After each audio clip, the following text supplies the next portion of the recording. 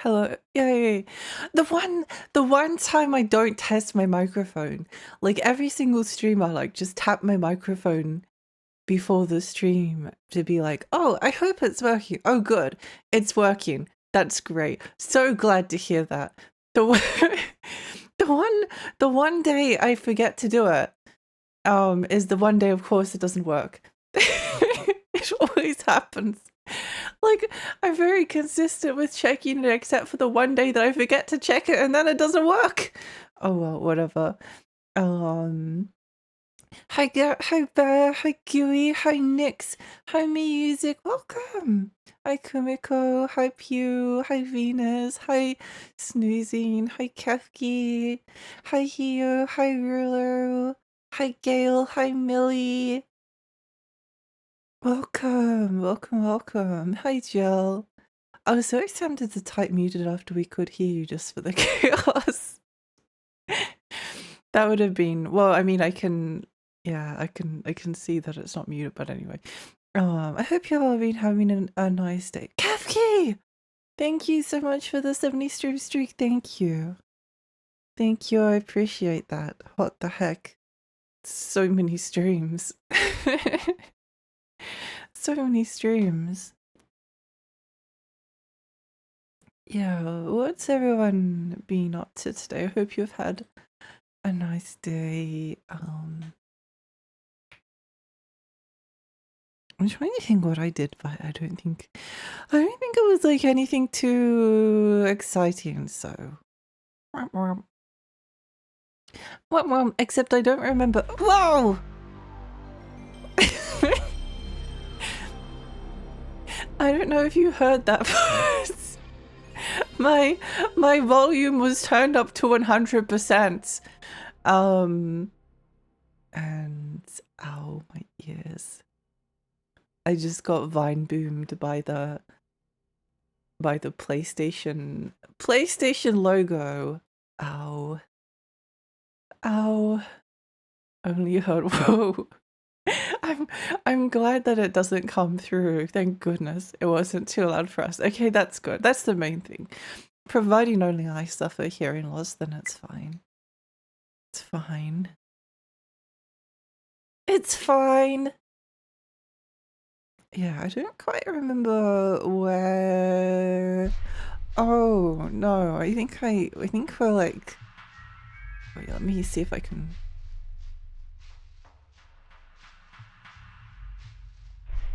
I did like take a screenshot. Come see me on the 3rd floor. That's the last screenshot I have taken. I think like last stream we only just got up here. So well, let's have a look around. Let's see what happens. Courtyard. Yippee! We're both like simultaneously like really close and really far away from actually finishing. Whoa. That's a hole! Oh, it's a one-way. Oh. I understand. Wow! Okay, instructions. Yippee! I still am confused as to why he has the nipple clamps on. It's a lot to process. One's like a nipple. Are they both the same? Actually, I'm not sure. One, oh, never mind. Maybe he's going to a festival afterwards. We shouldn't judge. The clamps make me feel alive. Hi, membranes. Maybe they do. Maybe he's unable to feel anything unless he has his nipple clamps on. The entrance to the Metro Garden is right this way. To get in, you'll have to open the door by beating the Gilu in Chowder Court. No more Dope Man, now we get the Bam Boomer. Yeah, it's not fun. It's no way. I miss Mr. Dope Man. Life was so much better when he was around. Okay, so there's 2 doors here. This door is locked.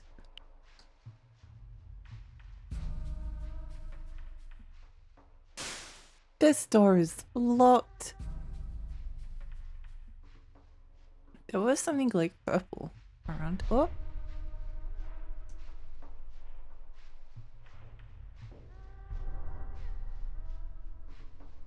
But where?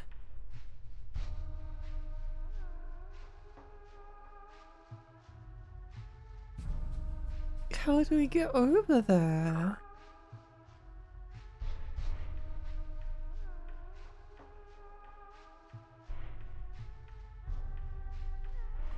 Kowloon's Gate, Kate.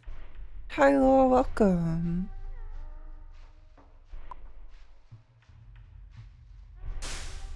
I've been really wanting to play more Pet Sims recently. I think after I finish Kowloon's Gate, I may pick up something. I don't know quite what yet. But the thing is, I really want to.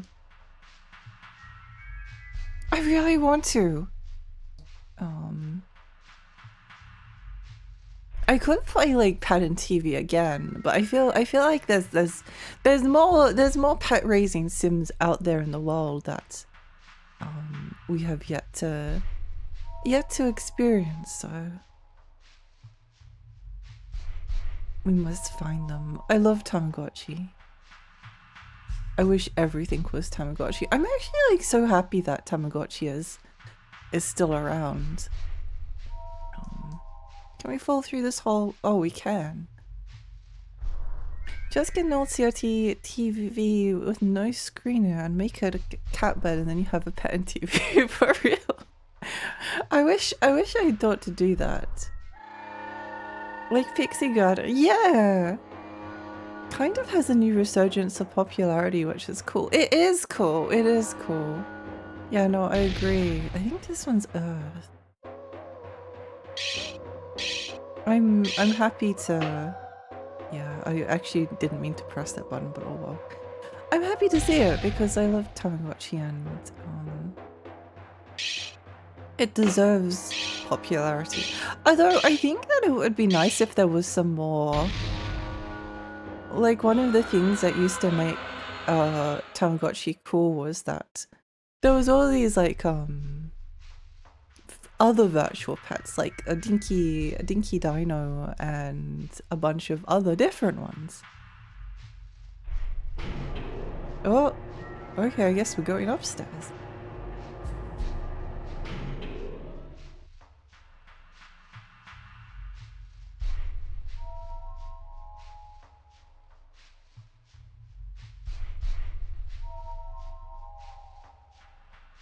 Hi Zelda, welcome! I wish I had TVs with cool looks like those children's TVs. Digimon World is pretty great actually. Yeah, I agree. I've actually played a little bit of it, but not as much as I would like to. Not as much as I would have liked to. That was a long time ago as well.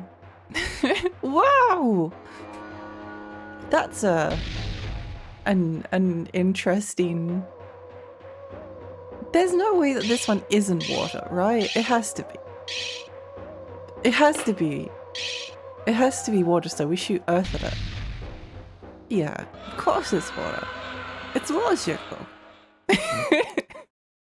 It's a few sets of legs. There's a few in them. There's a few. Kowloon, hi Plips, welcome. I wish we got such a thing back and been able to also be connectable to a PC and used as an extra screen. That would be cool. That would be a cool thing to have.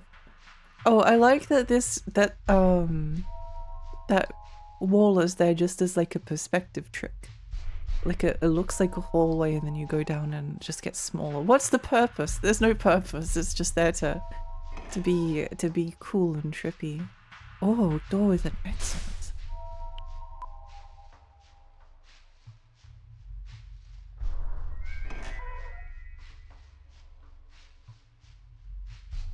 It's quite a bathtub, it really was.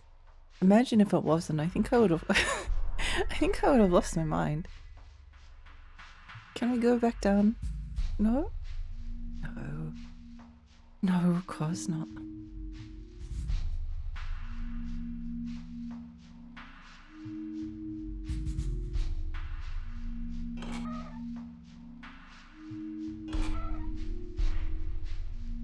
Place is something of a maze. Shadow boat? What shadow boat? This place is called Shadow Courts, and I was trying to figure out why in my head there was something about a charter boats. But I think it was an advertisement that was on TV for a while. And by a while I mean for a really long time. It just like aired every single day for like forever. And there was this line where they were like, charter boat? What charter boat? I need to try the 3DS Digimon World.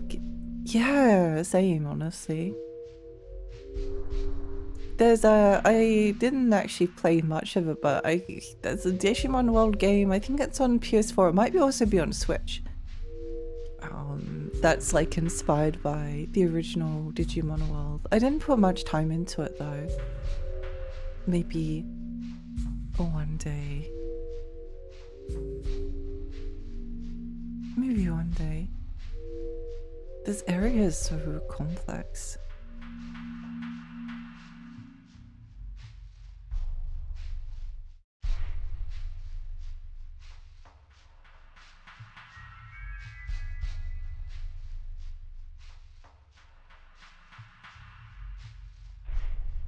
If only the back of the PS Vita was not so dog shit and unresponsive. Well, that's true, but I'm not sure what the context for that is. Digimon World is brave enough to have poop gameplay mechanics. The stress of searching for a bathroom is just like real life. It's true. It's true. I think like poop as a gameplay mechanic is really important. You need to simulate the fear of having like crippling diarrhea while not being sure where the nearest toilet is. Digimon World Next Order got ported a few years ago. Oh yeah, that's the one. I'm happy that it got a port.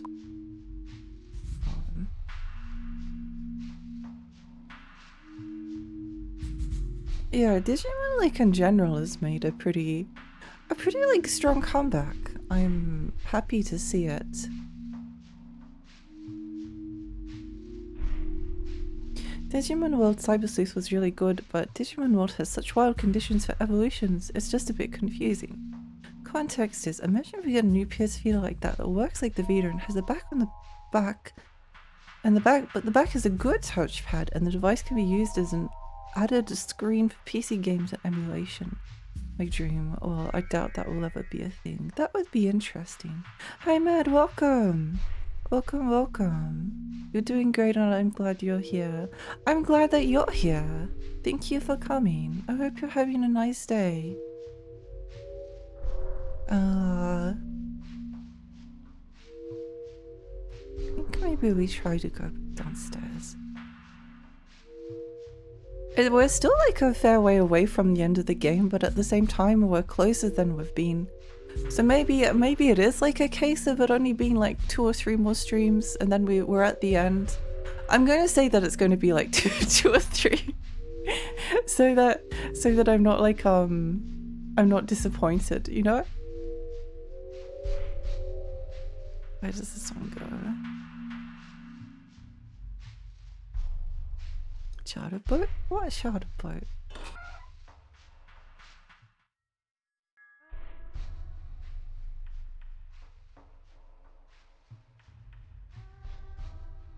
Music, hi, welcome. It's lovely to see you. How are you? It has been a long time. What have you been up to? I hope you've been having a lovely time. It's so lovely to see you.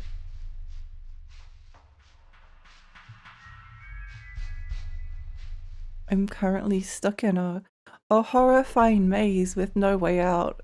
This is where it all ends. Getting my life back on track. Let's go! Let's go! I'm so happy to hear that. I'm so happy to hear that. Oh, no, no! No, what do you mean? Keep your expectations so when it happens faster, it will be all the more exhilarating. And that's I love keeping my expectations low. Going back to university soon to study after my job contract ended, moved places and everything. Whoa! Whoa, let's go! I'm so proud of you. That's awesome. We're stuck with Lexi, so it's actually quite nice. Yay! Yay, yippee! Digimon World may have poop mechanics, but Pokemon has implied sex. True. Hi Alex, welcome. Welcome, welcome. Well, it's not implied. They lay eggs, though. they do lay eggs, so I mean, I suppose it's implied. Maybe it is actually. Maybe they reproduce through other means. Maybe like you put two Pokemon in a room together, and then if you just like go out, then go out of the room and look away for long enough, then there's a little baby egg waiting to hatch. Low expectations, my beloved. Low expectations, better payout. Yeah. Love to see it. Okay, let's try going.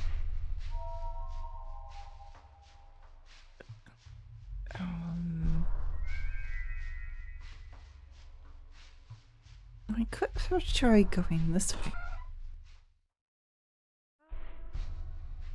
Maybe they work like mermaids. One lays an egg and the other one fertilizes it. It's possible.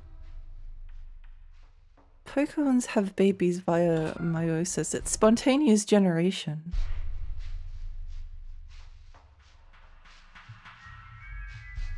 What's osmosis? It's been too long since I've given a proper definition to give one accurately. I think it would be better to Google it. Why don't we try going?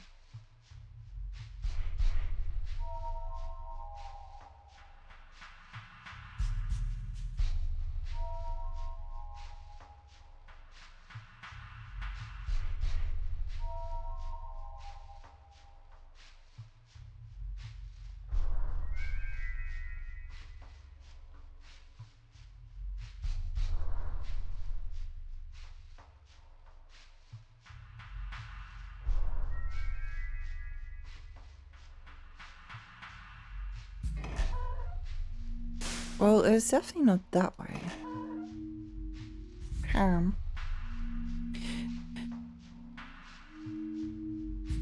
It's like when you absorb stuff. Yeah, going from like an area of low concentration to an area of high concentration. The mystery is that humans are born the same way by eggs and Pokemon. All Pokemon are born from eggs. Some things are difficult to know.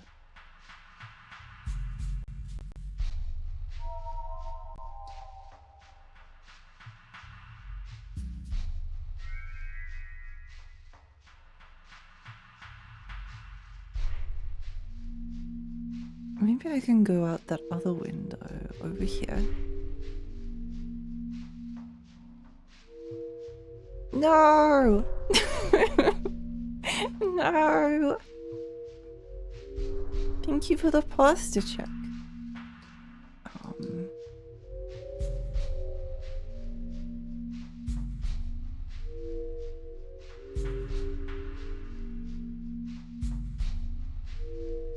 Well, according to the map we can get over there, but according to the in-game, we can't, so...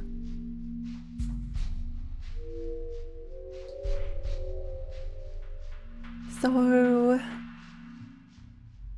like for real, everyone in that world is born with eggs. I don't know, is it confirmed that I don't think there's ever been a documented. Has there been like wait, no! No, aren't there like, parents, aren't there like, Pokemon trainer moms and dads? There has to be. I'm pretty sure I've like seen a sprite where they're like holding their toddler. Googling that was was a very bad idea, but sprites. I feel like I've definitely seen it, but oh no, yeah, here we go. Here we go. It's these ones. So it definitely happens somehow, but is it via eggs or is it via different means? I suppose we may never know. There's no confirmation that humans in Pokemon, well, don't have children by laying eggs.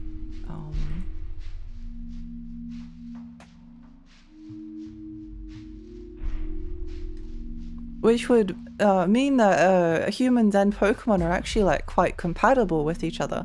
Are humans just Pokemon? And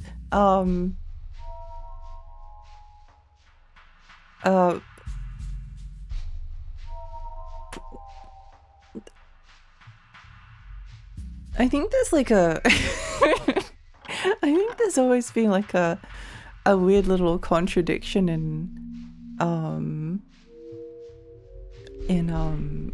the world of Pokemon, which is if like human trainers catch Pokemon and put them in balls and then make them fight each other, then are humans the bad guys? Isn't that like some kind of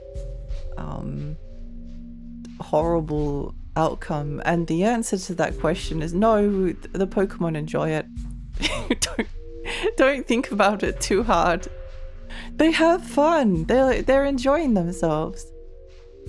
They're enjoying themselves. Don't even stress about it. I bet it's eggs, but as far as human eggs works inside the stomach, that's my theory. Humans are Pokemon according to the Pokedex. Then why, if you throw a Pokeball at a human, do they not get caught?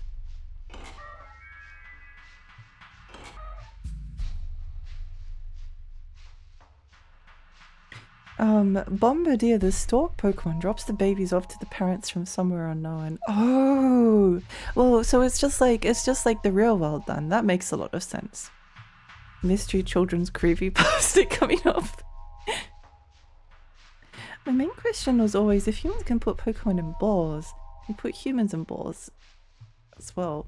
Well, they made like some kind of special exception for humans so that you can't catch other humans, or humans aren't.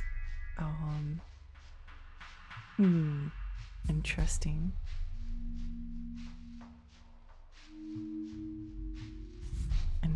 Interesting.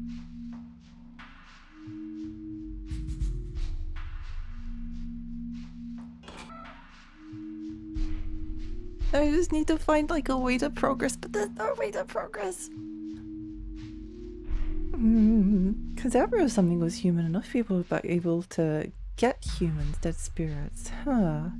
I didn't realize Kowloon's gate would be this long. I guess it is an RPG though. Bombix, hi, welcome. Yeah, no, I am surprised as well. I think the guide on how long to beat said like 28 hours. But I don't know about that. I don't know about that. I feel like it's a little bit longer. Just a teeny tiny bit longer. What?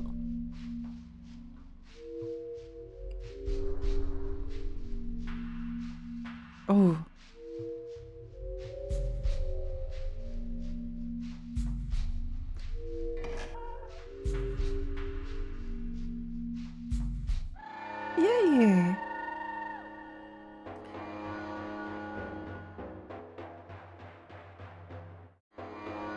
Oh, that's right. I remember you.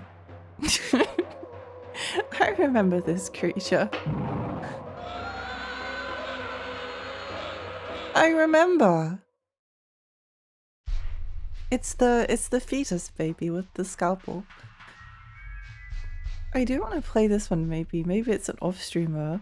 Well, I think it's like very well, I've enjoyed streaming it, but yeah. it's longish. It's longish. But I would also say that like if you, because I desperately want more people to play Kowloon's Gate, I would say that it's like a game that you don't necessarily have to beat in order to you don't necessarily have to beat it in order to be able to enjoy yourself. Like it's a game that's like highly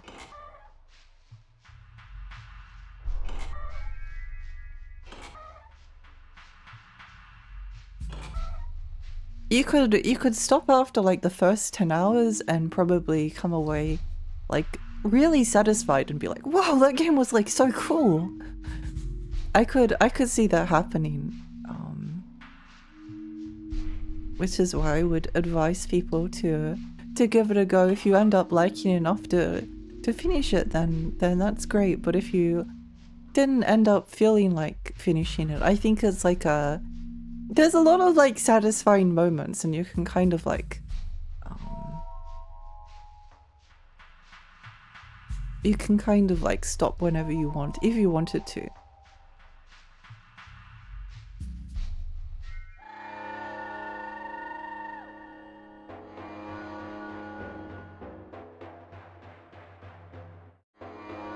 What the?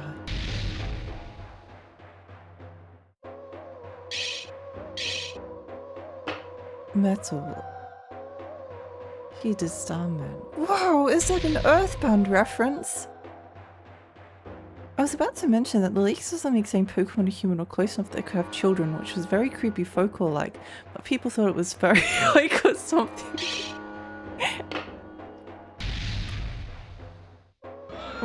Vaporeon has the highest compatibility with humans. I'm also one who enjoys using guides and fast forwards, so maybe it would be quite doable. I would highly recommend a guide. I think it's like you don't need a guide for like any game. But it's more enjoyable with the guide because there's a lot of moments where they're not really puzzles. There's not a lot of puzzles to this game, but there's definitely a lot of talk to this NPC and then at this NPC, but if you don't talk to the first NPC, then the second NPC doesn't trigger.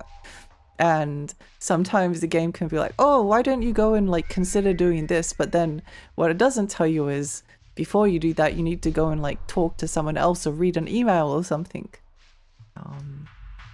So a guide can just like help keep things on track. It's nice and useful and good. Highly recommend. Honestly, all you need to do is make it far enough to meet the fairy. True.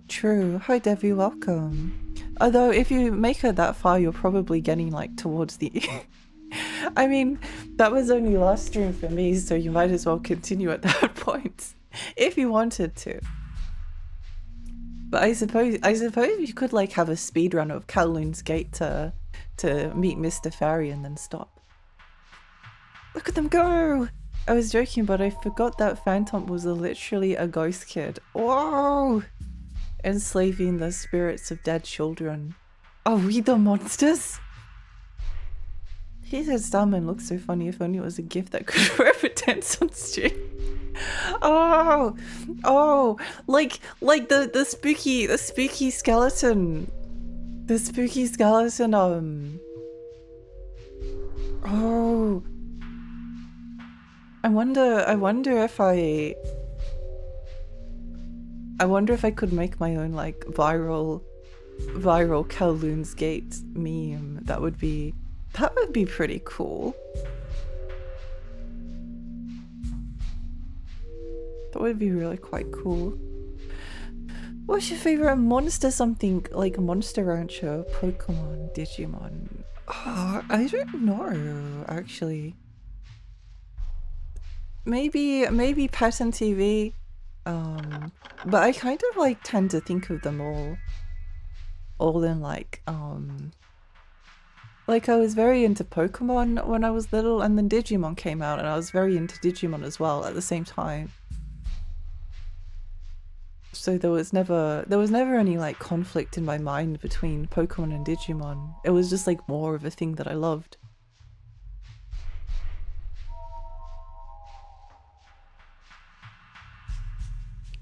So interesting visually, like some of these places.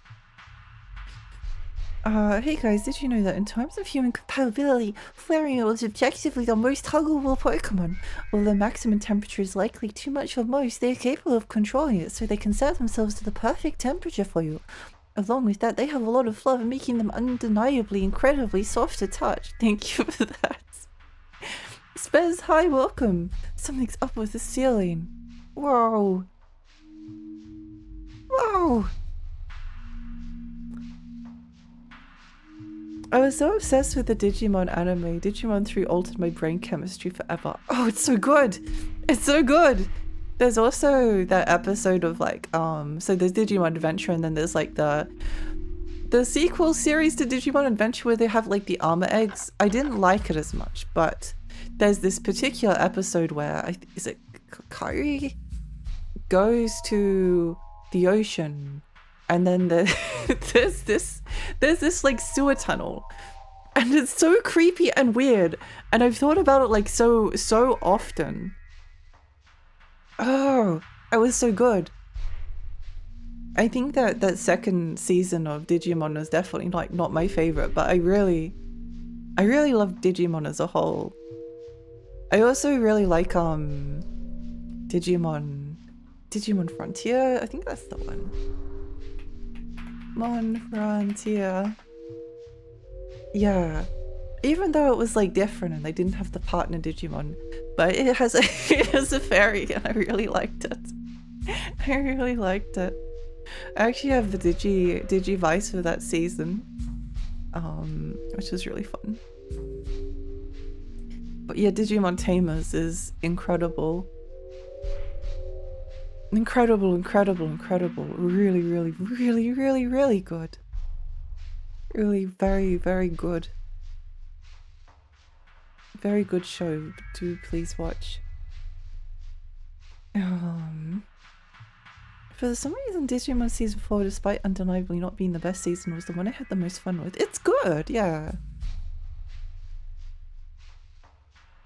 It's good. I mean, I definitely prefer Frontier to the second season. I forget what they titled it. I also really enjoyed Digimon Cross Wars. That was fun. That was fun. I liked that a lot. I wonder if we can go through one of these places now. They were both locked previously. No! Now? This one. Oh, yes, let's go! What's up with the birds? What's up with birds? I don't know. Hi, Spares, welcome. I don't know, those leaks with a bunch of sprites prototypes and it had some drafts about the lore, and some of them were creepy stories about humans getting kidnapped or having babies. Can't direct you to it, but people memed a lot. It was something about Cyndaquil's like final evolution.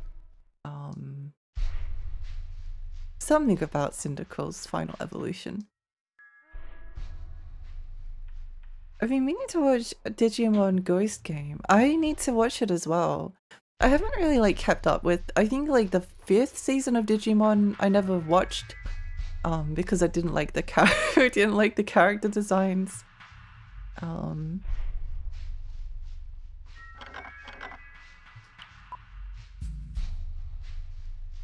Digimon 2 was very so-so, 3 and 4 are much better. Yeah, I agree. I agree. I still quite like season 2 of Digimon. It's something. I found the armor evolutions, but I don't know. It was actually like kind of interesting that there was a lot more back and forth between like the real world and the digital world. I thought that was rather fun. I guess this show, like Digimon, is always going to be it's always got like a certain element of like the more kids you have with like partner Pokemon, the more you're going to have an episode where like one of their partners like learns to evolve and then beats the bad guy, and then you've got to do that with like every single character. And then every single character has to like get their like ultimate and mega evolutions. And yeah, this building is Metro Garden. There's 2 Gulu to be, one on the 3rd floor and one in the basement. One on the 3rd floor and one in the basement. I am going to screenshot that because I can't be bothered writing it down. The guy in the sealed door, you saw it earlier, right? There's a sealed door on Charter Court's 2nd floor with an X on it. Sealed door on Charter Court's 2nd floor. This guy looks like he came from Killer 7. He does. He does. Hickory, hi, good morning. Thank you for believing and thank you for the hydrate.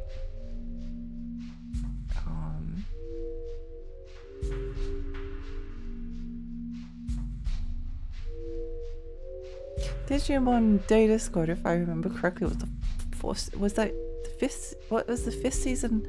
Cross Wolves that nearly killed the franchise. Oh, I actually like Cross Wars. I think it was Digimon Data Squad was the 5th one because let me go to Wikipedia and have a look. Digimon anime.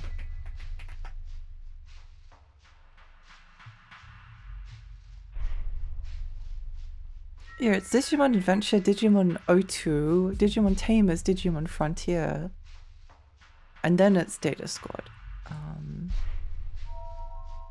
And Digimon Fusion or Cross Wars. I thought the Cross Wars was fun. Cross Wars was fun to me.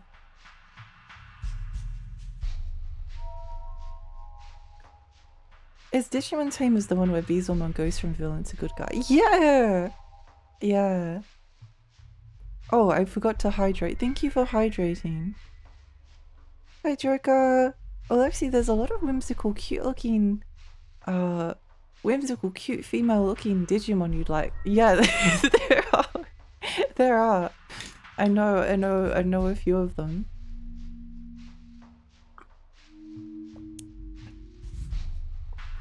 I haven't played as many Digimon games as I have Pokemon, but Digimon was like actually really difficult to find.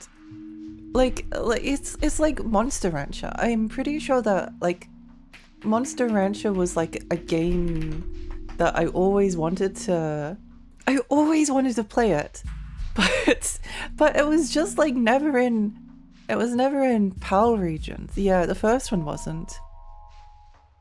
The first one wasn't. The second one was. The second one was. But I still never found it. Like I never saw a single copy of Monster Rancher 2 ever. I've never seen a copy of it ever. And I don't think I've like seen any Monster Rancher game, in fact. And it was kind of like the same with Digimon was definitely like more common, but it's still hard to find.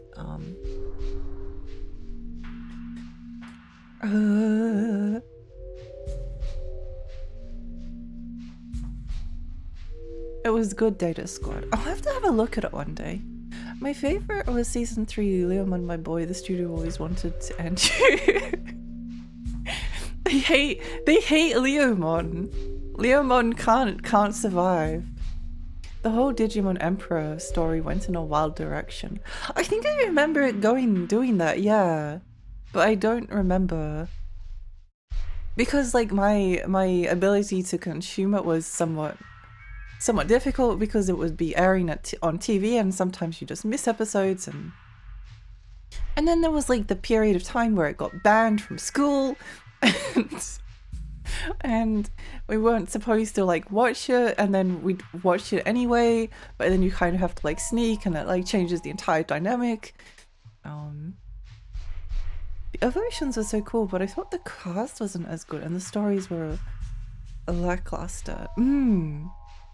Burst mode was so good, and they fumbled Rosamund's burst mode. How the frick is a sexy lady with a sexy whip supposed to be upgraded to a white granny looking version of the same flower?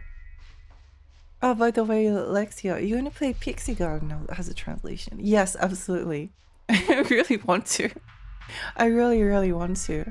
I'm like debating out of Pixie Garden and Monster Rancher or something like that.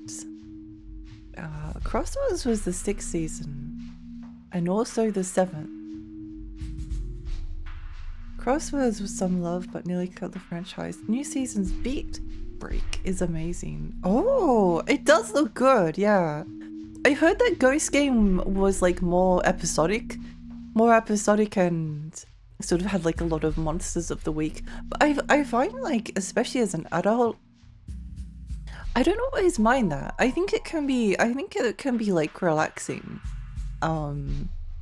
Especially if like some of those stories are a little bit spooky. Not everything has to have a really like overarching plot that comes together. It's okay if like some of them. I thought the modern like remake retelling of Digimon Adventure was too fast paced for me. Fusion gave us Lilith one. I think I know which one, but oh yeah. I remember.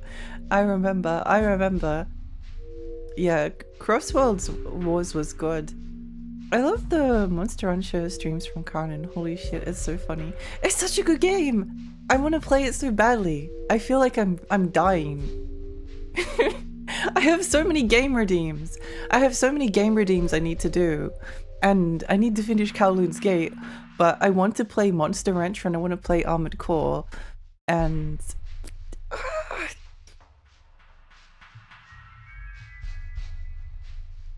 I don't like male Digimons, but I need to admit Leomon in season 3 was hot. Very valid. Digimon, very not school friendly. I mentioned this the other day, but my teacher found out that like one of the Pokemon was called Demi-Devilmon, and then he was like, do you know what Demi means? That means little devil. There's a little devil in your show, and you're just going to like sit down and watch it every morning? Do you not feel ashamed of yourselves? So like Digimon, the toys, like the virtual pets first got banned, and then there was like no talking about like Digimon. You would get in trouble if you were like heard to be talking about it. It was a thought crime. Girl, I have trauma from Digimon World 1 because I grew up playing the Spanish release. That one had an unavoidable softlock event near the end. Oh no! I think I've like heard of, I don't know if it was just the Spanish version or the PAL version, but I definitely know that there is some kind of like, there's some glitches that are very scary in that game. I really love Digimon World 1. I think it's very good. Really cool game, and there's not that many like it. The rest of the Digimon games kind of went in a more Pokemon direction, but I really enjoyed the pet raising aspect of it. I've only seen 3 episodes, so I'm joking by the school's perspective. No, it wasn't school friendly from the place that I went to school, unfortunately.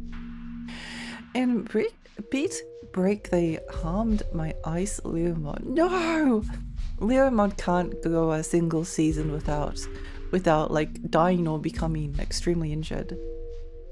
What about Tallyfang? I've only seen Uno players. Tallyfang. Oh. Yeah. No, I like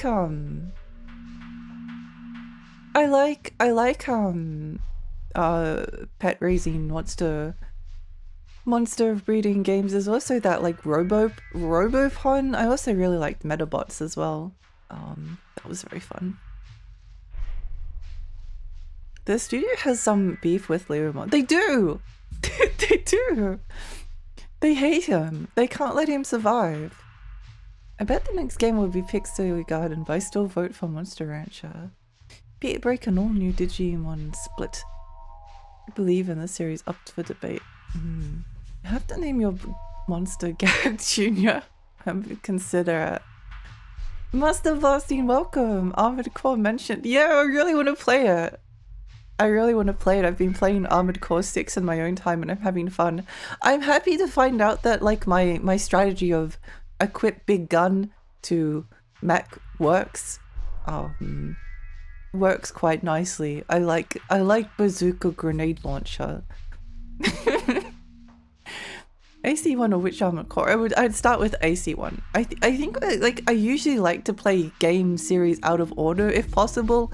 But with Armored Core, it just kind of like makes sense to, although I am playing 6 first. I'm playing 6 first, but then I'll go back to 1. I saw this coming because I absolutely dread having a request list myself. Yeah, no, it's I'll get around to like everything eventually, but it's tricky. But I do like the requests sometimes, like some people have requested like particular things and I'll be like, oh, I do feel like playing that, and then it's been like an excuse to play it like immediately. But then there's others that I'm like waiting for someone to have like some free time so that they can watch the stream, and then I haven't done it for that reason, and yeah, it's a little bit tricky, but we'll get through it eventually. A little devil in my show. Right, I gotta watch it now. Yeah! Hi Vale, welcome. The Digimon story of your school reminds me about Card Captors Sakura. They use tarot cards which connect... Tarot cards. Yeah. Thankfully they never picked up on... they never picked up on Card Captor Sakura. The devil, it's playing with you! I remember hearing that while driving to the store the other day. I forgot until now. Devils, you can't have Demi Devilmon in your children's show. At least the devil was so hot in her final evolution. It's true. It's true. Lilithmon is awesome. Digimon story is going in its own way that I love. I wouldn't be surprised if it was a PAL thing. I need to finish it, but I have to mentally prepare myself. I picked it up and then I dropped it, but I think it's like the same thing. It feels like it's a game that you need to like sit down and prepare. I feel the same with like Monster Rancher, to be honest. Like you need like a little bit of a little bit of understanding. It's not like Pokemon where you can kind of just like keep going. Like it's harder to mess up in Pokemon. In a pet raising game, it's possible quite often to like put yourself in a position where they just can't do anything, and you just need them to die. You need them to die, and there's a lot of hidden mechanics that you might not ever find out about if you don't know. So yeah. But then again, going in blind, I think like the strategy for Monster Rancher, Digimon World, etc., Pixie Garden is to go in mostly blind, but then as you go through and you're sort of like starting over again, then you do a little bit of research on mechanics. By the way, Digimon Time Stranger, I was skeptical, but I had a great experience with that game. Yay, I'm so happy to hear that. I need to go back to it sometime. I'm playing it now and I really enjoy it, especially because I haven't seen any Digimon stuff in like 20 years. Let's go! It's on the site. They see Leomon and they say make him suffer. They hate him! Or maybe Leomon is just a masochist. We don't know. They really went for... The church says it's something of the devil. but it was all just made up stuff because toy companies didn't want those franchises to be successful, as to be like, don't believe everything you see on TV and then proceed to believe everything they see on the news. It's so funny. It's so funny. Also, like, I remember like playing, because my parents would buy me like these Christian games that were from like Wisdom Tree. It's Wisdom Tree. I just like calling Wisdom because the old English way of writing an S looks like an F, and I think Wisdom is funny. And they had like devils like in disturbing imagery that was probably more intense than like Digimon ever was, but it's Digimon and Pokemon that get banned. Oh, it does make me annoyed. I love Infinite Flight Mech. Beef Boy, thank you so much for the 5-stream streak. Thank you. You've coped better with the request list than I could, so good job. Thank you. Yeah, it's just like I try to like do a request every now and then. With the request, I kind of I think I say in the redeem, but it's not like I won't necessarily beat every single game. But I'll try to do a lot of them. Like Red Ninja got redeemed, and I will do that, but I'll do it for my 4th stream anniversary, I think, which is in October. I'm probably place Shinobi next of the request list. Yeah, there's not that many. There's like one which I have to save, another one which I have to save. 1, 2, 3, 4, 5, 6, 7. There's only 7. That's not too bad. It's not too bad. It's not too bad. That's fine. Hickory, thank you for the hydrate. You would think they would also have an issue with the depiction of angels in Digimon too. No, if it's got angels in it, then it's good. It's good. If it's got angels in it, it's good. If it has devils in it, it's bad. I think in The Simpsons there was once a joke where Ned Flanders was like, it's like, well, I'm a relaxed parent too. I once let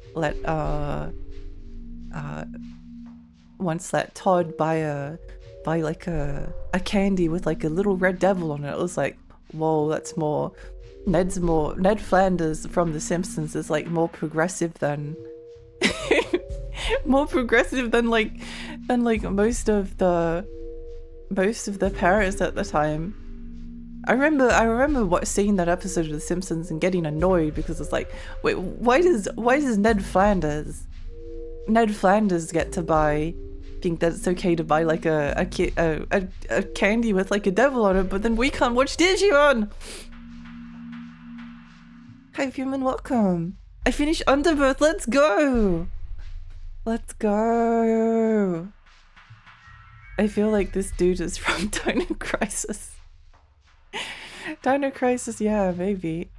I'm old enough to remember Mums Against Dragon Ball. Oh, hi customer care skeleton. I feel like they were against like everything. Monster Intro 1, you know, there is one dude where you can fuse that dude to get stronger monsters. It's that simple, now you know. I'm glad. I was about to be confused why there are human Digimons and I remembered what Digimons were. Imagine a world where Shin Megami Tensei got as popular as Pokemon. Parents and teachers would probably have started a second Inquisition. They probably would have. They probably would have. I remember, this is embarrassing to admit, but like, Shin Megami 3 Nocturne is called Shin Megami Tensei. Oh, Shin Megami Tensei 3 Nocturne. It's called Shin Megami Tensei Lucifer's Call in Europe. And I remember wanting to play it so badly, but then I was like, no, wait, if my parents see this game, then they're going to like make me throw out my PlayStation. So I never actually like got the chance to play. I think like I could handle like Digital Devil Saga and like Devil Survivor, because that was like by that stage it was like too, that was like acceptable by that stage. But if there was like a game that had like Lucifer's Call written on it, then it would be like, what kind of games are you playing? Oh.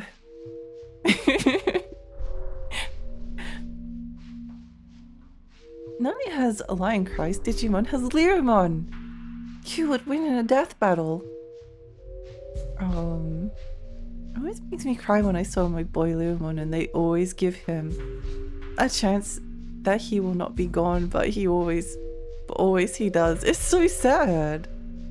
Oh my god, I played Bible games on NES and it was one of the most miserable experiences ever. Yeah, they're really weird. They're really weird.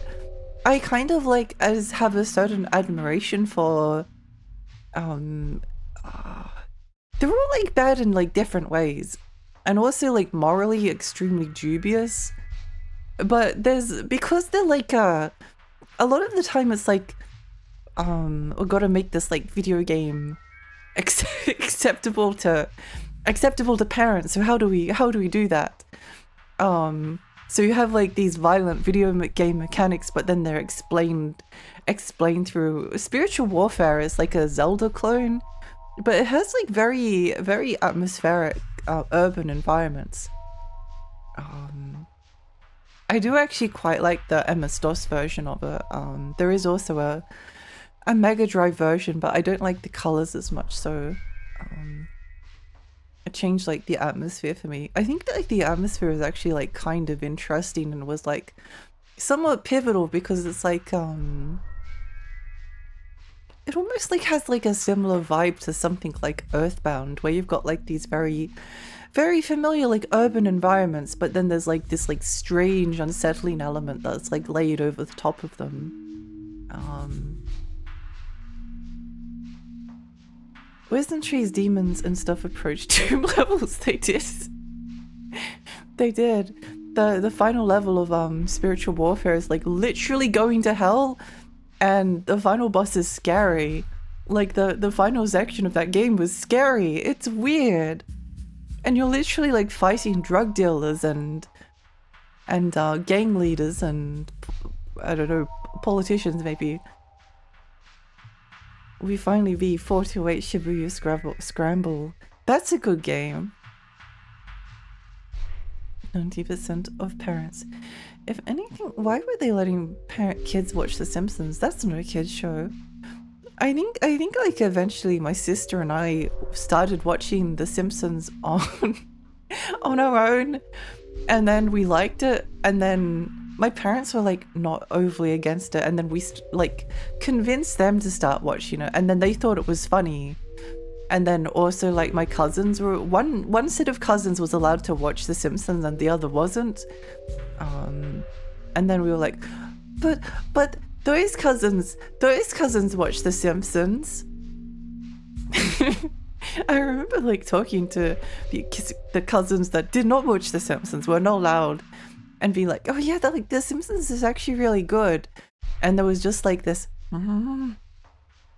like this like hum of disapproval from them, like, you're watching The Simpsons? That's not okay. That's wrong. You're not allowed to watch The Simpsons. You shouldn't be watching The Simpsons. That's an evil show. Oh, it's weird. I'm glad the only band we got in our school here in Germany was Beyblades. I could imagine people hurting themselves with Beyblades. It's so crazy to think that Dragon Ball is now a blockstone of cultural DNA worldwide, Son Goku everywhere.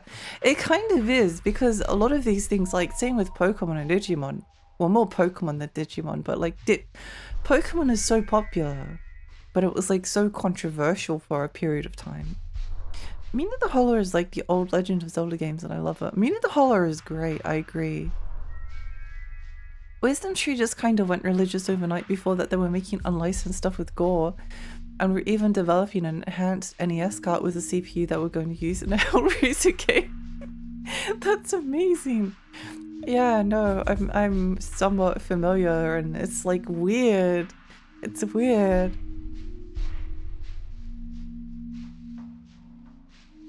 You love Nocturne. It's peak masochism in gaming format. I need to play it. I will. It's probably. I think it's like a good string game. It'll take us a while to get through, but that's okay. That's okay. It's okay to have a long game every now and then, although I probably will take a break before and do some like shorter games before we get to something really long again. The final boss of Spiritual Warfare is the giant purple demon that shoots its arms and the fire and little devils with pitchforks and stuff everywhere. Yeah, it's scary! It's scary! Saints of Virtue is like... I think I was watching like a video because I never got very far. I think there's like some actual like racism in it, which is really horrifying. But like the actual levels of Saints of Virtue is like incredibly strange liminal spaces. If you played Shin Megami Tensei Strange Journey, there's a part where you go to like a shopping mall. There's a very similar like shopping mall in that game, and it's strange. It's weird. It's a weird liminal game. And there are like creepy faces. The enemies are all like creepy faces. It's so strange. Let me show you. That's what it looks like. And it's scary as well. It's actually scary. It's so creepy and weird. But then like all of the symbolism is like so like schlonky. Very, very, very strange.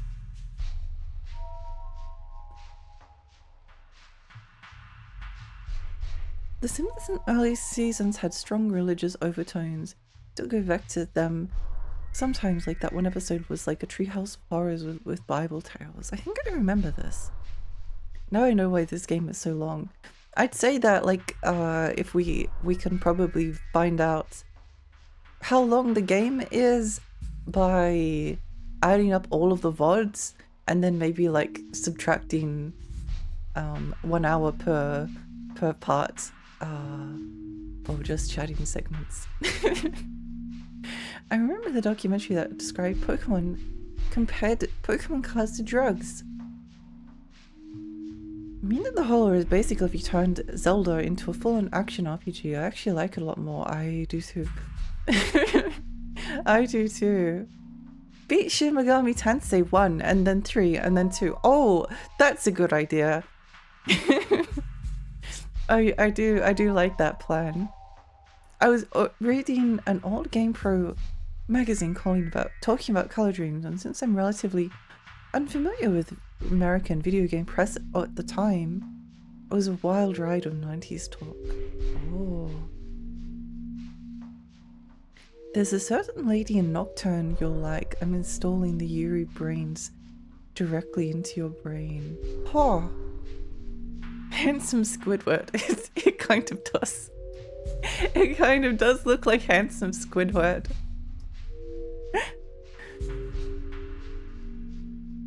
Squidward, is that you? Look like Doom, but blue-green to me. It is Doom. It is Doom. It's Doom, but it's like, I think it's like almost more unsettling. It's just so abstract. It's so abstract. Nothing in it makes any sense. Even though like the symbolism is like, this thing that you like is bad, and this thing that you like is bad, and this thing is that you like is bad. Don't go shopping, kids. Yeah. Shalonky is a wild word. Speaking of the early seasons of The Simpsons, the cable theft episode I think is that one is perfect for currently being discussed. I think anything with the devil in game and other media was called out as something bad. For the Japanese, death is just a myth, but for the Christians it's their world. They're going to take it seriously, but at the same time those people getting Christian games, isn't that profiting from Jesus? And that's basically bad unless they donate all the money to charity. They don't. I doubt that. Sorry, I thought too much. No, it's really morally questionable. Like the practice of it, it's like morally questionable, but just like everything about it. There's so many instances where like if you think think about like what the game is like trying to teach the person playing it from like a very low level perspective, it's bad. It's really bad. It's like, but it's because they were just taking like games and gameplay mechanics and just like putting on like very low level Christian stuff over the top of them. They weren't actually like thinking about, because they're not actually interested in like saying anything. They just wanted to make money from parents. It's like there's a game on MS-DOS called Joshua and the Battle of Jericho, which is a reskin of a game called by Color Dreams called Crystal Miner. And in Crystal Miner, there's these like radioactive rocks that if you rub up against them, then you eventually like start flashing and then die. But when I was a kid and was reading the instruction manual, they were called Stones of God's Wrath. And the game like explained that like if you got too close to them, then you wouldn't be able to handle it, and I guess you explode and die.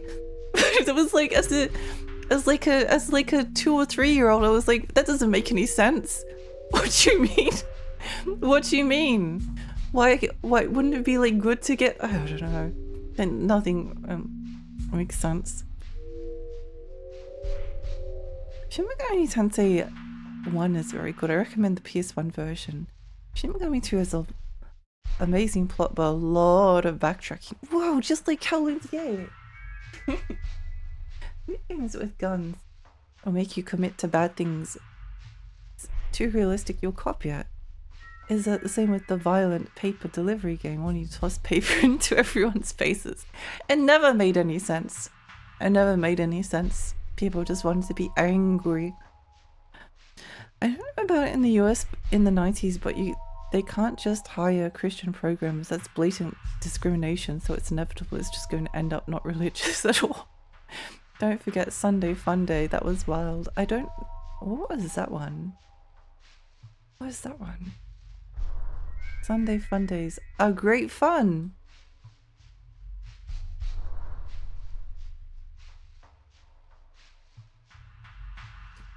Let's oh, my controller turned off. We were talking long enough that we turned off the controller. The original is basically a game about a skateboarder who has to rescue his girlfriend, who's gradually getting stripped at the Santa Monica Pier or something, but they made it about the Sunday school teacher and getting to Sunday's school on time. Oh, Menace Beach! That's Menace Beach! That's Menace Beach! Menace Beach. We've talked about this game before. We've talked about this game before. Yeah, it's the game where your girlfriend like gradually like loses her clothes. And she starts the game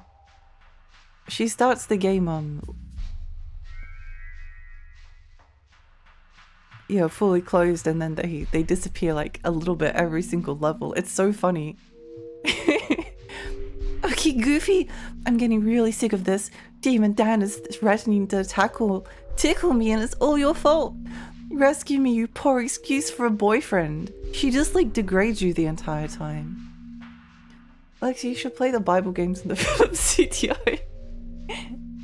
I forgot to say Menace Beach when talking about it, my bad, but they made a religious version for some reason. They just had to reskin everything. Reskin everything so stupid people could buy them.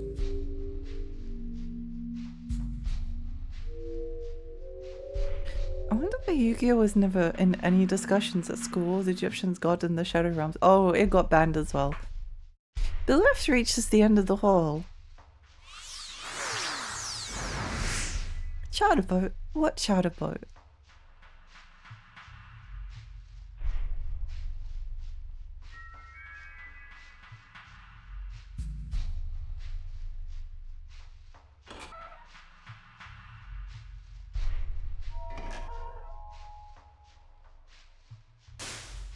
Okay, this one.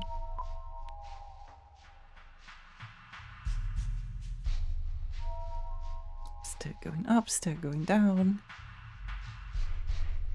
Think through here.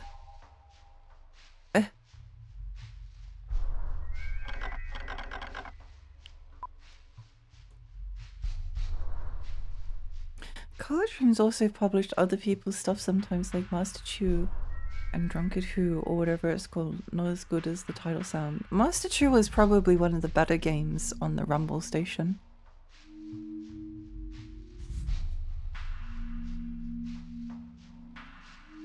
Very glad my family isn't religious so could play whatever. Let's go! I remember getting Stubbs the Zombie as a rental and Clark being like, this is rated M, and my dad was going like, yeah, it's fine. Stubbs the Zombie is awesome. Stubbs the Zombie is great. There's a port of it on Switch that I really want one day. I already own it on Xbox, but it would be nice to have the port.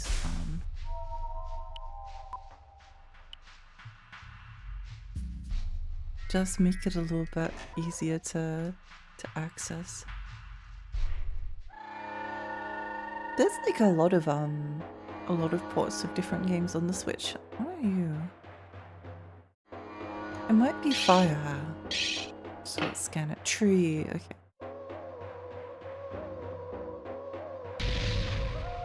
Never been in a consecrated church in my life. Let's go!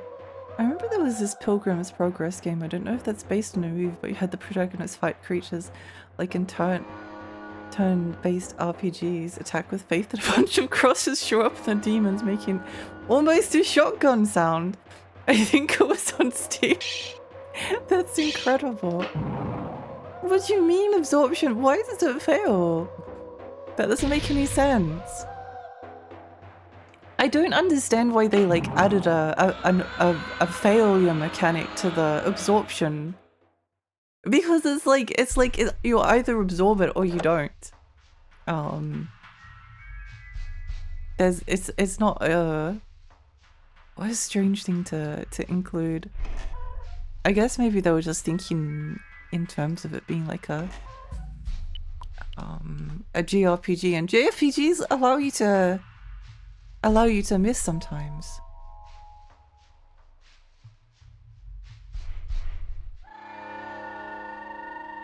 The New Testament is peak. I mean, it uses a wrestling game engine. You can literally use wrestling moves on people and break their limbs. But in the New Testament... Oh, that's so funny. Fire. I should be getting to work soon, but this conversation is super interesting. It's always interesting. Always nice to hear Lexi converse about vidcons. Yay, I'm so happy. I'm happy to hear that. I think like the history of there's a Indian exclusive PlayStation 2 game. Oh man. PS2. Yeah, based on Hanuman. I actually always really wanted to I always wanted to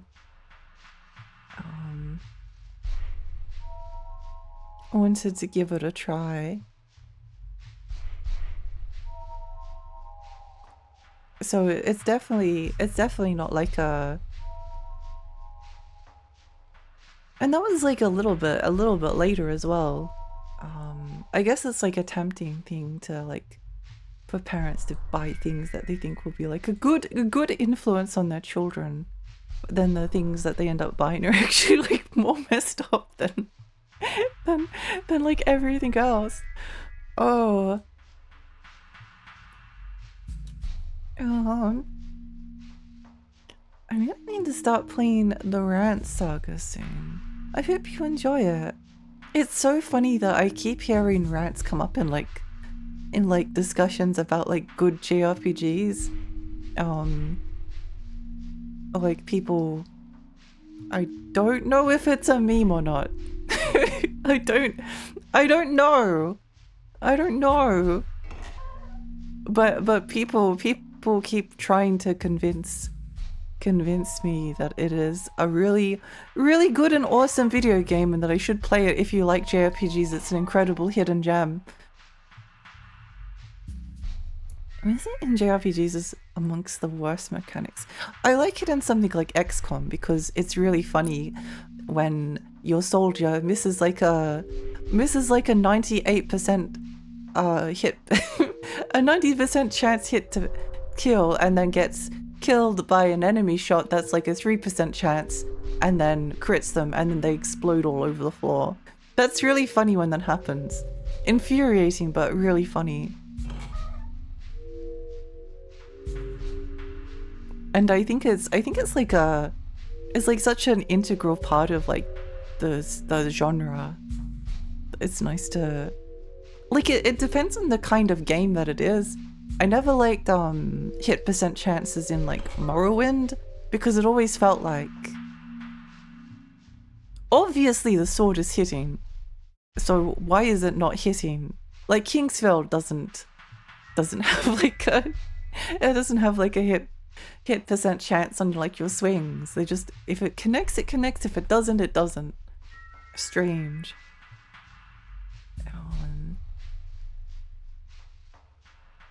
I think there's an Islamic version too, so not just Bible thumping. Oh, of New Testament. That's interesting.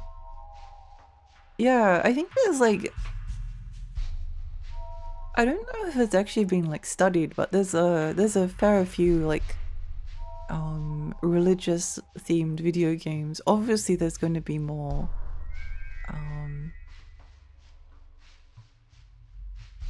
more from like America, but there are from other countries as well, and it's rather interesting. People here have very esoteric tastes. It's great. Yeah, I agree. It's good to like interesting things.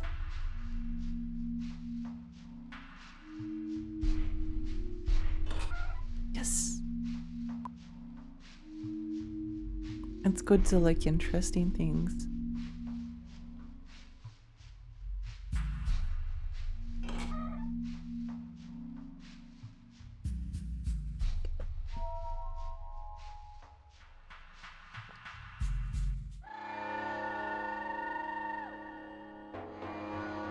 There's a few Indian PS2 games. This one's fire? Oh no, it's one of those. I usually just ball them.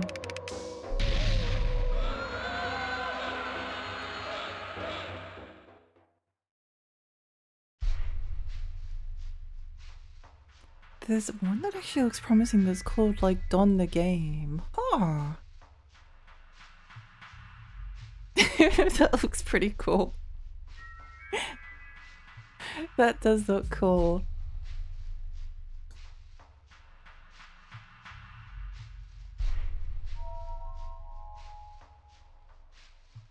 Dawn 2 the Game, an action-adventure game developed by Game Shastra.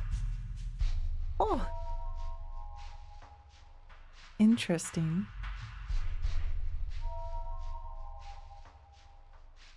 I read Pilgrim and my mind went straight to Scott Pilgrim, but I'm not sure. Sure that's not a religious movie. I suppose some people maybe treat it like it's a religion, which is fine. I'm so glad Spyro was never in any of those conversations. I'm actually sorry to pivot back to Scott Pilgrim, but I'm really happy that the Scott Pilgrim video game got a physical release after it got erased from like every single streaming platform. I was very happy about that.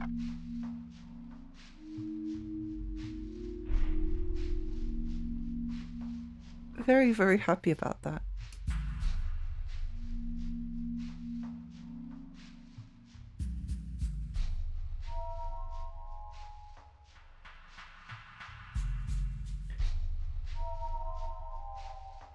Because Rance and Sayonara Uda are truly masterpieces. Saya is very, very cool and interesting.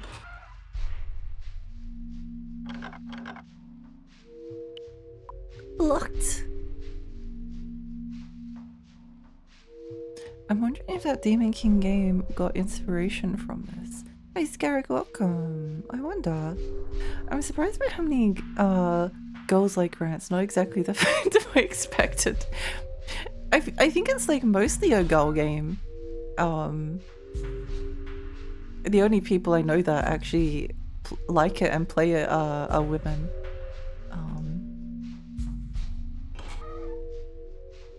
That's why I keep being like I keep feeling like I'm being pranked because like people talk about it so highly, and like whenever like people ask for JRPG with hidden gems, people always bring it up, and it's like, why though? But this is like there must be like something that I'm missing. There must be something that I'm missing. Oh, it's like genuinely a really good game. I'm wondering if that Demon King game. Oh, I read this. Some have amazingly addictive gameplay, and others are mid. That's an interesting demographic. I mean, like how people say certain animes are the best animes ever, and you should watch them. If you watch them, you end up on a government list. Hi Esther, welcome. Rance has some. Oops, I need to pause. Rance has some really interesting systems from what I remember hearing from a game dev friend. Oh, interesting. Maybe. Maybe. Hanuman confuses the son of the mango and people don't remember him as the Monkey King, which could be inspired by him. There's so many like interesting stories from Indian religion. I sort of like missed out the opportunity to do a bunch of like courses on Indian religion, which I'm always very regretful for. Because it's so cool and interesting. It's funny in XCOM when my rocket launcher soldier gets a little scared and point blanks himself and off the squad with the bazooka. Yeah, it is. It's funny.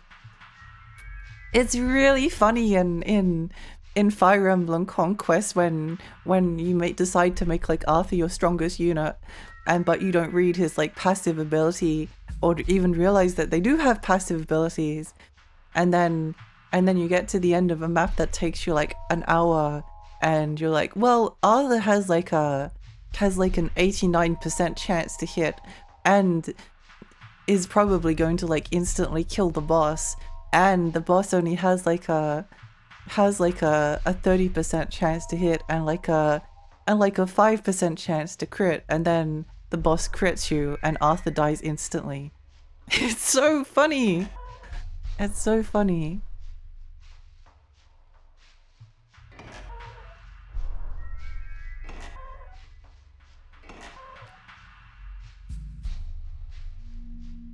Sengoku Rants has great gameplay. I think that's the one that keeps getting recommended, yeah. Rants is one of those games where I won't play it just because I wouldn't want everyone to ever know I played this. A lot of people don't like the dice rolls. I quite like the dice rolls. I think it like depends. I think it's like unnecessary in Kowloon's Gate because it doesn't add anything.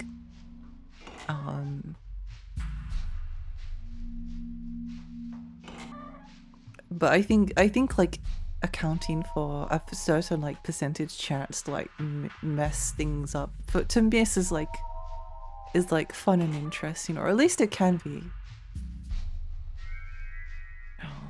Labyrinth of the Demon King. Oh, what was the? I'm wondering if that Demon King game got inspiration from this.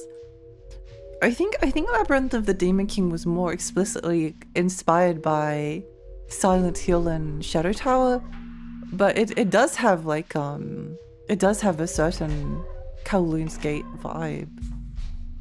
I wonder if like many games were inspired by Kowloon's Gate. I mean, it's inspiring me, to be honest.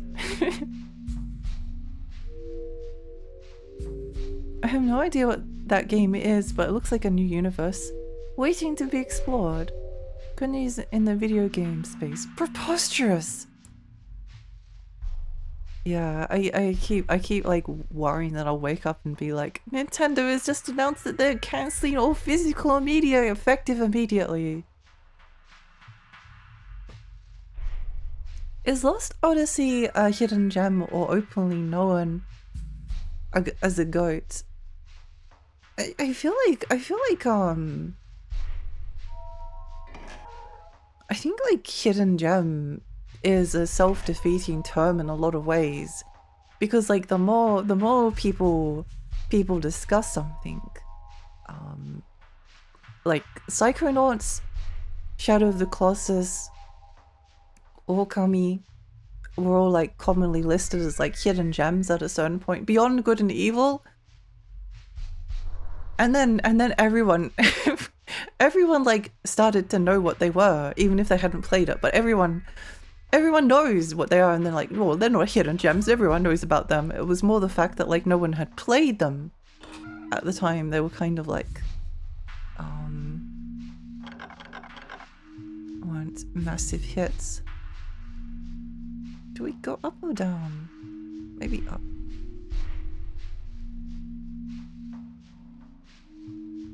Maybe some oddball JRPGs. Albert Odyssey. Haven't played Albert Odyssey yet. Are there any Clive Barker games? There are. There's Clive Barker's Undying. There's Clive Barker's Jericho. There's about to be a Clive Barker's Hellraiser game that's coming out sometime. I'm actually kind of looking forward to it because I really like Clive Barker's Undying. What other games are there that Clive Barker has his name on? Clive Barker games.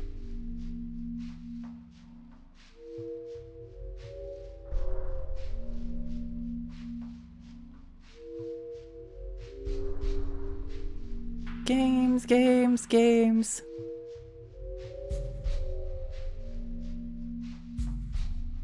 Video games. Oh, there's also Nightbreed, and yeah, Nightbreed's one. Yeah, that's that's basically all of them. Nightbreed, which I haven't really like seen much about. Clive Barker's Undying, Clive Barker's Jericho, and then Hellraiser. Yeah, I'm looking forward to the Hellraiser game, I think.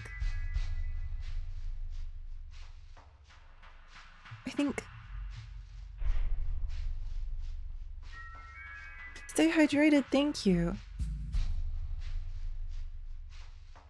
Jammed, won't budge. Locked. Lancer sounds like a great game. The main 4 companies are based around Eva Gundam, Battletech, and Titan. Oh. Pro tip for some Berserk break games. Hit every time, don't let enemy able to hit you become sentient. You just need to become better than the probability chance. If you just get better at the video game, then you don't have to worry about missing. We have no mouth and we must scream. And we must scream for extremely niche games. Yeah! Hi Pip, welcome. Welcome.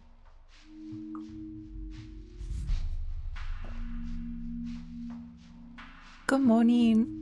Clive Barker's Jericho is delisted from Steam. No!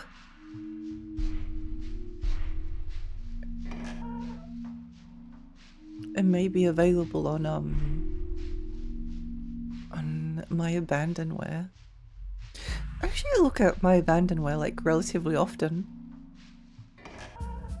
It can be a good way to find some games that you might not have heard of in a while. Oh, where are you?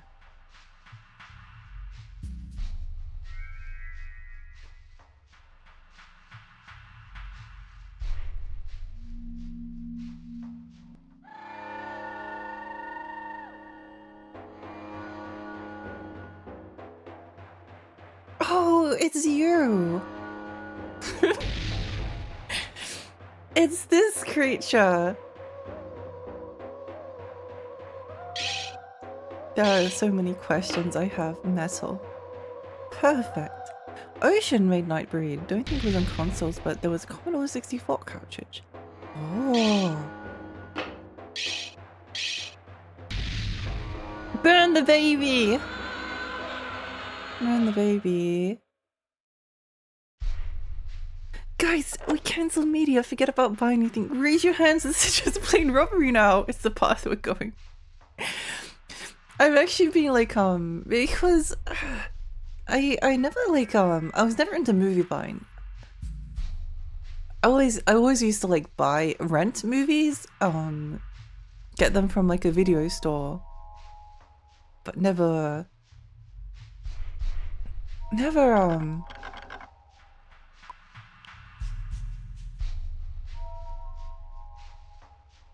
would really buy them. I went through like a slight phase of buying them,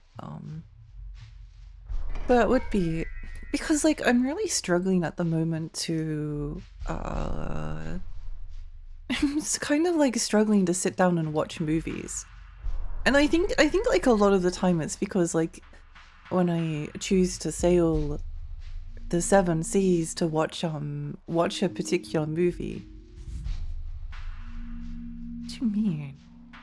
It says that there's like a way through here, but there's not.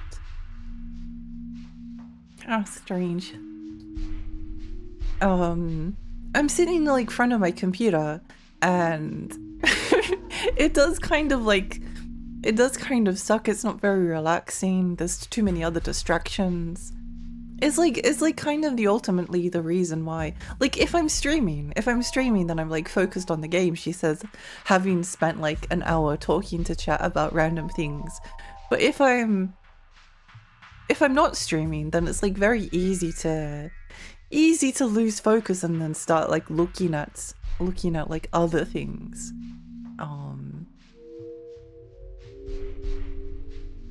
Which is not necessarily ideal. So I was kind of like thinking of maybe like buying movies and maybe maybe like sitting down and watching them and like having a collection of them. But I probably like need a new shelf. I need like a new shelf that's like just for movies or something.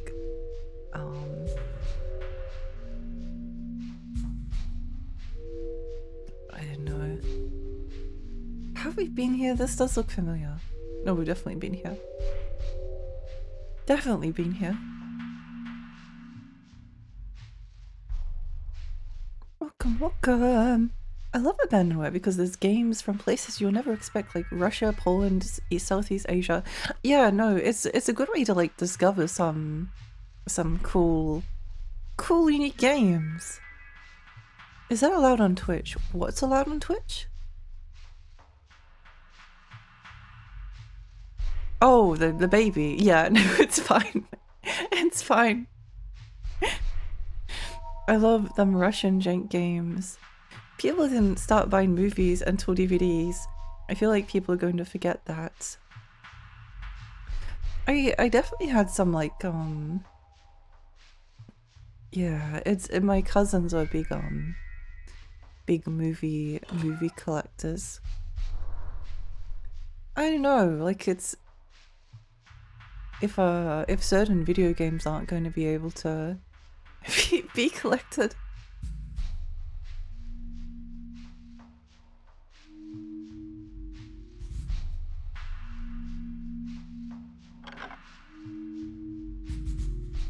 As a young adult, I used to torrent so much to watch media.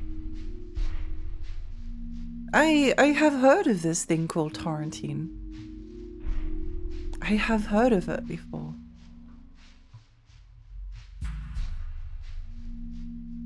Strange.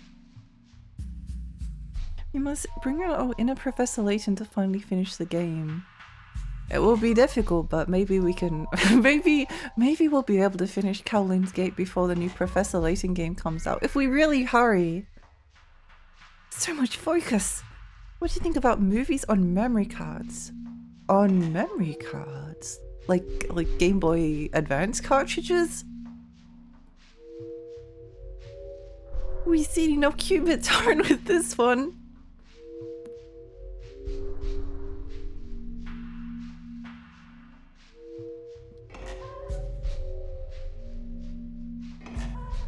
Movies on a hard drive or SSD. Oh, if it was like affordable, it's fine. Like, I mean, going to the shops and buying them, or just like putting movies on a on a hard drive.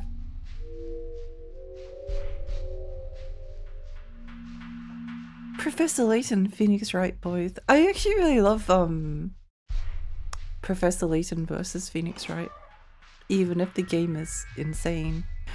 You can tell that like level 5 made it because of the plot twist. I will say no more about it. I do really like it, but it has like Professor Layton stink all over. I'm not sure how else I can describe it.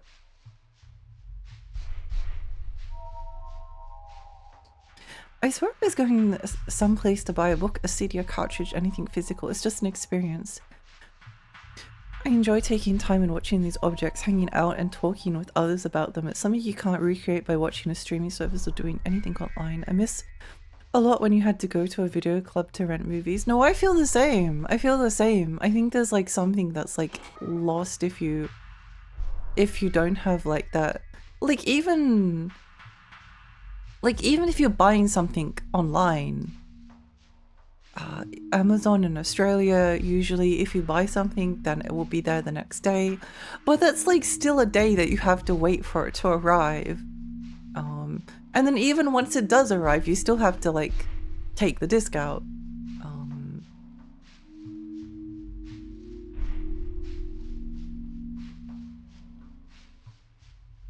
You did just, oops.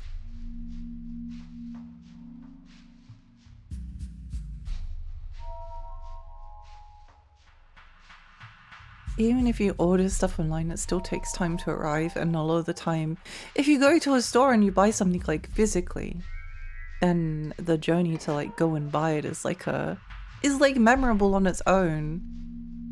I really enjoy libraries. I haven't been to a library in a long time actually. Oh! But I was thinking of getting my library membership again. Alright, back to Chatter Court. We want to be on the second floor. Sealed door should be open now. Once you go through the staircase, should take you to the first floor. Goodbye!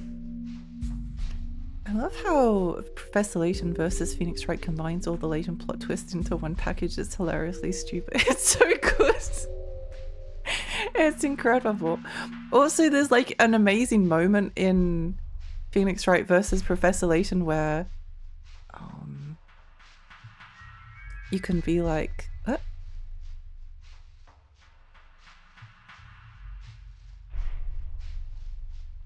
no, there has to be a way to get down there. Oh, there we go. It's like, sure.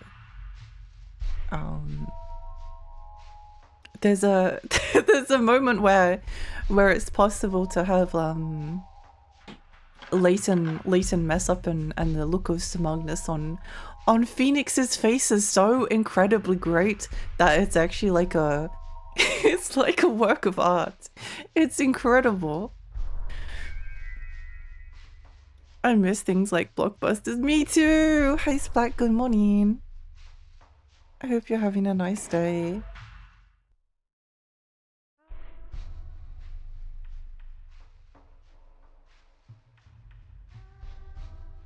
I do really like Professor Layton. They're probably games that I wouldn't mind replaying at some point. I was never great at the logic puzzles, so it would be good to revisit them at some point. Oh, stuck.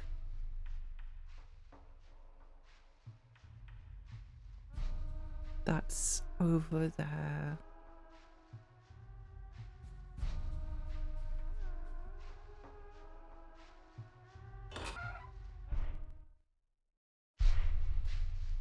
Just woke up. Yay!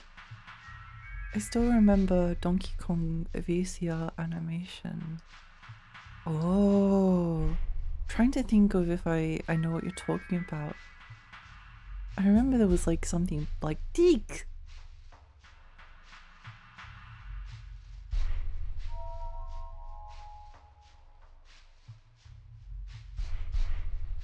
But yeah, I think I kind of like stopped watching movies. I stopped watching movies when the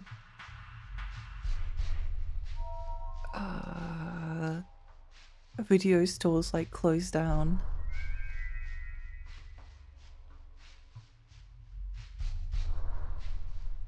Which is kind of a shame, and it wasn't like an intentional thing, but I don't like streaming services, generally speaking.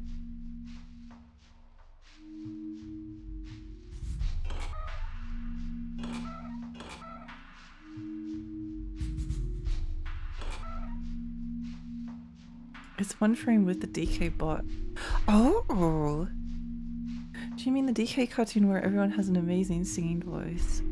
I never got to see that one. Is this where you last saved? This is the area that we were in last stream, yes.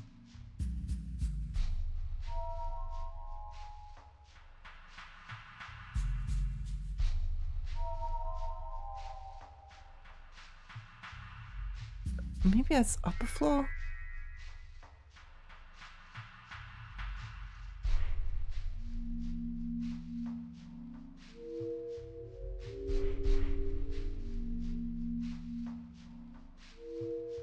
I ended up donating a bunch of books when I moved houses last year, though I must admit they were all books with with bad memories attached to them. But I only donated them because I was depressed at the time. I wish I had realized. I got rid of a bunch of like my Skylanders as well. I just like gave them to a secondhand store. Because I kept on being pressured to get rid of things.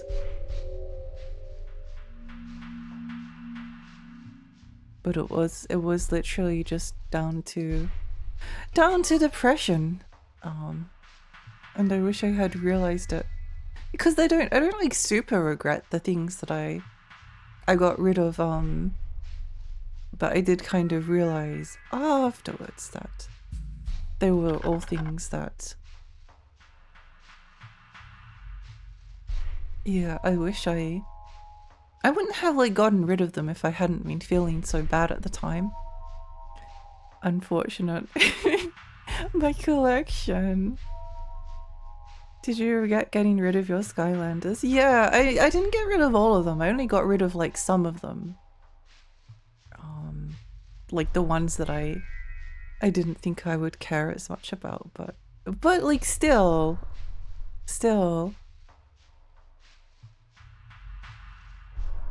Again, I probably wouldn't have gotten rid of them at all if I hadn't been put under pressure. Was Spyro part of your old Skylanders collection? I don't think I actually had Spyro, strangely enough. I always thought that I liked Skylanders a lot, but I thought that Spyro was like ugly in Skylanders, so I never ended up collecting getting a figure of Spyro. Also, he's like the main character and probably has like the most boring gameplay, so I didn't want to. Trying to remember.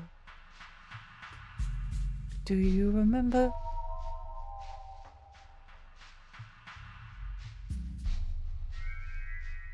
I don't remember.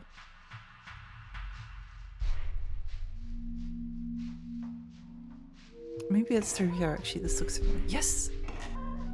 Nice. You should never get pressured to get rid of anything you own. I would have said to the person, why don't you get rid of something you own instead? Oh, they did. They're massive throwawayers, or donators rather. Which, like, I get, it's not good to like hoard lots of things, but there were things that I kind of cared about. I mean, I didn't get rid of anything like I was super regretful of.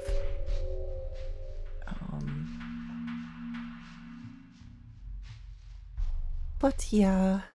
Oh well, it's what it is.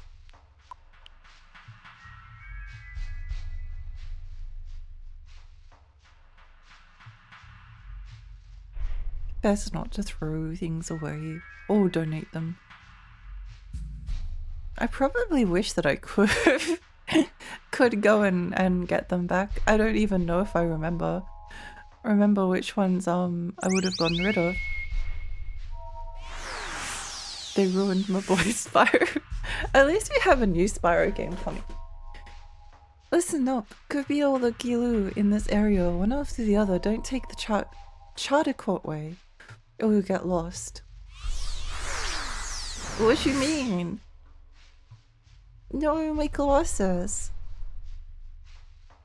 Not September yet. Wait, does the new Spyro game come out this year? Spyro. New game. I didn't... Realm Beyond 2027. Ah!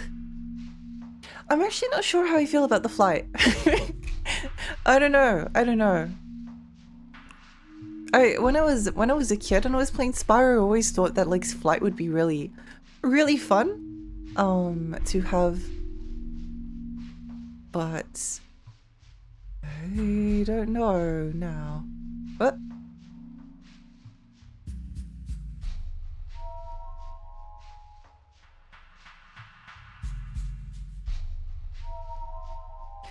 The only thing I know about Skylanders was that Crash Bandicoot talks in the cartoon.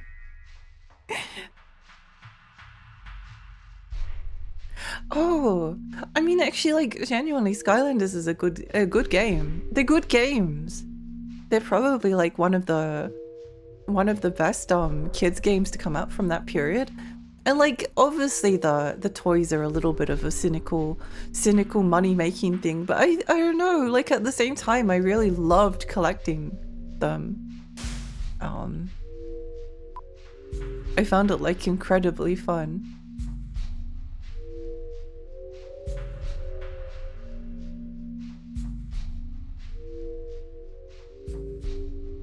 It's like one of those, I guess like my perspective was always as well, like if there's some optional content in the game that's like locked behind elemental Skylanders, so if you don't have a grass element and there's a grass door and you don't have one, then you can't go in the door. But I've never been someone that likes to 100% things. So it's always been, like in my case at least, like okay, I haven't minded.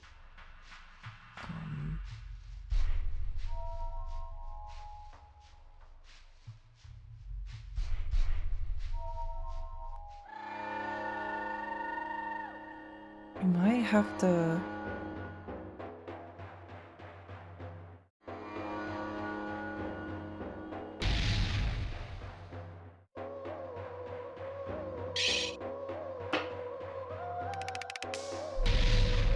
Yay! But yeah, no, Skylanders is fun. I kind of would like to get like all of the Skylanders games at some point. It's just that they're like a little bit of they're a little bit of work, you know? They're a little bit of work. You need to have like you have to have like the portal, and you have to have your toys nearby. And it's just, although I think I got rid of like a lot of my Skylanders. I don't know, maybe I'll just buy them back again. Maybe that's the solution. Find out what I have and then buy a bunch more. But yeah, I do like genuinely enjoy those games. They are fun.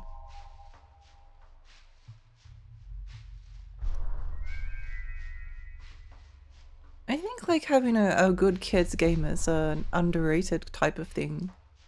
I'll probably never buy another Sony console ever again after what Sony did to physical media. However, I do really love Astrobot. I do love Astrobot. I do really love Astrobot.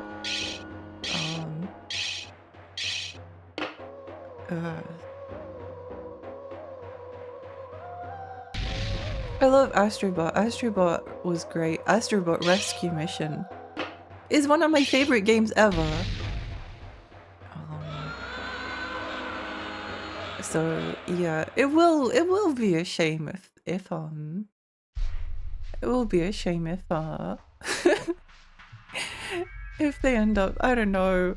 It's just sad. There's like I said, there's nothing good about it. There's no like bright side. It's not like, oh well, at least I don't have to buy another Sony console. I mean, you don't have to do anything. You never have to do anything, but like, even if I did buy another Sony console, which I won't, but if I did, there'd be like no physical, there's be like nothing to remember it with. Like, I'd buy like Astrobot, and like I can like hug my copy of Astrobot because I love it. I love those games. And there's just nothing. Unless they did like something insane, like they start putting games on like memory cards. I think like, I don't know, even a game key card would be better. A game key card wouldn't like be ideal, but if there was like some kind of a game key card-esque thing, at least like some of the process would still be there. I haven't like bought any game key cards on Switch yet, but I was kind of thinking about whether I will buy a few. Just be a lot pickier with them. Because at least it still has like some physicality to it, and it also has like some resaleability. There's also like a very like big problem with like the digital storefronts of Nintendo and Sony. I don't know about Microsoft, but like if you buy a game on those platforms and you decide, oh no, I made a mistake, tough luck, you can't do anything about it. Tough luck. Go cry to your mom. Sony and Nintendo don't care. they got your money. If you didn't want it, then you shouldn't have bought it. So at least there's like a return process for a game key card. At least there's something. At least there's something. I don't know. I don't know how to feel about Crash's accent. Oh, I think I vaguely remember Crash's accent in one of the Skylanders games, and I don't know how to feel about it either. I'd probably need to rewatch it again, but yeah. The September thing was related to the song you sung. Oh! Good game. Best game!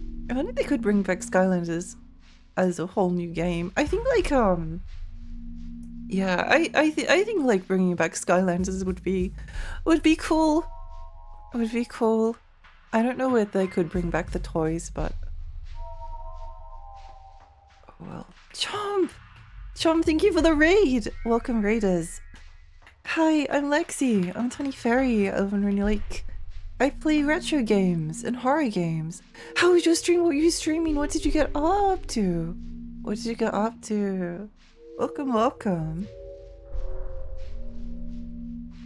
I hope you had a lovely time. We're still getting lost in Kowloon's Gate, and it's awesome. It's such a good game. I do recommend it if you're the type of person that can enjoy a game that's like a little bit confusing, in order to get to one of the like strangest, coolest games ever made. I beat the Legacy Realm of Terror. Oh!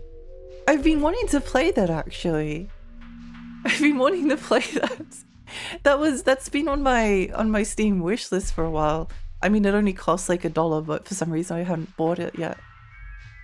But yeah, I hope you had a lovely time. It's a first-person dungeon crawler from DOS from 1992, and it has some confusing puzzle stuff.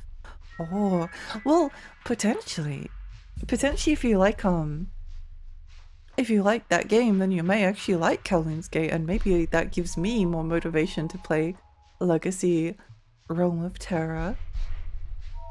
Yeah, I'm so happy you had fun with that. I love horror games. Hey PC, welcome! What's this game about? You're playing as a Feng Shui master trying to restore Feng Shui to Kowloon Walled City, which is the very basic, broad, overlying plot. The much more like intricate, detailed plot is much stranger and much weirder. There's Richard, thank you for the follow, thank you.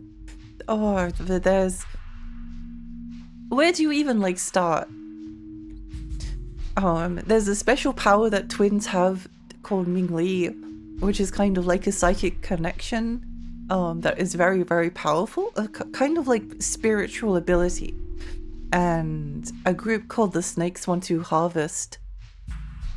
raise and cultivate and harvest twins in order to harvest their Ming Li in order to like achieve immortality.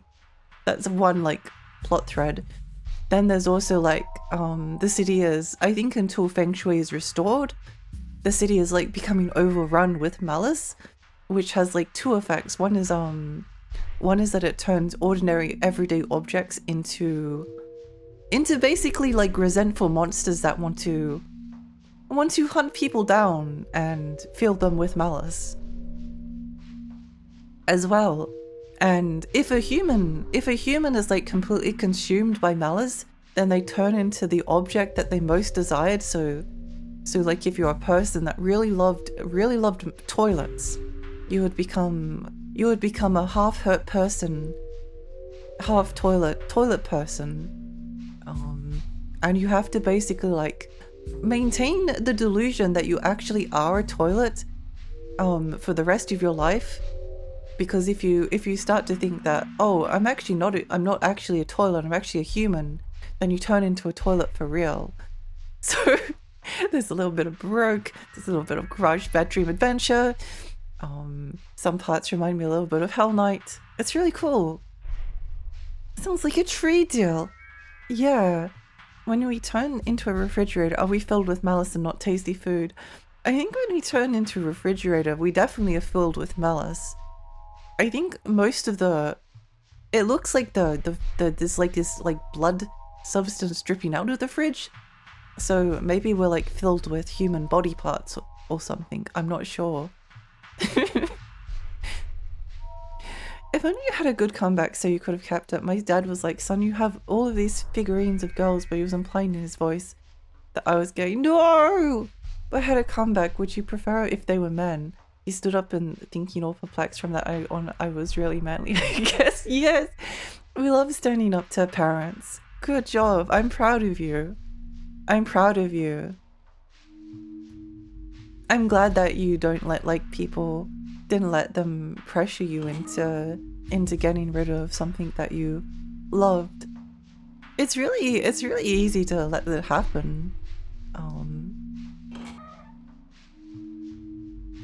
What happened with Astrobot? Where's the sequel? I don't know. Like, Team Asobia is like made up of, I think, it's like some of the Japan studio people. So Japan Studios just like is the Astrobot factory now, which would sound like a bad thing, but I love Astrobots. I love Astrobot. I think like the PS5 Astrobot is a little bit better than Astrobot Rescue Mission, but the VR version Astrobot Rescue Mission is maybe like the best experience playing a game I've ever had. It's like almost indescribable how wonderful it is to play. It's so good. It's so good. I can't recommend it enough. Again, it's like almost a crime that it's so attached to the PlayStation and PlayStation VR. It's too good to be an exclusive. Even though it is kind of like a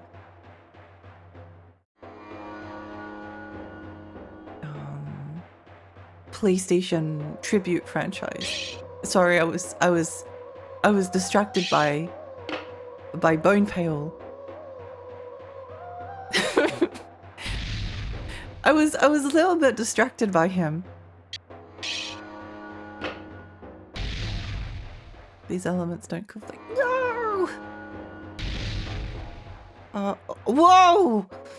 Oh no! Oh no, that's really bad. Oh no, that's 2 hours of progress. At least we get to see what happens when we turn into a fridge.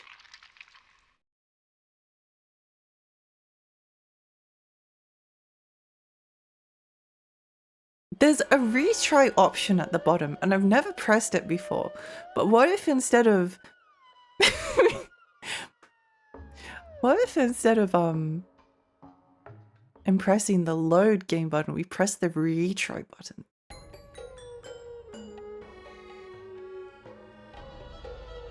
It was super effective. It was! It was.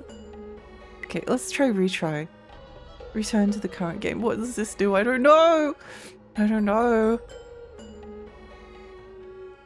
Are there checkpoints? I don't think there are. But maybe. Maybe.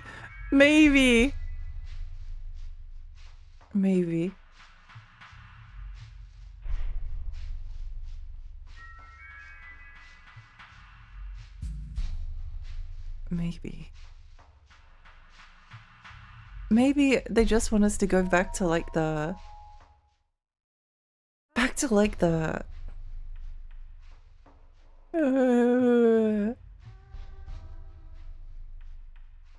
You'll always remember the digital codes that they put into PS6 disc case, Lexi. Hi, Zesty.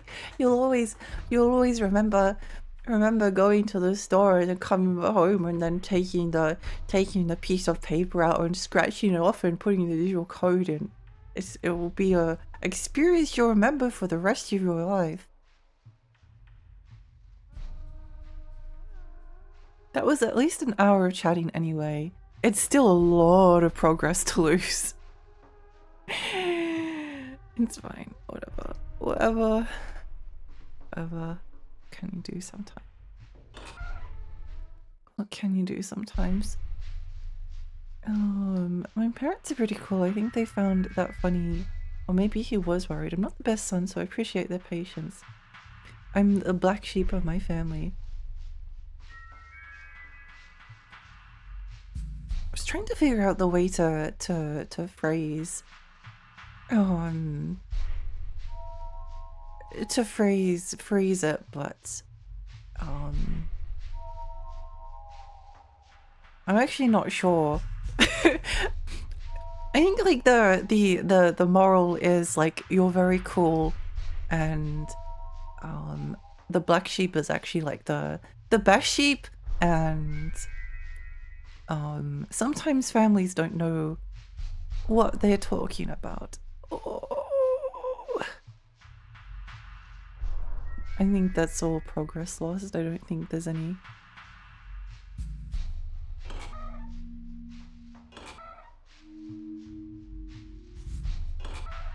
I don't think there's any, like... there's any bright side to this, yeah.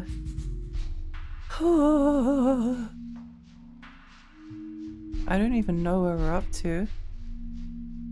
Yay, glasses!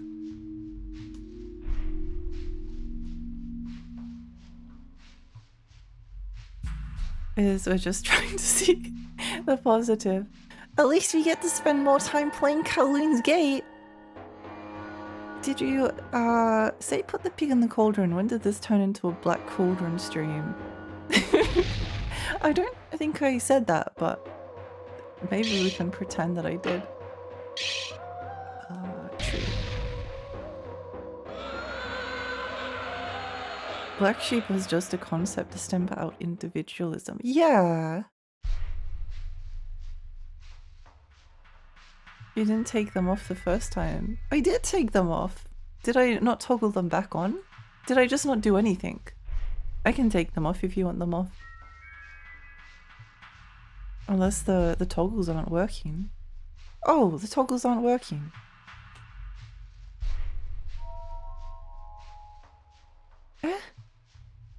Maybe I was pressing the wrong one.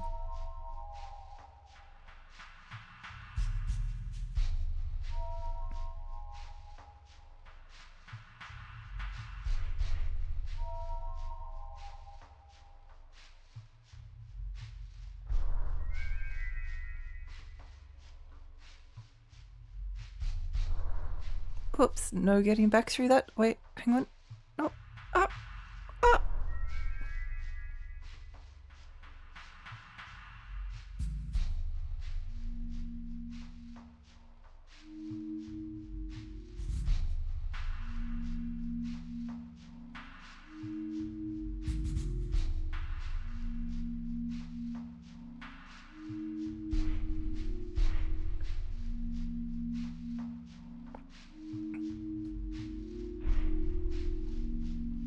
That's very annoying that we lost all of that progress. I think if I was nearing the end of the stream, I would probably end stream and do it all off stream, but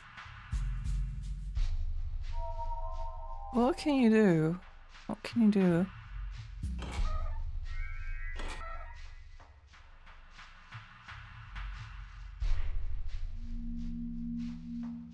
Where's Milky? Last I saw him, he was on my in my cupboard on my clothes.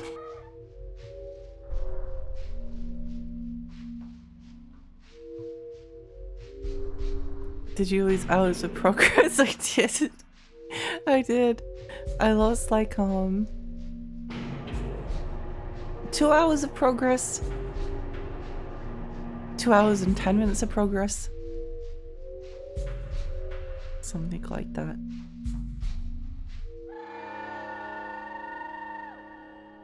At least it wasn't the P mouse that got you this time. That's true. That is true. We never figured out what the deal was with the P room.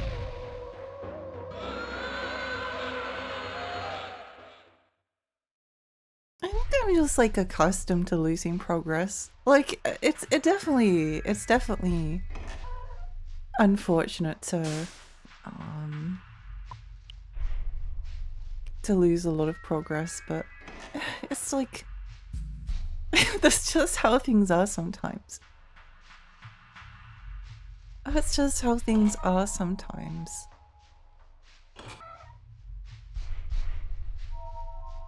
Believe Alexi, thank you.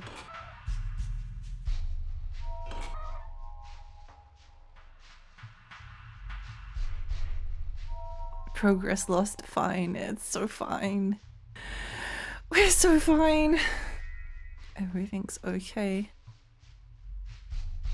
Oh, I was watching Rocco's Modern Life, which is an old Nickelodeon cartoon. And I watched I watched like quite a bit of it as a kid, but obviously you only like see little bits and pieces of it.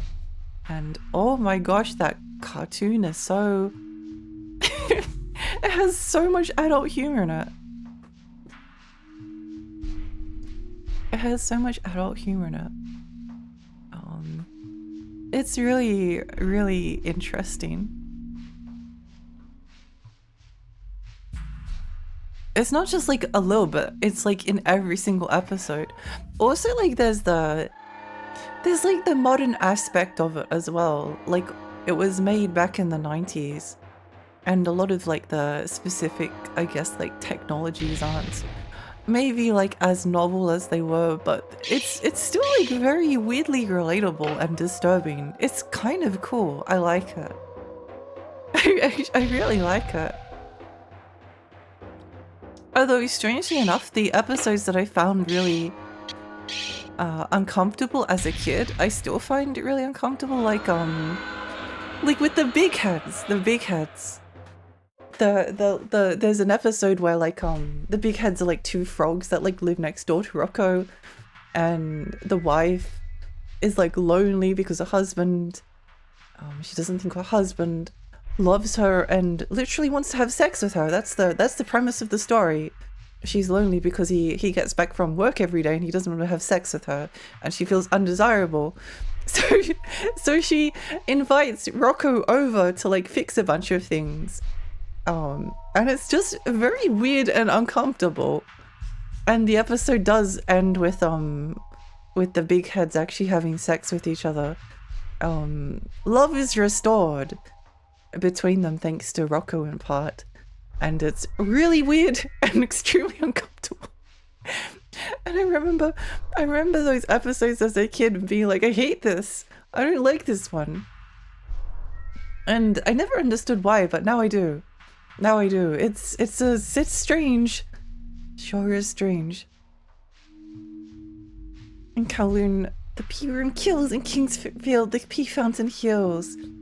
Kingsfield confirmed about a game.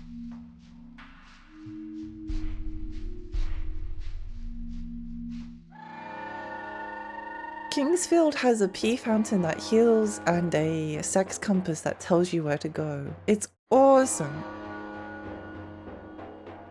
Oh, I should try and make like a little. I wonder if there's a quick way to do this.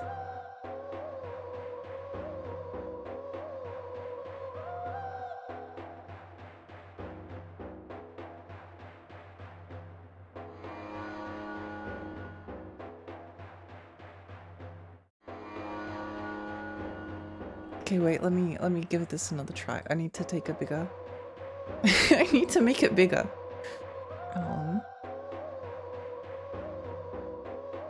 Hopefully this won't crash the stream, but if it does, then well, we still haven't made any progress, so you know. Rocco's Modern Life with the special stuff in the vacuum was a bit messed up. I love Rocco's. It's good. It's a good show. It's good. I always liked it as a kid. Oh, the snippy thing isn't working.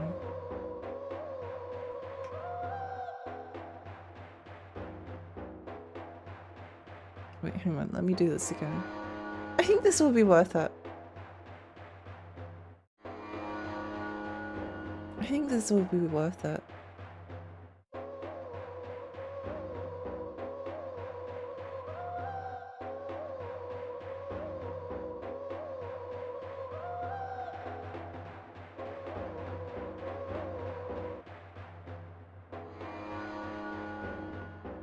Okay, totally worth it.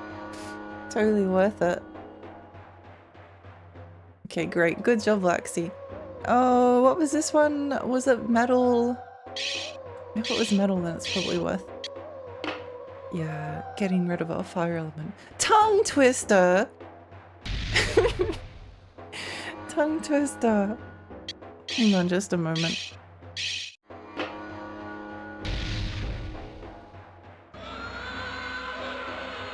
How did the show get in the air? Yeah, it's something. It's like quite extreme. It's quite extreme. I can still hear the theme song of Rocco's Modern Life in my mind. Rocco's Modern. I only had a season, right? I felt disgusted watching it as a kid, so I don't think I can watch it over again. It had 4 seasons. There were 4 seasons. I loved it as a kid. I was very drawn to like disturbing, weird media, surrealism. I love surrealism. Oh, I'll get to the end of chat and then we'll do the tongue twister. Kids show. Yeah, it's such a good kids show. Hey, Shin, welcome. That's the episode I remember the most. Why the heck would they make that episode? It was super uncomfortable seeing her try to seduce Rocco. It was! It's really uncomfortable. And like, I think the interesting thing is that she is actually like portrayed as she's very much like the villain of the episode because she's quite abusive as well. She's quite abusive. Like Rocco wants to no part of it, but he's too mild-mannered and she basically like bullies him into staying. It's so interesting. She puts him into like such uncomfortable situations and he really doesn't want to be there, but there's sort of like this, I don't know, this like compassion that he has for her by the end of the episode, and she ends up like getting the big heads back together, and that's also uncomfortable, but it's interesting. Rocco is a good character. He's a good person. The true backrooms of Kowloon's Gate. Hi Red, hi, welcome. Maybe Kowloon is where the fountain got all the health. Oh, maybe. Maybe. The guy's dance is so good. I don't see the sex compass. The X is fake. No! No, the X is real. It's a real X. It's the 4 directions. South, east, X. No crush, please. I heard we're getting another season of Invader Zim. That's exciting. I never actually watched the original Invader Zim. It just, I don't know. Never aired anywhere where I could watch it. But I sure would have liked to have watched it. I should watch it after I finish. Finish with Rocco. Look at his happy little jig. It's so good. Excuse me for the tongue twister, but I was so tempted. No, it's fun. Fine. I also loved Rocco's as a kid. Invader Zim is very good. I'll need to watch it. I wanna like watch a bunch of the cartoons. I like cartoons. I'm a big cartoon, big animation fan. Oh, fine. Tongue twister.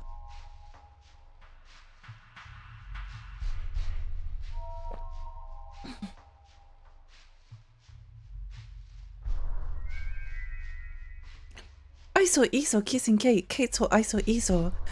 Iso saw that I saw Kate, and Kate saw I saw Iso. A big black bug bit a big blue bug, and the big blue bug bled black blood. Betty Butter had some butter, but she said this butter's bitter. If I bake this bit of butter, it would make my batter bitter. Fuzzy Wuzzy was a bear. Fuzzy Wuzzy had no hair. So Fuzzy Wuzzy wasn't fuzzy, was he? A noise annoys an oyster, but a noisy noise annoys an oyster more. She stood on the balcony, inexplicably mimicking him hiccuping, and amicably welcomed him in. There. We're done. We're free! We're free. I watched all of Duckman a year or two ago. Oh, I've heard of Duckman. I never watched it, but it is... yeah, a cartoon that I would like to watch. Yeah, I like animation. Obviously, just literally said that, but you know, I do really like it. I do.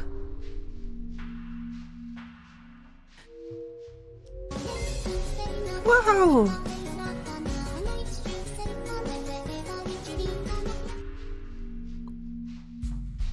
Red, thank you so much. Thank you so much for the gifts of decor. Thank you.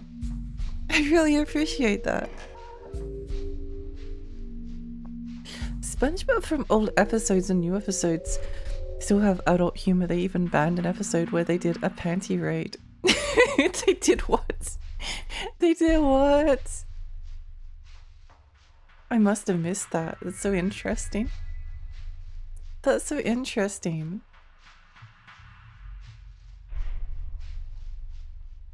Thanks so much for the tongue twister. No worries. Give yourself for dominating those tongue twisters. Yay! Now where do we go?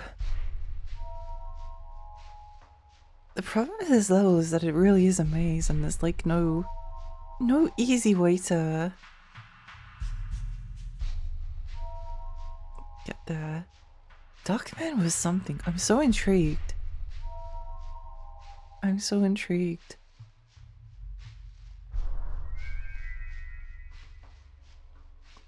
Maybe we go down again? If we go all the way down, then at least we can be kind of like reassured that we have gotten everything from this section.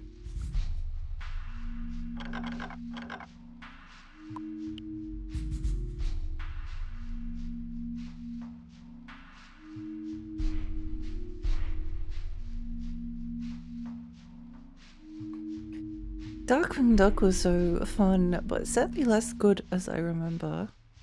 Haven't got much into it as a rewatch. I think I was like a very mild fan of Darkwing Duck. I enjoyed it, but it was only something if it was like on, you know? It was one of those shows. But I really thought it was okay to take his boss to his mum's house and steal her underwear in front of him. SpongeBob is sick. Sick, depraved Bob. Sick Bob. Sick in the head Bob. Too many old shows to watch. El Tiger, Super Samurai, Lucha Libre. A lack of inspiration to get it done. I guess you can always just like watch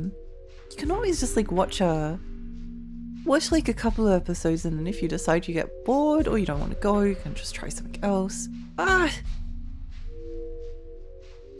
Sounds like something I do in The Sims. I really want to play The Sims 1 again.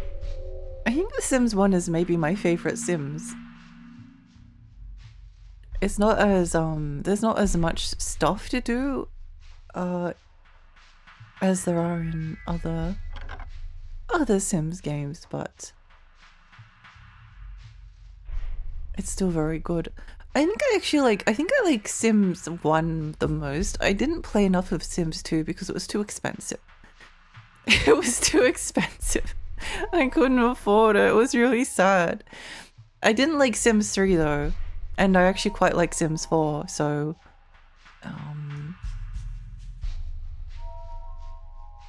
but there's too many expansion packs in The Sims to buy.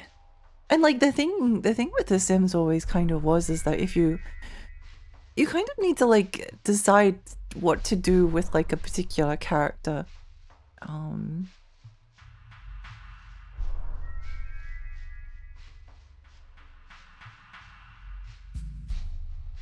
Like if you're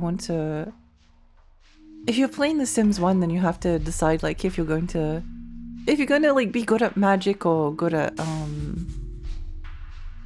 or become a celebrity, because it's kind of like the main thing that you're going to be focusing on. Each expansion pack is kind of like its own thing. Sometimes they like just blend into everything else, but a lot of them have something specific that's kind of fun to you have to spend a bit of time focusing on. Darkwing Duck and Duck Dodgers was great. I never got to see any Duck Dodgers stuff, but I really wanted to. There's a N64 Duck Dodgers game that I really want to play, but I think it's like super expensive. It's super expensive. It's really unfortunate.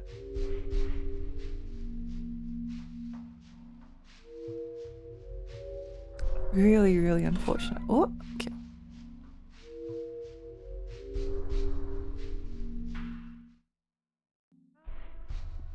Glasses, thank you.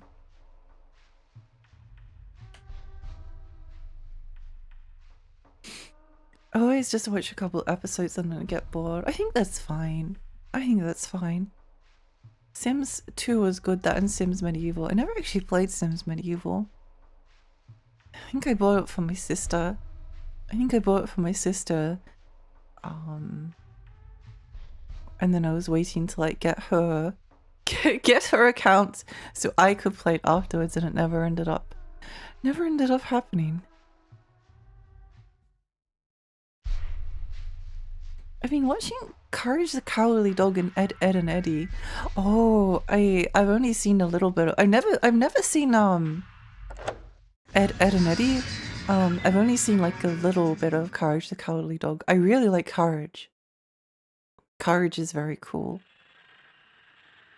I think it was always like when I saw the concept of Ed, Ed and Eddie. As a kid, I never liked it, but I think I would enjoy it as an adult, ironically. Sims 1 was hilarious because you could just build the death moat in front of your lot, and it was absolutely effective. You could kill an entire town. It was so fun. I love the Sims 1. I think like the comparative like simplicity of it as well, while there's still like a lot to do. There's a lot to the Sims 1. There's a lot going on.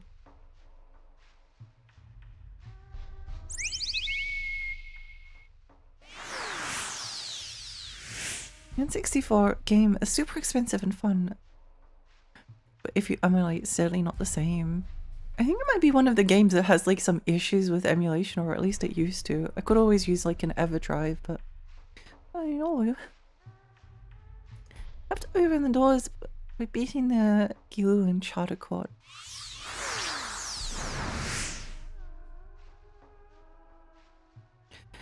Isn't Sims 3 University agreed to be the worst graphics but way better game than the Sims 3? Sims 3 University? Isn't Sims 3 University an expansion pack for the Sims 3? Yeah, it is. I don't know, they do like the same expansions for all of them. I don't know if The Sims 3 like runs on modern PCs now, because it was always like such a pain. Such a pain to like get working. Like there were so many issues. There were so many like technical issues with The Sims 3 that I eventually just got like sick of trying. And I didn't like the graphics as much as like The Sims 2 or The Sims 1. The kind of like slightly 7th generation. I like 7th generation visuals. I think they look cool, but I didn't like the Sims 3's version of it. Oh, nice. Sims 3 Medieval in the store under €3 on sale. Oh, interesting. Ed, Ed and Eddie was so classic. I've heard like a few people talking about it, and I do kind of like want to like give it a try at some point.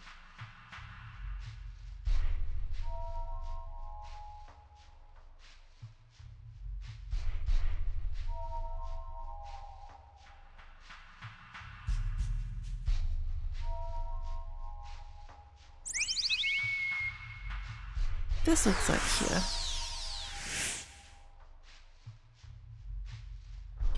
This building is Metro Garden. There's 2 Kowloon to beat, one on the 3rd floor and one in the basement. One on 3rd floor, one on basement.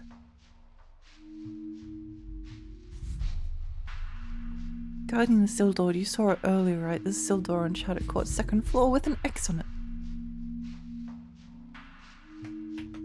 Charter Court, 2nd floor, X door. I mean, if we can get back to there, then we won't have. If we can get back there quickly, then it won't be too bad.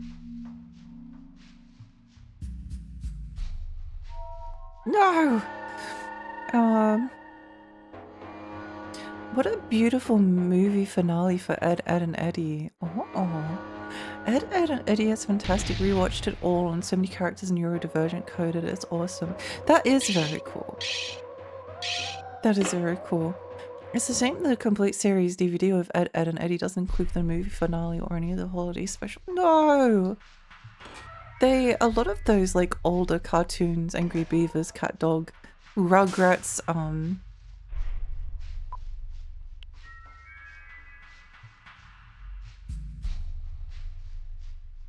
Rocko's Modern Life got re-releases on DVD, which is very, very nice.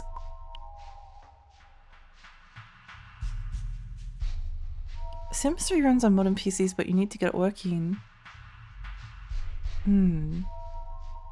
It wasn't that it didn't run, because it always ran. The problem was that it had like horrifying technical issues that caused it to crash. That was always the problem. Sims 3 never ran good. It's a joke. Yeah, it's kind of like the reason why I don't want to go back and play it again, because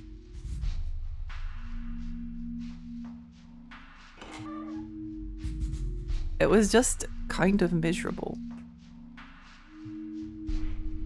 And like I always preferred the non-open world of The Sims 4 and The Sims 2 to the kind of like openness of The Sims 3. It sounded like a cool idea. You know, there's actually like a Sims. There used to be like PlayStation 2 and, well, there used to be console versions of The Sims. There used to be console versions of The Sims and on like Xbox and PlayStation 2, and they were really, really good. They'd allow you to like control the Sim directly, and I really loved them. They were so good. Really cool games.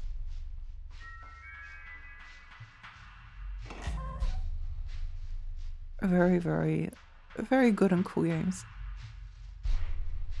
And I do kind of wish that we had them again, because there's also like the Game Boy Advance version. I've never actually played this one. But the Game Boy Advance version of The Sims, and there's a bunch of different ones. It's like an RPG, and it's really awesome. There's too much like parity between consoles and PC, because you used to have to like get a version of The Sims. Sims is super popular, but not everyone has a PC, and they wanted to like make it so that everyone could play it. So they had to do stuff like Sims Herbs, Sims 2 Castaway, Sims and Sims 2 and Sims 2 Pets, Sims Busting Out. Like those are all really good games. They're very, very cool. I really like them.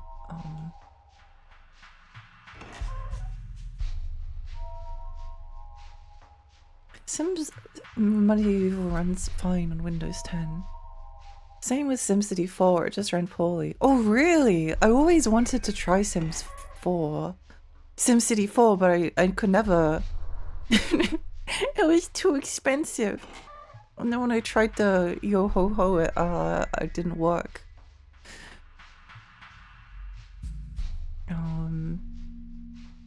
Those episodes in the movie were like some of the best ones. No! It's a shame.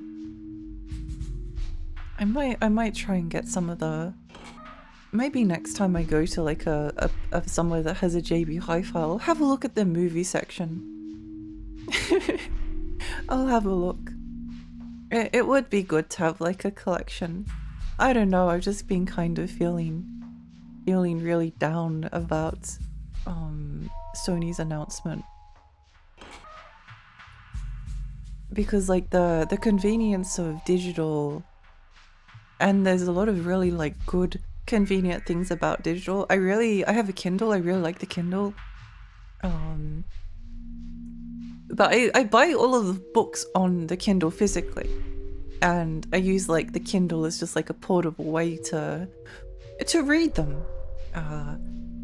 And it's kind of like the same with video games. I don't mind like buying a digital game every now and then, because like I mostly buy physical. But like if everything becomes digital, then like the entire thing just goes, because then there's like nothing. There's like no physical, and it feels bad sometimes. Like I loved Romeo as a Dead Man. That did not feel like a waste of money.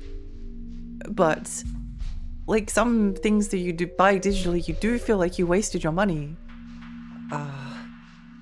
And also like the fact that now it feels like if you stream or like buy a subscription or buy a movie digitally, then you're just like saying to the companies, yeah, just like kill physical media forever. Why not? Or at least that's how my brain is processing it. I'm very unhappy. Very unhappy. Rugrats always confused me. I'm glad that All Grown Up failed so hard. I like Rugrats, but I like the first season the most, I think, because it's weird. Again, I really enjoy surrealism, and holy moly, Season 1 Rugrats sure is surreal.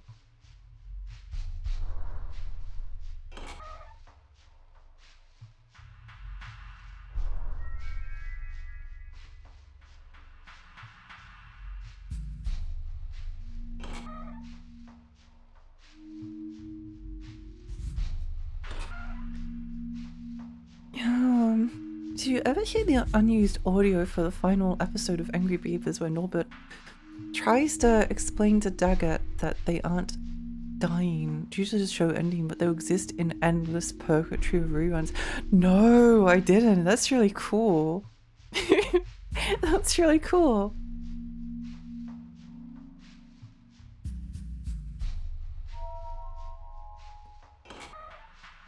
The main thing I remember about the Game Boy Advance Sims 2 is when you have to insult the alien off the toilet because you need to pee.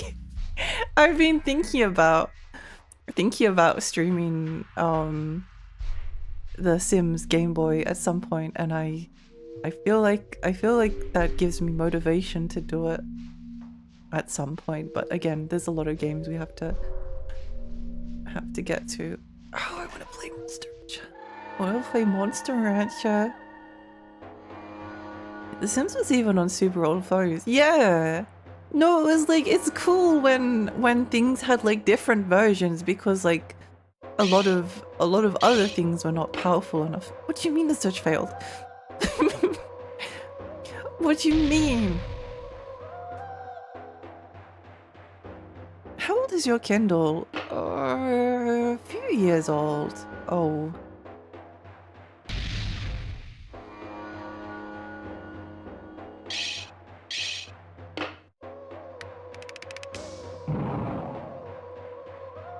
Years old. Kindle's real, when you don't really own the books on Kindle and old Kindle's getting shut down, it feels criminal. I really love the concept of the Kindle. Tree! That's the like one thing you weren't supposed to turn into. You had one job. Don't become tree. What did you become? Tree! I liked importing game discs instead of getting them on a separate region PSN account. Me too! Me too. Me too. Me too. Me too. Metal.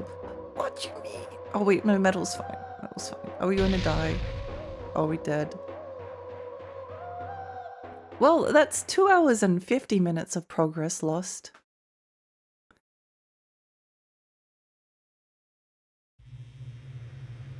Last time I saw season 1 of Rugrats, the TV station's tapes were degrading obviously, so they had strong color bleed. It was trippy. Oh. There's a weird disinformation campaign on social media with accounts trying to tell people that disc rot is inevitable and probably already happening, so we all need to thank Sony. I hate that. I hate that.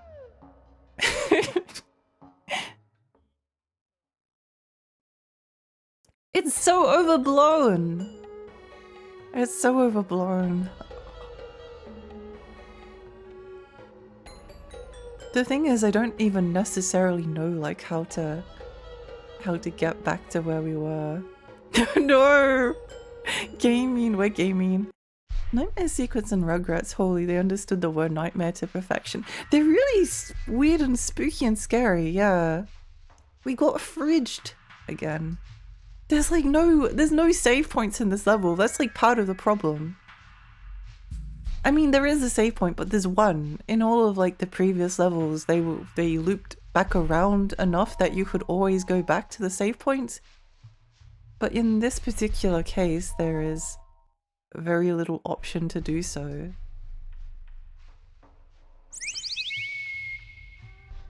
The only CDs I have with disc rot are old PC discs like CDRs or freebies. I don't think I've seen anything with disc rot, although it's been a while since I last checked, but yeah.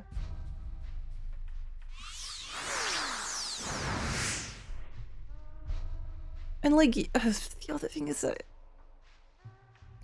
I don't know, it's still like a better experience. It's just like the preservation angle is good, but at the same time I sort of don't care because like it's the experience that I like. Like I don't at like video rental stores, they could like fleece you for like a bunch of money if you had any late fees. The late fees could get like really extreme. to the point where I remember a lot of people being like, oh yeah, I can't go to that video store anymore. We have a late fee. we have like 20 late fees. We can't go there anymore. We have to go to this other video store. But like it's the experience of like buying a disc, waiting for it to arrive, putting it in the console is good for my brain, like personally speaking. It's just good for focus. It makes me feel better. I feel worse if it's digital. So this again, I just like, I don't know. There's no bright side. It's just getting rid of something. I'll just enjoy things less. We're the third floor of the basement. Okay. Okay, well, you know, maybe we haven't lost that much progress. Maybe we haven't lost that much progress, she says, coping.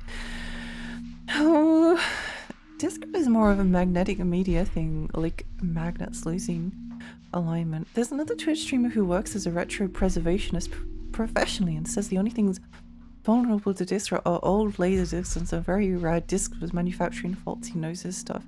Yeah.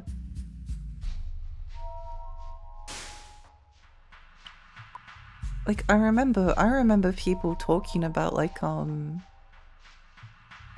disc rot. I think it was like mostly in the context of like CDRs, but they were applying it to everything. But like, I don't know, all of my PlayStation 1 discs could like all rot and I don't care. I don't care.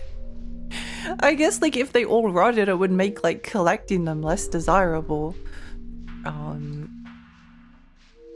But like there's other ways of playing those games on like old hardware as well.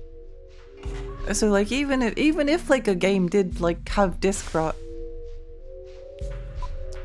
it's not like I wouldn't be able to... I'd still have like something that like physically represented the game. And there are ways to get around it. It's definitely only discs of low quality. Something like Sony wouldn't let that stuff pass. Yeah. Took damage from Malice. Tree.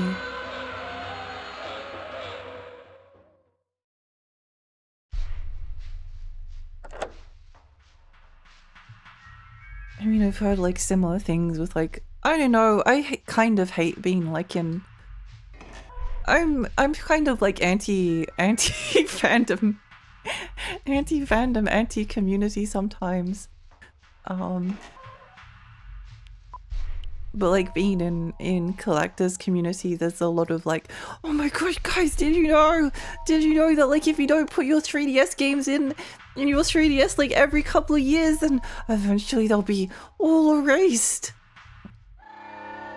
I was like, okay, well, maybe that will happen, but I don't know. I don't know. It's a lot of work to put every single 3DS cartridge in your 3DS. A lot of things end up being overblown, and if they don't end up being overblown, then well, it's just what happens. Sometimes things break, that's fine. Everything turns to dust eventually. Nothing lasts forever. In Buddhist temples, they put like a bowl of fruit at the front of the temple as like a symbol of serendipity, as in like the fresh fruit is like fresh and good to eat, or it's fresh and straight from like the tree, and then over time it rots, which is sort of like symbolic of the passage of time. And I guess that's just how things are. Sometimes things come to an end, and that's just what it is. But you can't be losing sleep over these types of things. The stress of like losing things is worse than the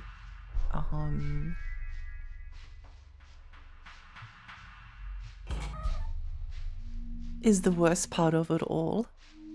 The second-hand market for PlayStation 1 games is cooked. I was browsing eBay today and most games are 70 to 300. It's so bad. It's so bad. It's so bad. Alexi and the antisocial social club. I hate the antisocial social club. I don't want to be in a social club with anyone. There is a pancake fandom and the evil anti-pancake fandom. You join both. Oh, actually, you know what? I would probably join a pancake fandom. That sounds fun. That sounds fun. Like I've always been like someone that like I look at game facts, I look at Reddit, I watch a lot of videos. I'm kind of like aware of what's going on. But I actually like participating is annoying. I get too annoyed by people.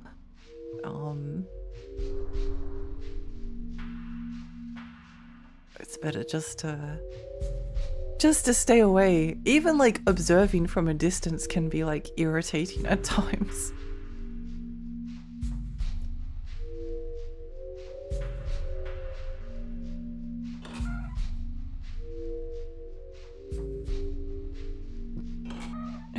If I reacted to everything people said like that about my life would be extremely tense. Yeah, it's better just to ignore. Ignore or block.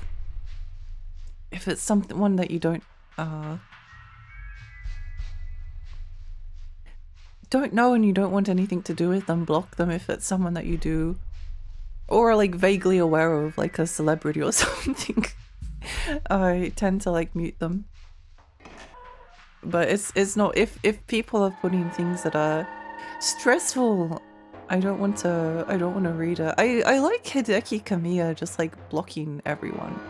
Also, I just want to point out that I have tweeted at Hideki Kamiya and he replied to my message with a smiley. And then I years later, like, tweeted about how I once tweeted at Hideki Kamiya. What do you mean it didn't work? What do you mean I couldn't use the item? Why does it do that?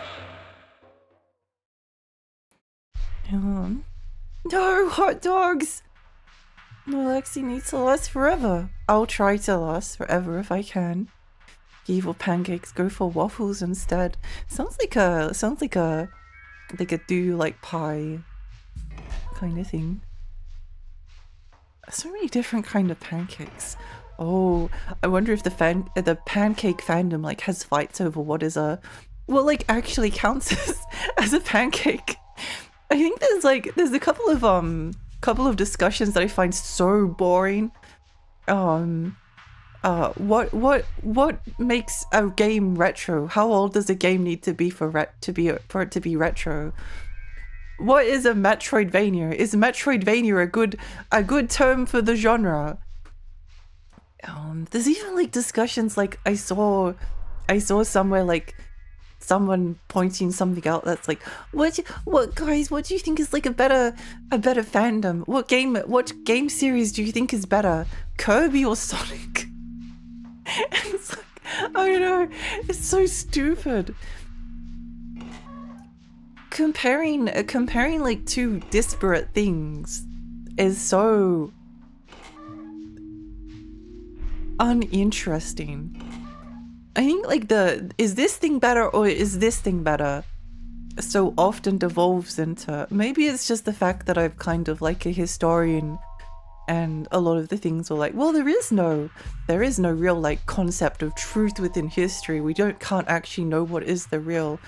Everything is just like aspects of the truth rather than like one universal like this thing happened. Different versions of the truth can all exist next to each other. But what's the better franchise? Is it Kirby or is it Sonic? It's really important.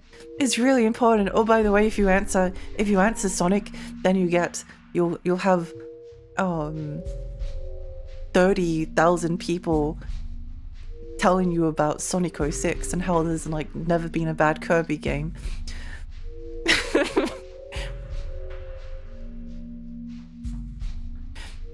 Kamiya recognizes fairies are adorable. It's true. It's true. They're both fighting a losing battle at this point. They need to join the egg fandom because it's the same as the anti-eggs fandom. Well, you do need pancakes to... the pancake people like anti-egg as well? Anti-pancake people, anti-egg. Would they get rid of all eggs if it meant getting rid of all pancakes? Those are the kinds of moral questions we need to answer. Like a civil war between a fandom. It's hard to call something Castlevania was always my gripe. Comparing Sonic and Kirby is like apples and oranges. Yeah, but people will still do it. People will still do it. Which one is better is so dumb. It's annoying. I think like the question of how good something is often like a boring question, because most of the games that I've liked the most are in some way extremely flawed. But I don't think that a lot of the cases, like Kowloon's Gate has a number of like faults. Like it's very slow, it's very easy to get lost. However, I don't think like fixing those things would actually like make me like it. The only thing I would actually fix in Kowloon's Gate is making items miss, because I don't see any purpose to it. But like a lot of things that are flawed are really good and cool.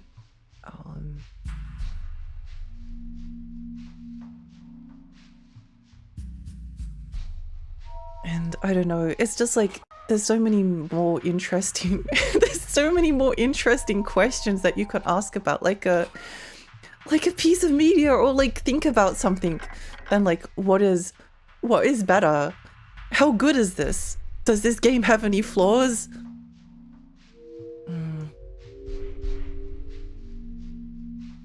The Egg Council is a real thing, if I remember correctly. I got soured on Avatar because the fandom is extremely toxic towards itself, which is ironic for a series about pacifism. That's why I never join any fandoms, because people's opinions are often really annoying. And like the other thing is that it often doesn't become about like, oh, I have this opinion on this thing. Sort of like a discourse forms within the zeitgeist, and people can't like help but talking about something.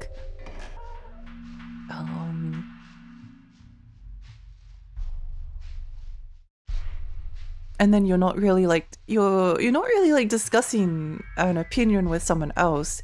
You're kind of like discussing like the general perceived like opinion, or opinion that like forms within the mass of people, but often doesn't have like a clearly expressed thing. And then people get like really uppity about it and defensive. I don't know. It's annoying. I find it really annoying. But I also find it really easy to just like not participate.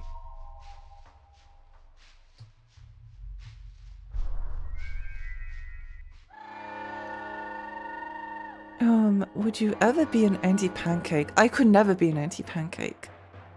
Isn't this one fire? I think it is.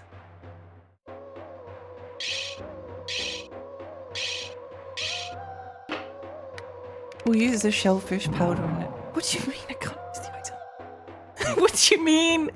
What do you mean? What do you mean? Because I'm pretty sure it's fire. Oh, whatever.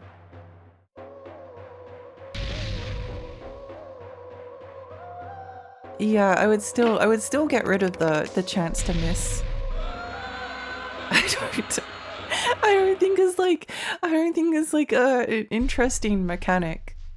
That's the only thing I would change. And like there's usually like one little like often like one abrasive element, but like every game has that. It's so boring.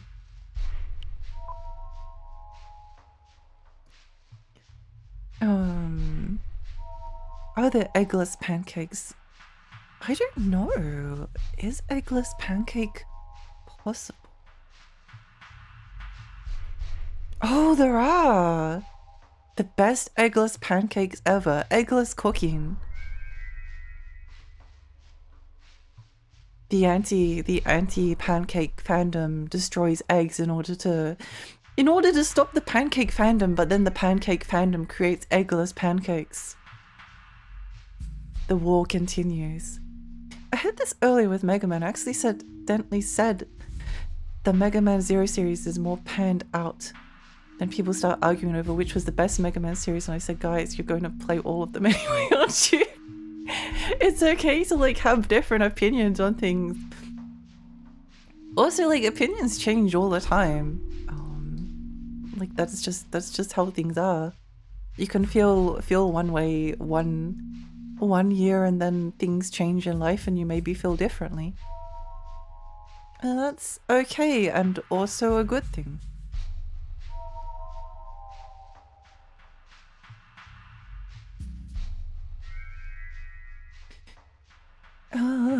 I clarified that what I was saying was the Zero games were flawed, but at least they had artistic integrity, vague posting the X series. Oh, yeah. I haven't actually like played all of them, but I like the stories in Mega Man Zero, or Mega Man Zero 2, which is the only one I've really played. I kind of find like all of the Mega Mans a little bit annoying, but I've never had like a Mega Man phase. And I feel like once I have a Mega Man phase, I will be like become a massive Mega Man fan. Basically, like once I stream a Mega Man game, I'm probably going to stream like every Mega Man game all in a row, and then I can I'm kind of looking forward to whenever that happens. It's just kind of inevitable. It's just kind of inevitable. Men's Strike ×2 Yippee! I joined the anti-pancake and pancake fandom. It's fun to be in both of them. I do think that like trolling is fun. Trolling is fun because it's like satirizing the entire like process. The sequel had the audacity to star a woman. Yeah, that's how fandom never recovered. Video game discourse is so bleh. It is bleh. It is bleh. It's really boring like a lot of the time. Again, there's so many things you could be like talking about, but instead it's just like the stupidest mind-numbing discussions. How dare they not make it about best boy? I guess it's also a question to stir some conflict. People like that tribalism. They do like conflict. That it's kind of interesting. Like, who is better, Messi or Ronaldo? You have people fighting over a couple of guys who did their best and don't even probably care about their opinions. You don't really win anything if your team wins. You only lose money. It's only euphoria and looking for validation. Yeah. You know, I'm like vaguely aware of like death battle and death battle communities. There's obviously like the screw attack, but it does feel like the concept of like death battles, power scaling, etc. I think like I do kind of watch the death battle videos, but I just skip to the results. I skip to the results because I don't care. I'm just kind of like interested in whatever conclusion they end up coming to. I don't think I've ever watched a single video all the way through, but like a lot of the time they can definitely like be funny, but a lot of the time it's like, I don't know, it kind of like misses the point. I actually had this like realization when I was very young, because like when I was really little, I was really into Sonic. I love Sonic. And I used to like get Nintendo 64 magazines from like secondhand shops, and in them they would like commonly express how much they hated Sonic and they wanted Sonic to die, and pictures of like decapitated Sonic and Mario killing Sonic, and how Sonic was like the worst like video game ever. And how Mario was like so much better. And then I think I read like a fan fiction death battle scenario that like concluded that I think I like still remember it. It was the basic like gist of the battle in the fan fiction was like Sonic like starts to charge him, but then Mario punches him away, and then like Sonic starts running around the edge of the arena to like confuse him, and then Mario throws fireballs at Sonic, and then Sonic gets hit by the fireballs and loses all his rings, and then like Mario kills Sonic and then wins. And I think it was when I read that when I was little that I was like, this is incredibly stupid. I received like no emotional satisfaction from this, and would I have felt better if Sonic had won? Probably, but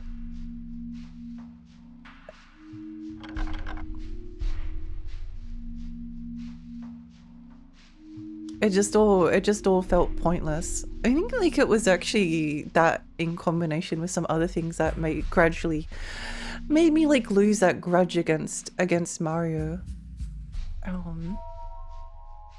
Andy, hi, good morning. Good morning, good morning. How are you? Holy moly, I'm a little bit behind.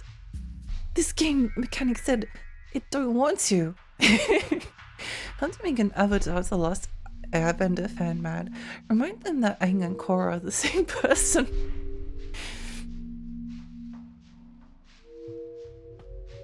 I have actual problems with Legend of Korra. Oh, my voice. I may have to take a break in just a little bit. Side characters are kind of weak and the villain's motivations and ideologies are rather shallow. Korra herself is not one of them she owns. I actually never finished watching Legend of Korra. I don't know why. I think what happened was it was airing at the time and I got impatient. I was like, oh, it's really hard to like watch it on like a weekly basis. The cliffhangers are too much. I'll just wait for the series to finish and then when it's all finished I'll watch it all. No, it didn't happen. Never happened. Me and those forums. Which fandoms are the most productive members of society? Kirby or Sonic fans? It's about as interesting of a question. Stream Mega Man powered up and mourned with me that it never got a sequel remakes. I really like the voice acting in Mega Man Powered Up. I think it's so funny. I like Korra a lot, but I can readily admit it has some very weak points. But it's okay, you can like something in spite of it being flawed. Exactly. Exactly. I think it's like, it's good to be being like critical, thinking like critically about things is good. Because it's like, it helps in your own like creative pursuits.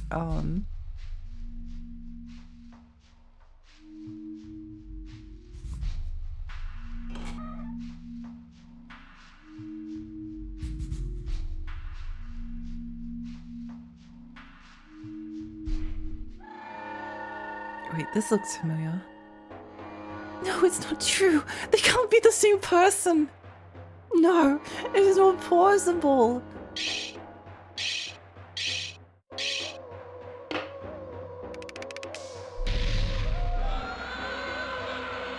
My video game discourse should just revolve around unionizing those spaces. I do wish, yeah. That would actually be productive. Be productive. Like I like open world games sometimes, and at other times I don't like them. It very much depends on the kind of mood that I'm in, and there's like reasons for not liking open world games. But like a lot of times the actual like open world's like good or bad is not that interesting. A kind of like linear game scratches a different kind of itch.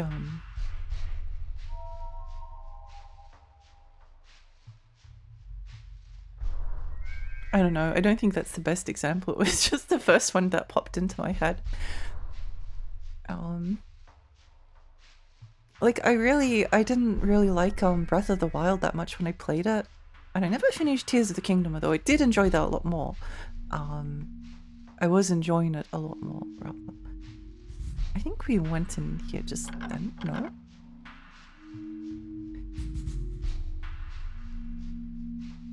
How do we get out of here? Maybe it's not third floor. But I was watching a video from someone who was like a massive, massive Tears of the Kingdom fan. And I really liked their perspective. I thought it was cool. I wanted to hear them talk about the thing that they liked. It was very neat to hear the discussion. I think we haven't been through this door.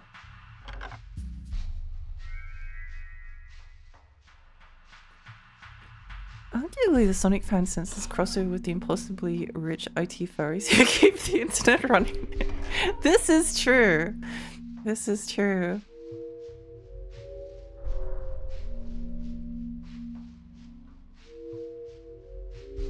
Stay hydrated, thank you. The complete name for Resident Evil, critics would always I consider Resident Evil a bad video game and think I heard window break in my house. Have to run.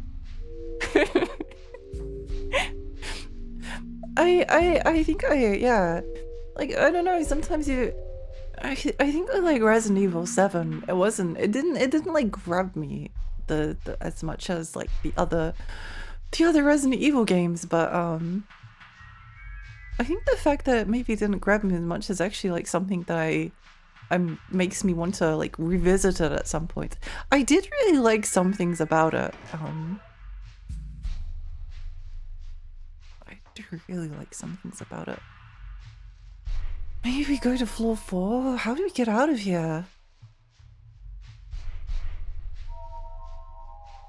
I thought the exit was on like...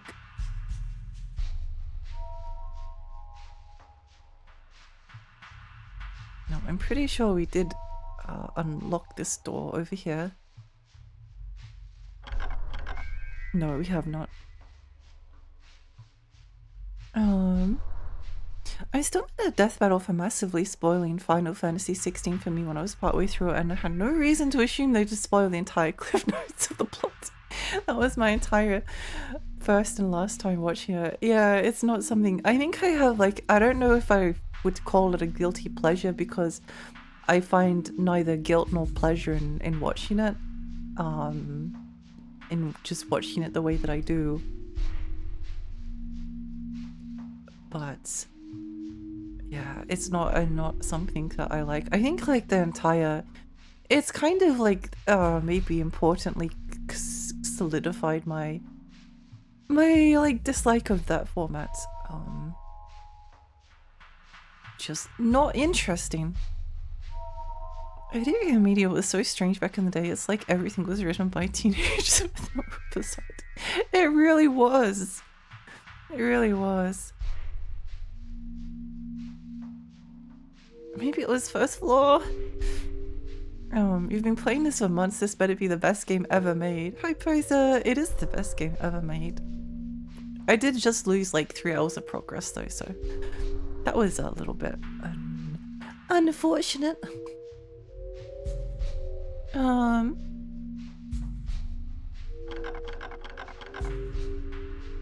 think I lost interest after Avatar: The Last Airbender. I actually like Korra's design, but I don't know much about the story aside from people telling me about it. Can't form a fair opinion. Yeah, I think it's like okay to also like just not watch something if you don't want to. I find critical thoughts scary and mean. I only surround myself with like-minded thinkers and intellectuals. It's all back to not enjoying Breath of the Wild. I typed it before you said it. That's really funny.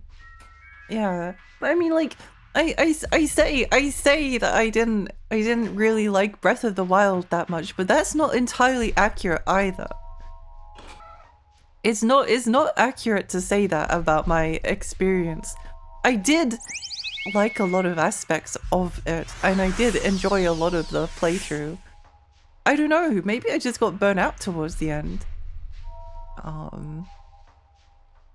I think it's like on the lower end of the Zelda games that I probably played in terms of enjoying them. But then my favorite is Majora's Mask, and I don't think there's ever going to be unless they like make a really like freaky weird Zelda game again. I don't think there's like going to be another Majora's Mask. I sort of have like slightly mixed feelings about the other Zelda games as well. Maybe they're just like too polished or something. They lack like the nasty edge that something like Kowloon's Gate has, where it will happily erase like 3 hours worth of progress and you'll sit there and you'll like it. So that door should be open now. Once you go through the staircase, we'll take you to the first floor. Okay, let's go. Thank you. Oh. I did enjoy Tears of the Kingdom at first with the underground section, but the more time I spent with the game, the less I like it. I should really like go back to it. I should really go back to it because I think I actually like the building. The building is fun. I like weird solutions to simple problems. I think when I discovered that I could strap a rocket onto a Korok and then blast them to their destination, and then started to think up like increasingly like ludicrous solutions involving like catapults. I think I remember I solved a shrine in like the worst way possible. Like the solution was completely different, but I managed to solve it with like a series of catapults. Instead of like cheesing the problem, instead of cheesing it, I actually made it more difficult on myself. But that was fun. I love insanely stupid solutions to a problem. I think that's fun. There is a save point over there, so we're going to go save. The two new Zeldas, I mean, they are games, whether good or bad, but Zelda is just a skin for them. They aren't Zelda games to me. I also really like the weapon breaking aspect of them. I love it when my weapons break. I love weapon breaking. I think it's really fun. I love it when your really like expensive sword starts to break and then you like throw it at the enemy's face and then it like smashes in their face and they go flying back. I think that's really fun. I like the resource management aspect of it. It's just like Shadow Tower. It's just like Shadow Tower.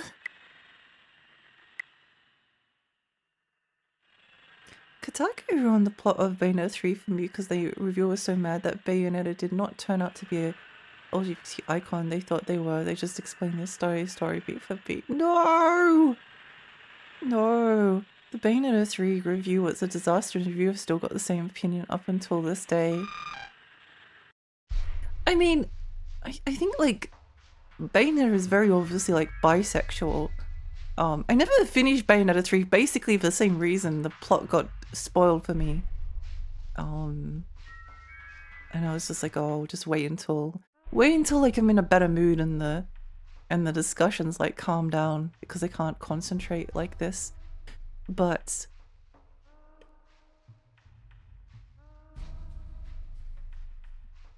I think like with like fandoms, it's like it's more fun if the characters like don't get together a lot of the time in the story. Like I haven't really looked that much into Bayonetta fan art, but I am sure that like the majority of it is like Jean and Bayo and maybe the other guy as well a little bit. That could be fun as well. Maybe it's like all three of them, who knows, at the same time. But like I love Dante and Virgil, and I like it when you kind of have to like invent your own like ships to a certain extent.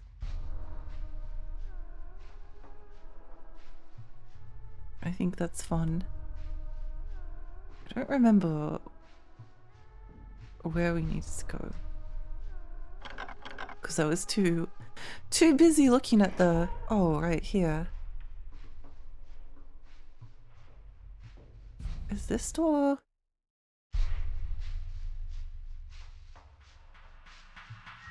Hi, Muhammad. Hi, welcome. Welcome, welcome. We're supposed to get a HD remake of Ocarina of Time. Yeah. Cheesy mentioned. Wow. Hi, Muhammad. This had fan favorite pairing right there, and they went with the less popular one. It's like the same thing. It always happens. It always happens with shipping. I don't care what the author thinks. If I like a particular ship, then it's canon to me. I think we like came in over there, so we're going to go back that way, maybe. Although there is some. Oh no, that's down there. Okay. I remember the whole discussion over weapon duration in Breath of the Wild, Tears of the Kingdom. People can't stop going on about. It's so funny. Again, like incredibly boring discussion. Same with like difficulty. At least like the way that it's discussed. A lot of the time. I feel like most people found the canon Bayo pairing was kind of ass. I get why the canon pairing has to happen for the narrative to make sense, but come on, the Sephic witches were right there. Yeah, I mean, I don't know. There's a lot of like official art as well of them like together.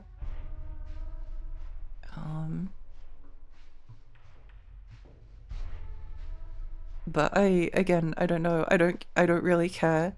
I think like that discussion kind of like ruined. It's kind of why I don't like paying attention to discussions or joint fandoms, because like it kind of like ruined Bayonetta 3 for me. Like the knowledge of that I already knew what was going to happen at the end of the game, and the constant like back and forth, because like I obviously probably I like Bayo and Jean more together than Bayo and the other guy. I don't even remember his name, but I didn't even get to like experience. I didn't get to experience the game before people started, like, because it was such like an intense discussion. I didn't get to play the game before it even came out. Anyway, let's not talk about that anymore. Bayo's story was a mess, and I think Kamiya had to come out and explain it. Hi Pizzuto, hi, welcome! My only complaint with the Zelda series is that I want more Zelda in my story. She always shows up and disappears till the end of the game. I want to interact with the princess. John Nintendo, stop breaking my dream. This is why Spirit Tracks is one of the best Zelda games. Yeah, no, I agree. I think that like I think Zelda is almost like criminally underutilized. And it's a real shame.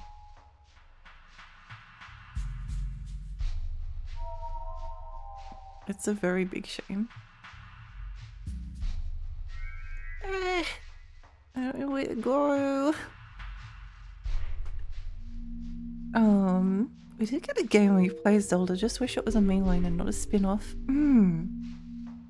Spirit Tracks had the most Zelda as a character than any other game in the series, and it was a Silly Train game. Yeah, it's the best. It's the second best Zelda game after Majora's Mask. What do you mean by Silly Train game?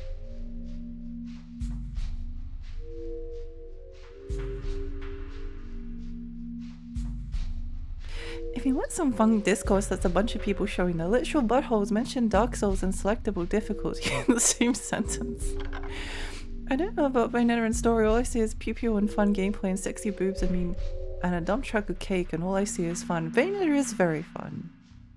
Bayonetta is very fun. I think like the problem with a lot of discussions is that there's like an assumption that you have to care about whatever is being discussed, and a lot of the time the discussion is really boring and you might not care about it to the degree, but because people are so intensely arguing, it feels like it gives it like a false sense of importance. Like, because people couldn't be angry about something if it doesn't matter. Maybe it's the same, I don't know. Maybe it's the same with like physical media.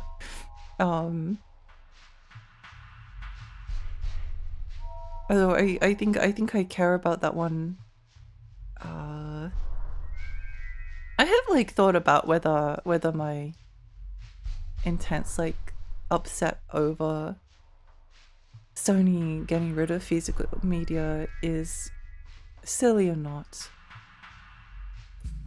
And I kind of don't think that it is. But I guess it's like important to me, but it doesn't have to be important to anyone else.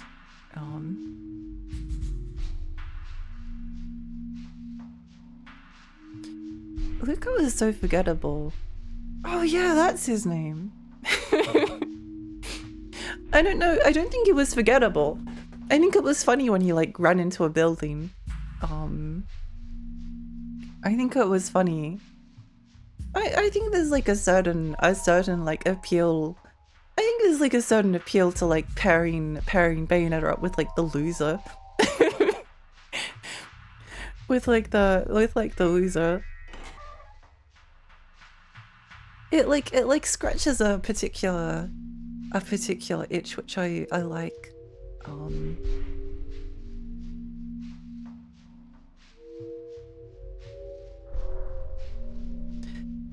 I'm trying to figure out how to get to the... I think we need to go to that staircase over there. Which means...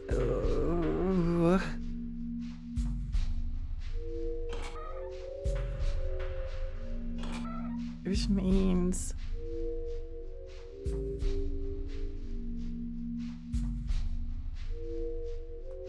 People get very defensive about the possible sacrilege of media they enjoyed, even if theoretical sacrilege hurts literally no one. Yeah, it's just not worth it. It's not I mean, I get it. I get it as well. Like, I'm passionate about things. But I think I don't know. It's just better to tune people out sometimes. It's just better to walk out of the discussion. It's often like not worth it. It's like anti-worth it. We go over there. Is that the right staircase? Or oh wait, do I need to go to this one? Wait, hang on.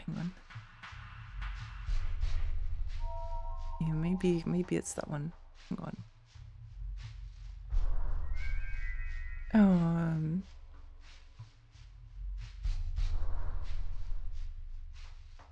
Why did you get upset? It's Sony. What else did you expect? Whether it good or bad? I mean, Mr. Greed doing more greedy and not lowering the prices, I don't think it's silly. Yeah, I think that's like ultimately the conclusion. I guess it's just I want to make sure that it's being like consistent.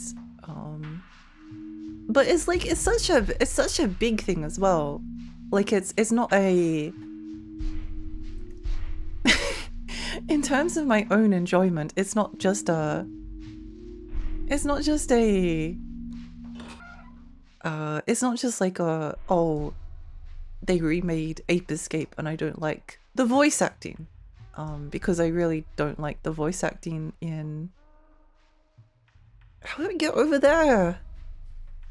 I need to get through there somehow, I think, maybe. Or is it like, oh, I don't know. How do I get back anywhere?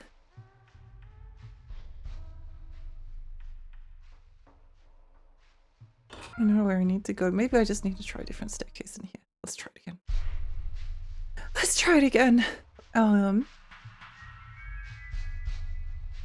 It makes complete sense to me. If anything, I wonder why they don't feel anything about it. Yeah, I mean, I think like the surprising thing to me is that the entire like discussion around it has been a lot more... There's been a lot more discussion over over it than I ever thought was like would be possible. Because I didn't think that people cared. I thought that people would be like, yeah, well, it's sad for the people that collect physical media, but it was always inevitable. But no, people are really angry, which I am pleased about. I guess I'm pleased that people are on my side. In this case, at least, because I don't want them to do it. And if everyone says yeah, no, it makes sense. I don't buy physical games anyway. That's a good thing.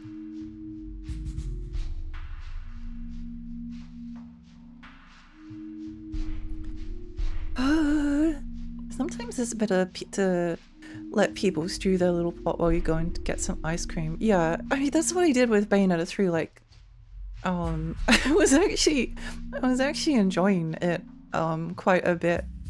But then I was also like, well, if I just wait a little bit, then oh, it's this door. Okay. I couldn't see it because there was a mark on it. Okay, fine. How did we? I think because I was looking at the map, I couldn't. It didn't look like it was connected, but it is. Another teeny tiny flaw I would fix, but again, teeny tiny little minor things. I'm going through a heat wave. I want ice cream, but I don't want to deal with the aftermath. I hope you can get something that suits you. Just gonna say about ships, support them because maybe there's enough of you to make it official. Believe! Dante and Virgil is official. Dante and Virgil is canon. I don't want them to get away with killing physical media for free. If they want to play the big corporation in control game, then customers should play dirty too. Yeah! Savvy friend, thank you for the follow, thank you. You know, I'm happy. It's just like, it's such a, in the video gamey like space, it's such a big thing. It's not small. And like, I think some people like might not buy like physically sometimes and might buy like digitally at different points, but yeah, anyway, we've talked about it before. Ape Escape Portable. Yeah, there was an Ape Escape remake for the PSP, Ape Escape Pumped and Primed. I really don't like it. I also don't like the NTSC version of Ape Escape because I'm very attached to the voice acting, and the voice acting in the NTSC version is bad. I think like Ape Escape 2 and 3, they both have different voice acting in different English speaking regions, but I think there's like more or less parity between the two. I might actually like have a slight preference for the American voices in that version because like Ash and Misty, which is pretty cool. But I'm very attached to the PlayStation 1 version of Ape Escape, and I don't like the changes that the PSP version made. Mostly like in terms of, well, obviously voice acting. Actually, no, you know what? It might be like 90% voice acting. I'm very passionate about the voice acting in Ape Escape. If you couldn't tell from all of the voice redeems, that's Spectre. You're good. That's Katie. Well done. That's Spike. Yeah. I may be a little bit passionate about. You're good. I'm a little bit passionate about Ape Escape. Yeah, I don't like the changes in the remake. But I don't like, as I said, the NTSC version either because the voice acting's different and I don't like it.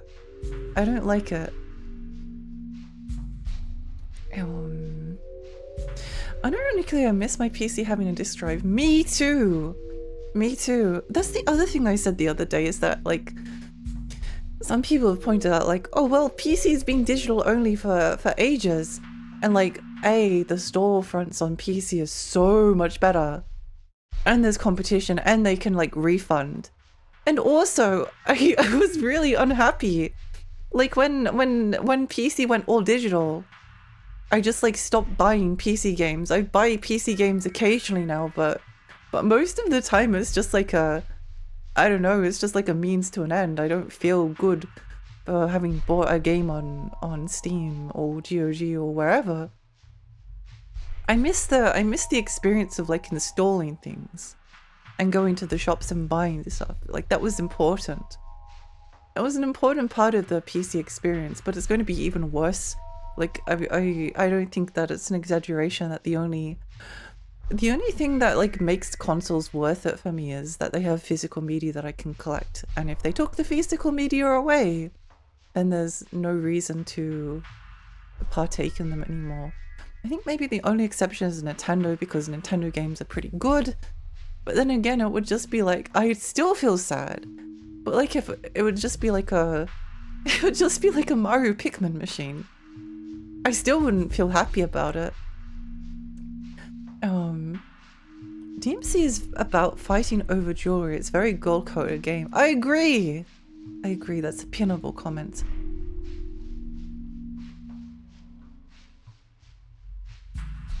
It's a sign of the times, but the times can get fucked. Yeah, I mean, the thing is that, again, I think like the backlash is proving that it's not just like a sign of the times. People are going to like quiet down about it because like there's only like so much energy that you can have. You can only like put so much of yourself out there. Like you can only bombard Sony's media for like so long before it just gets like tiring. But like the end result is that I'll never buy another Sony system I'll never buy any console except maybe Nintendo, but that's like a special exception. I'll never buy a console without physical media. It's just not something.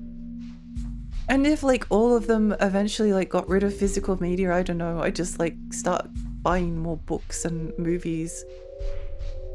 And if they start like stop making like physical books and movies, then I'll just like go to the library and watch the ones that have already been out. I'll go like to the cinema.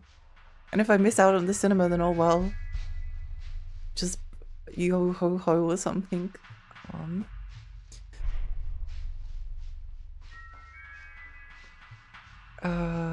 That was my main issue when digital downloads of contemporary games were becoming a thing, at least on console, that the prices were the same as retail. Like, why?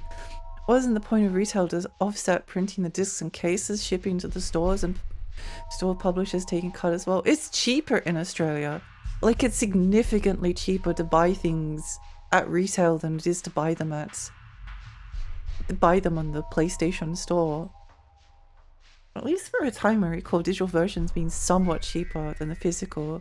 It was like maybe half a decade ago, plus minus the publisher being a dick. Yeah, no, I think like over time it's just like basically the same. Like it's cheaper to buy if there's like a big game, or not even a big game, if there's a game that's coming out and you have a choice over buying it on a console physically or buying it on Steam, it's cheaper to buy the physical copy like most of the time. Fellow Ape Escape pal enjoyer, yeah, let's go! Let's go! I think like the one thing that might actually like rage bait me, I'm not a very rage baitable person, but I did like hear someone talking about the voice acting of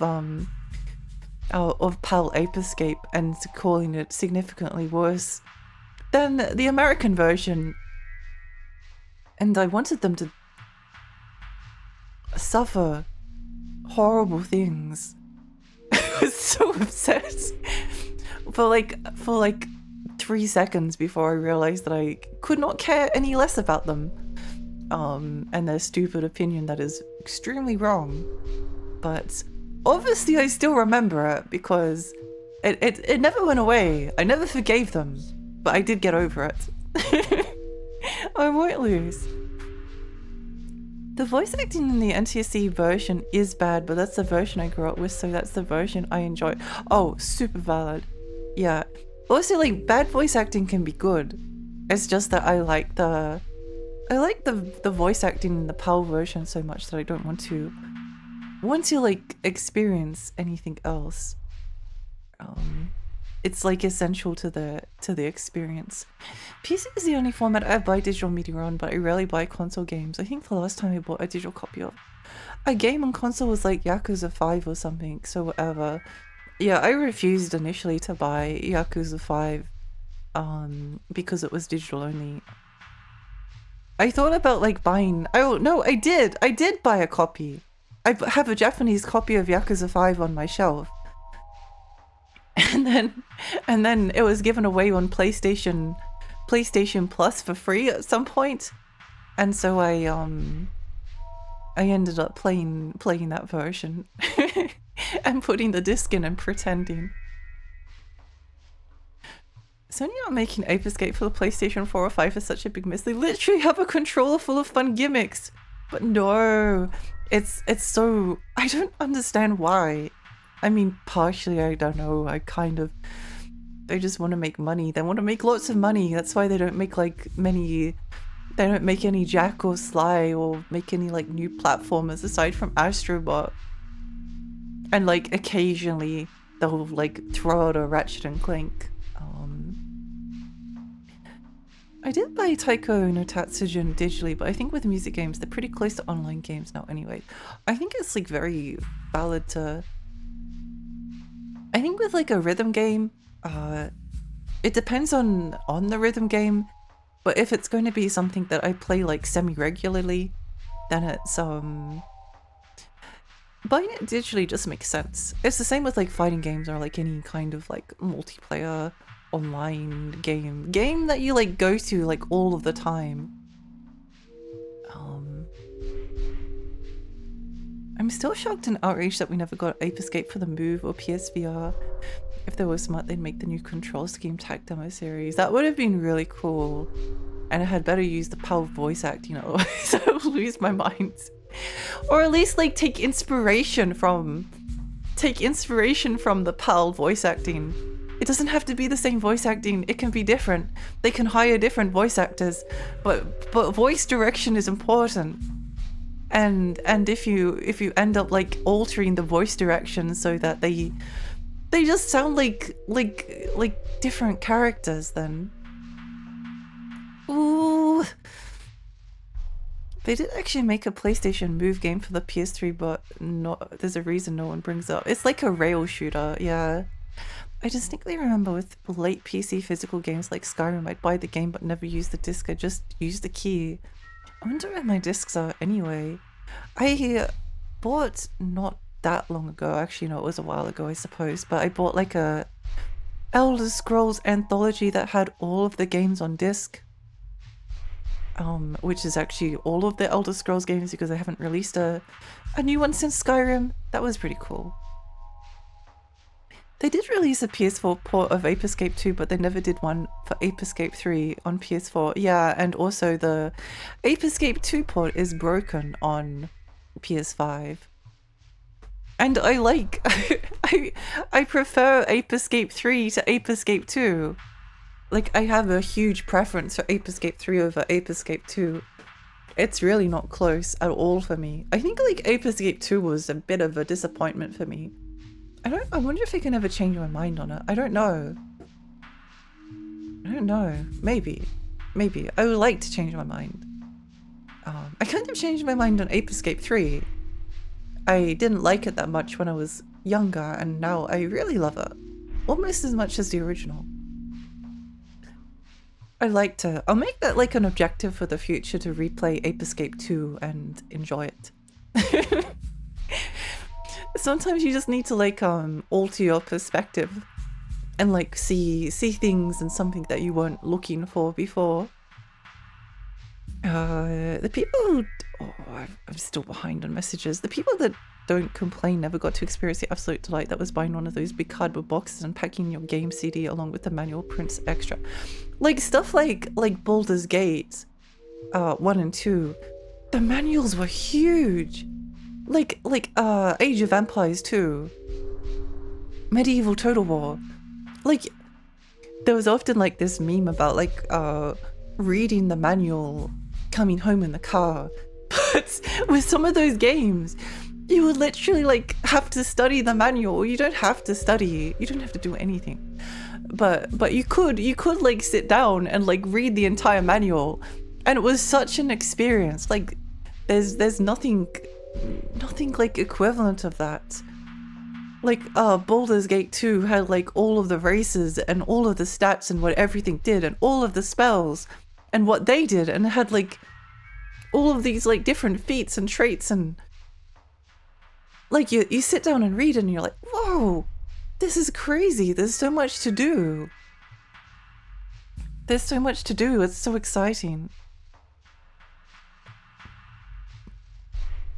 Ape Escape 3, my beloved, is so good. So good. I do hope that, even though I know they never not for when online services on consoles stop being subscriptions, especially with most servers are peer-to-peer anyway. Oh, that would be great, but yeah, it will never happen. It'll never happen. I don't know what was up with the PS2 having transformation gimmicks, but Kingdom Hearts 2 and Ape Escape 3 were cooking with it. It was fun. It's fun. If the theaters go out of business completely, I'll just become a pirate for real. I thought that's what you were going with, yo ho ho. Oh no, it was. It was. It was. Hi Asian, welcome. The day that physical books die, I'll die. There are no libraries in this place. I have to go to the next city. No! No, yeah, like physical books are important. I don't know. And like the thing is, they keep saying, well, kids these days don't like enjoy physical. Oh, I'm getting heated about this. It's fine. It's fine. It's fine. We've already lost like 3 hours of progress. It can't get any worse. But like a lot of like Gen Z is like experiencing and buying like CDs and DVDs and vinyl records. Like vinyl came back. Somehow vinyl survived. Vinyl is being sold now. Like it's kind of insane. It's kind of insane. But I guess like the ultimate reason isn't like production costs or anything like that. Is that they want like a complete monopoly over the storefront. Like that's like the huge benefit for them. They get to like pocket all of the money. And they love money. They love money. Bad voice acting can be good. Now I remember why I'm tired. I had Valkyrie profile on when I was trying to sleep.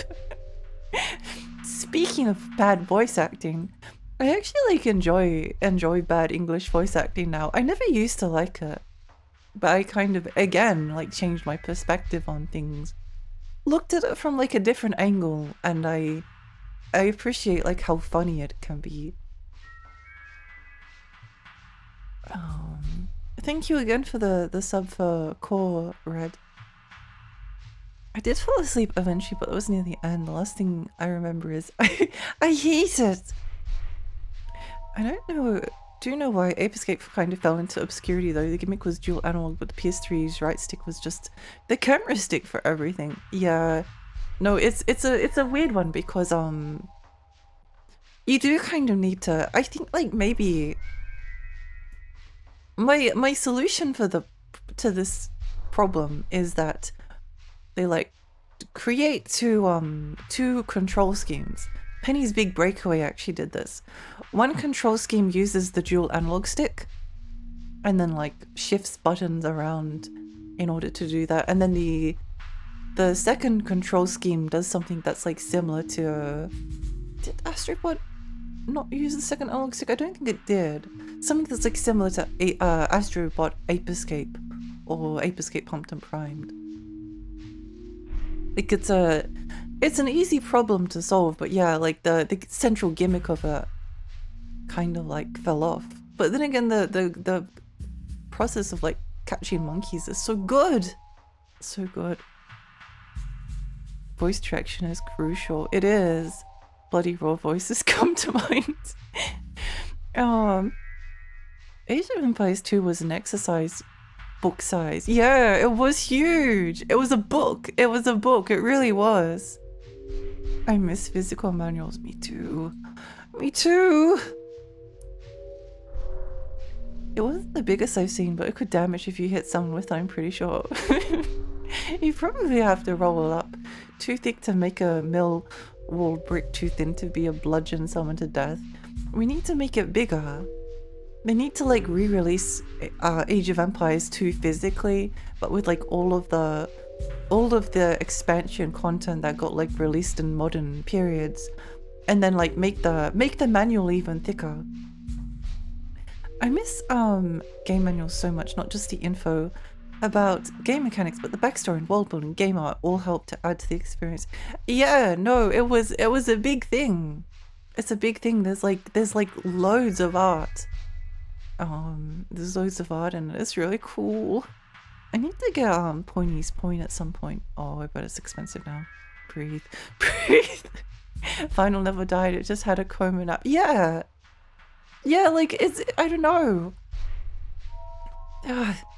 It's just nice to have stuff. I hate subscription services. I hate digital downloads. I'd rather like not, I'd rather go without a lot of the time than to spend money on something digital. I actually should read up on vinyl's comeback. It's very interesting. Companies want all the money. They do. I think all the companies that press CDs and DVDs moved to vinyl as a last gasp. It certainly worked. Once again, greed is the root of all human problems. Stay hydrated and stretch. Gotta bounce. Have a good rest of your day. Bye, Zelda. I hope you have a nice day as well.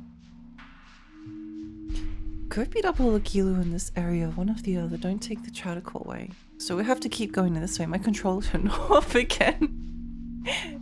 My controller turned off again. Or you'll get lost. What? Get lost? What do you mean?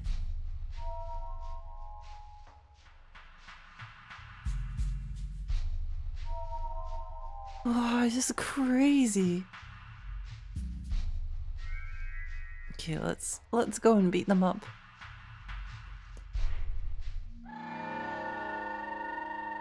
I was so sad when Evening Star announced they had to lay off some of their employees because Penny's Big Breakaway didn't sell as well as they expected.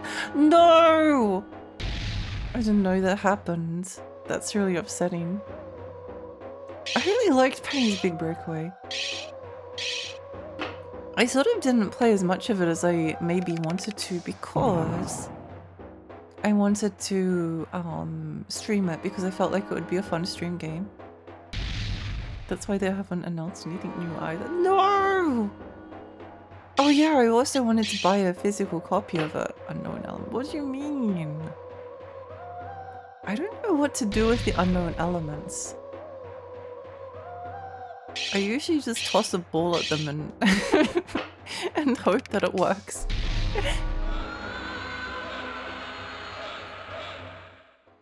No. I love all the mechanics. It's so interesting. I mean, I like Billy Hatcher and the giant egg. I love Sonic obviously, but I think like Penny's Big Breakaway and Billy Hatcher having like weird and interesting movement mechanics tied to something that isn't just like feet. Oh, I remember this area now. I remember this area now. This is where we died earlier. Yeah, I wish I knew how to deal with these. That wasn't balling them, but sometimes you just gotta ball.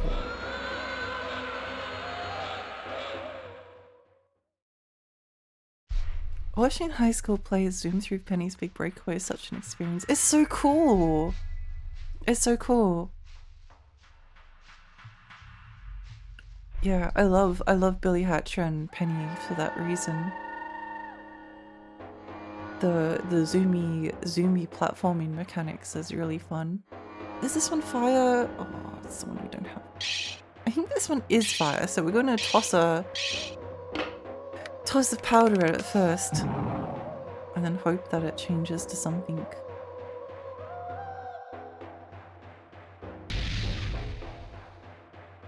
Well, it's not doing much damage. I need to scan it. Tree, perfect. If you like Penny, I recommend Demon Tides. Oh, I need to buy it. Yeah. What was it? Metal Fire. Wait. What do you mean it doesn't? Didn't it turn into metal? No, it turned into tree. What did it turn into?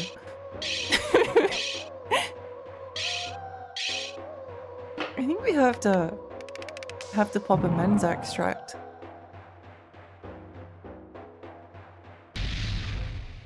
Demon Turf had a physical copy, and I'm really hoping that no! It has to be tree. I just pressed the wrong button. It's really annoying. It's hard when the things that go wrong are your fault.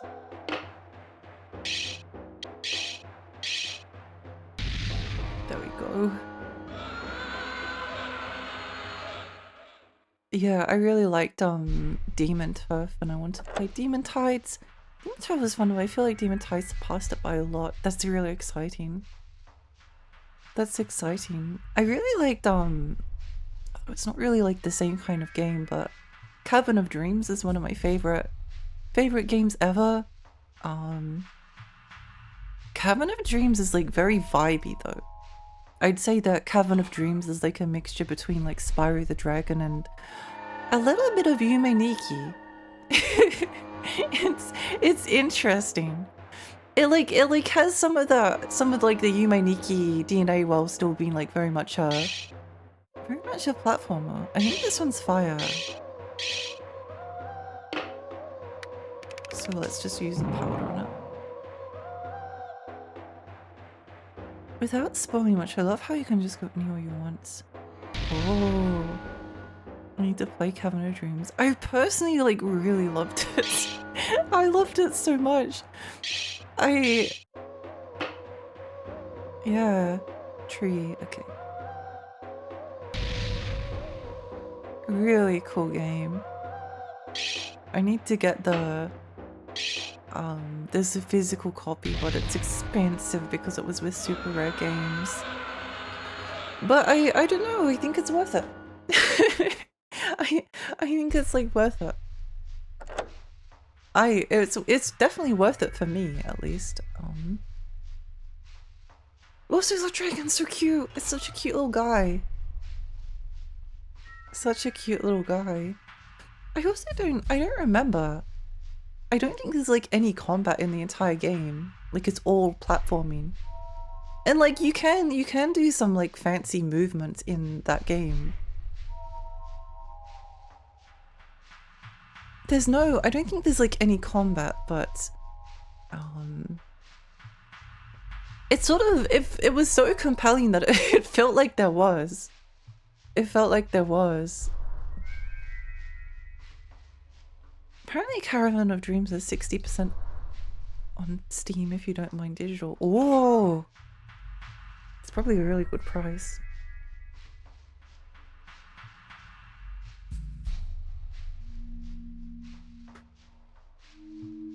There's always like a chance of obviously that people can feel differently about things, obviously, as if that's like some kind of profound statement, but it was a really special experience for me personally. Maybe like streaming it as well changed it. I think it was like when I started streaming Cabin of Dreams. I remember we spent like one of the first episodes like basically just like sitting on a lily pad talking for like an hour and a half or something. It was an insanely long amount of time because my stream stamina was a lot worse back then.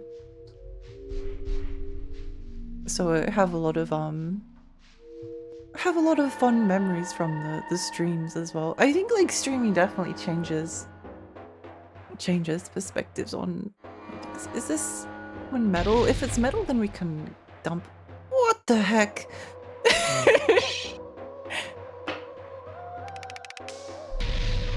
Get out of here.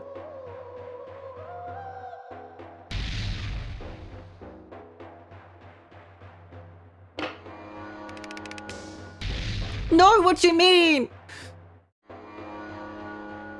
Game. Game. That's not fair. Okay, actually no, that's funny. I can't be a defender of XCOM 97% hit chance misses and not laugh at that. That was really funny. Really depressing, but at least we saved. So we didn't lose 4 hours of progress this time. We've played Kowloon's Gate for 4 hours and we made actually a little bit of progress now. We've done like a teeny tiny bit. Teeny tiny amount. Very random, but I'm surprised how high the frame rate is in this game compared to similar games like Hell Knight and Kingsfield. It is like surprisingly high. Maybe they should make it worse.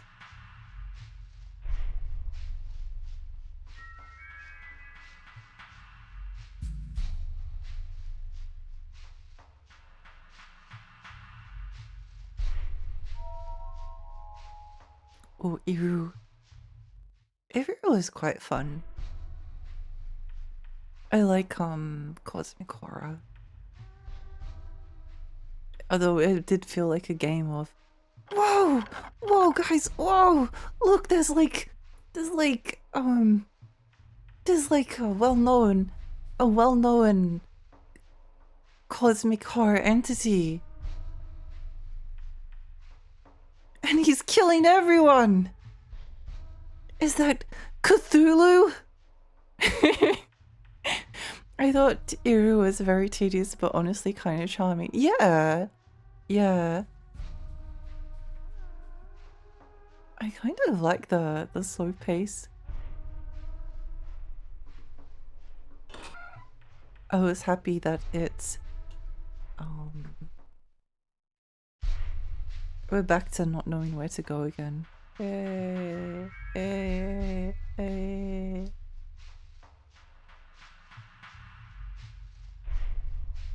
Holy moly, we've lost so much progress this entire stream. I need to like get out of this dungeon. Remember when I said at the start of the stream that I thought we might have like maybe like three streams at most before we finish the game? I wasn't anticipating the dungeon, getting stuck in the dungeon for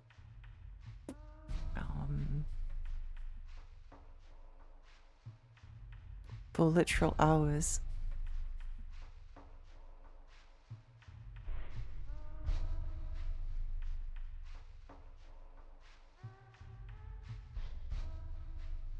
Ah.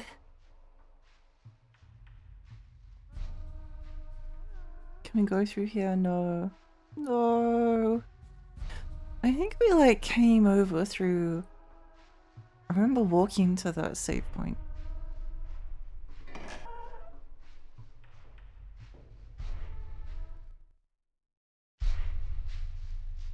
Well, there's something over this way, so maybe that means something.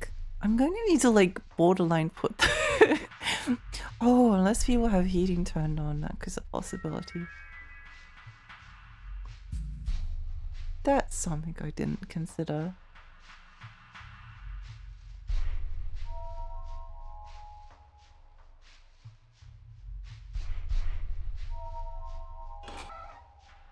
I wish there was like more first person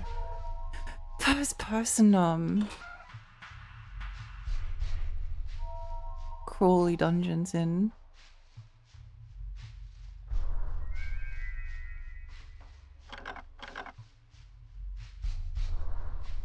On the PlayStation 1. It feels like there should be more. I'm coming close to having played all of them. And that's really, really sad and depressing. I'm like going to need to put the air conditioning on. It's getting so hot in this room. What's going on? It's supposed to be winter.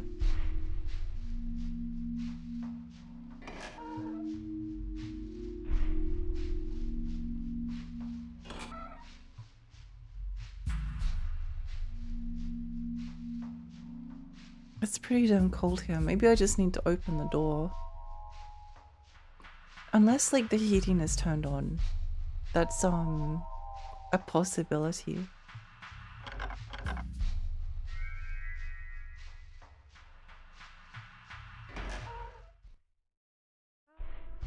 Either the heating is turned on or Kowloon's gate is overheating my PC. It might be just like over here.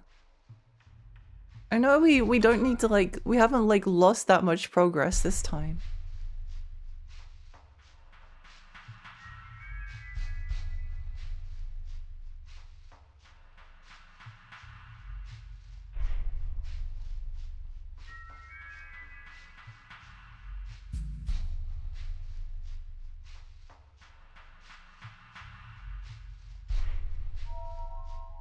Is it just up here?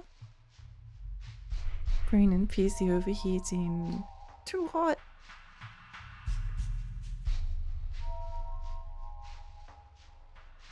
Where do I go? Where do I go? Where do I go? Oh, wait a moment. I remember there was like, I made like this observation earlier where I was like, oh, so we just need to like go over there, but it wasn't obvious at all.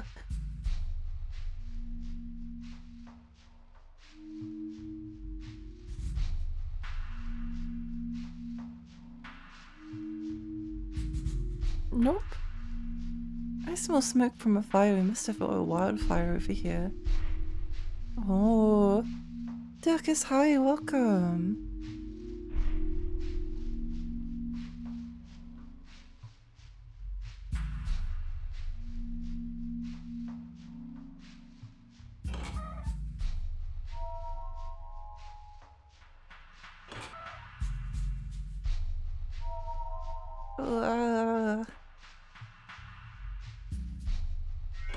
This is a very Kingsfield, everything looks the same maze. Yeah.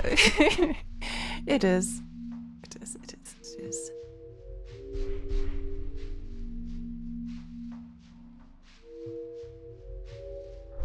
I mean, I kind of love,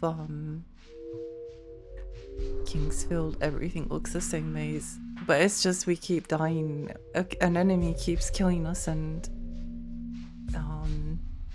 we keep losing progress. And then because we keep losing progress and it's like one of those games where you kind of have to like feel your way just like a tiny bit. This is probably the only time I've been a little bit frustrated, but it is still extremely funny how it kills you. What can we do here? No. I don't know. I don't know. I wish Kingsfield adopted destructive environment so you could at least make your own landmarks by punching digital walls. Oh, that would be good.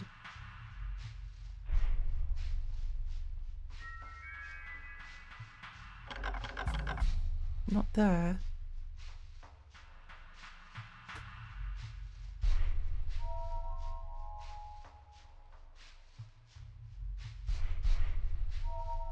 I think I've blundered my way to the right exit previously, so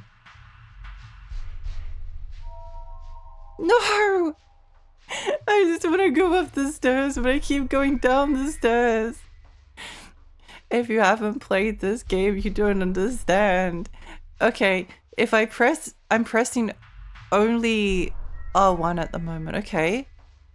R1 makes you strafe. Do you see the problem? The walls are not sticky. you slip along them like some kind of like oily slug. So when you're trying to like go up the stairs or somewhere else and you like slide against the wall, then instead of going up the stairs, you go down the stairs back to where you were before. If they did that, I mean, enemies would also do that. Maybe not a good idea. The boss could get impatient to destroy the level, making their way to you. That could be kind of fun. But Kowloon isn't fun anymore. Save us, Shenmue 2! Save us. There's only one video game that can save us, and it's Shenmue 2. Did you see it? Oily refrigerator. Yeah. Even it still has the guy that saved literally every Sonic port because Sega kept screwing it up. What are they thinking? Oh.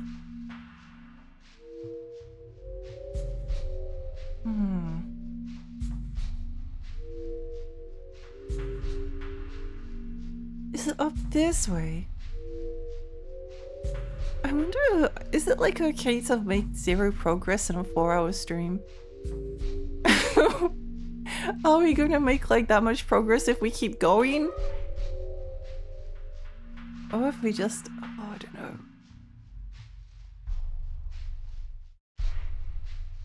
If I end the stream for tonight, then we just have to do it next time. And then we're just back at square one again. Sometimes life is like that. It really is. It really is. Sometimes you just don't make any progress, and again, sound like a broken record, but that's okay.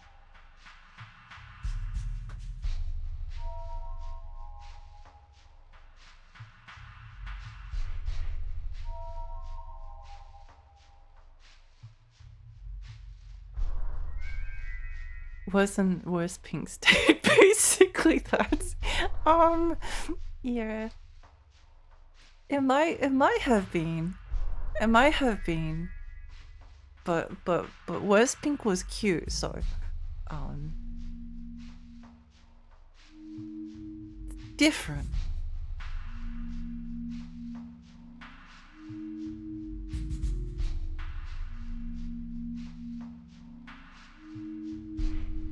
Different. She's cute, so loud. Yeah, exactly. Exactly. You understand.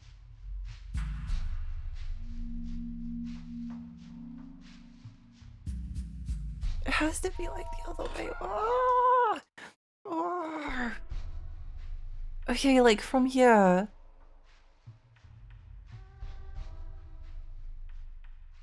The thing is, I remember there was like no way to...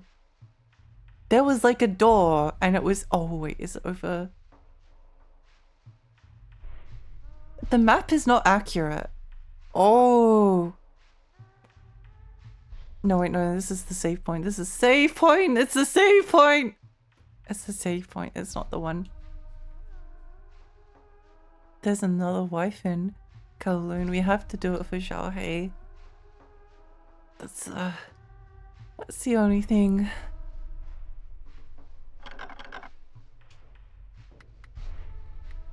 There's a wife. Do it for her.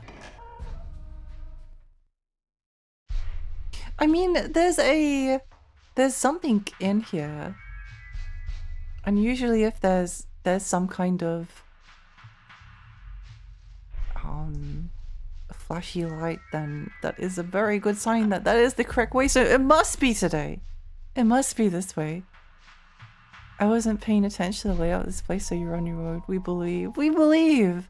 No, I mean, I've done it like a bunch of times. I have to be able to do it again. It wouldn't make any sense. I think like the complexity, the slight complication is that the map is...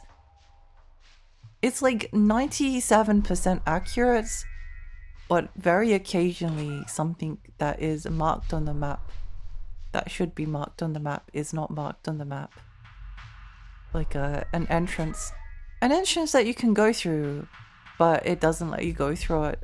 Or an entrance that isn't marked, but that is the way forward. A map that lies to you. I think that's I think that's worse than that, than the accuracy chance. Like, is it through? Oh, no! I didn't want to go downstairs!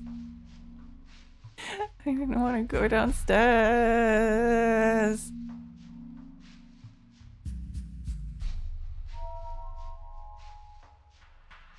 I think this is like the entrance to the building.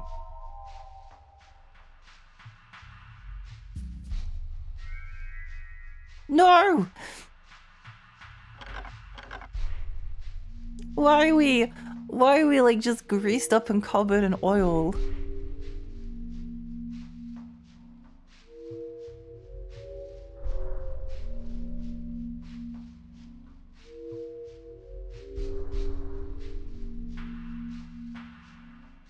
Has to be here somewhere. Has to be. Has to be. Has to be.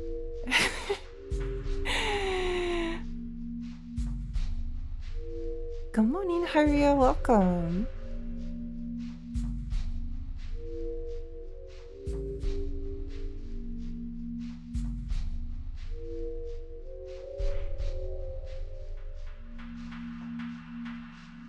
Good morning, good morning. No! Locked! Locked again. I guess Kowloon was built like this. One can go, check Shong Cheek, and it feels like this but modern. Oh! Yeah, no, I think it like captures a certain like confusing essence. Maybe it is through here. No, it's not! It's not through here! It's not! It's not through there! It's not! The map lies! It's lying! It keeps lying to me! Looking while I have breakfast, 5 p.m. 5 p.m.? Thank you for looking. It will be fine, new chapter got announced. It will be fine, we'll be fine. We're fine, everything's okay. Don't worry about it. Don't worry, don't worry, don't worry. Be happy. Just be happy and everything will be okay. The map of lies! Lies! It's better to see a video about it because people walk through buildings to take shortcuts. It feels like an insane place to that's so crazy. So interesting.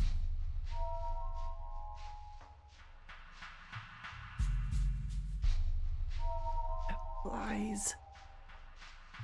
Gotta head out. Thanks for streaming. Have a good one. Bye, Mohammed. I hope you have a lovely day. I am kind of thinking about maybe ending stream. I realized that we made 0 progress.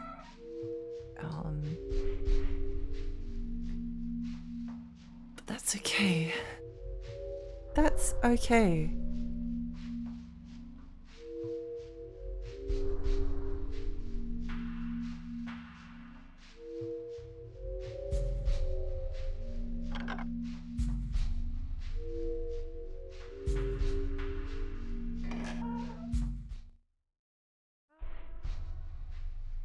Maybe break from the Kowloon. I need to finish it, otherwise I will die.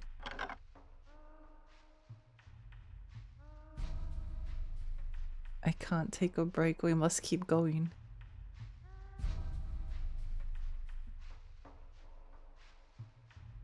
I won't lose. I won't lose. 0 progress is better than -1 progress. Yeah, that's true. I mean, like, we made like 40 minutes of progress maybe. That's not too bad. It's just like that sometimes. You have to lose progress to make progress, isn't that the saying? That's what people always say. You gotta lose progress to make progress. Famous saying that people say all of the time.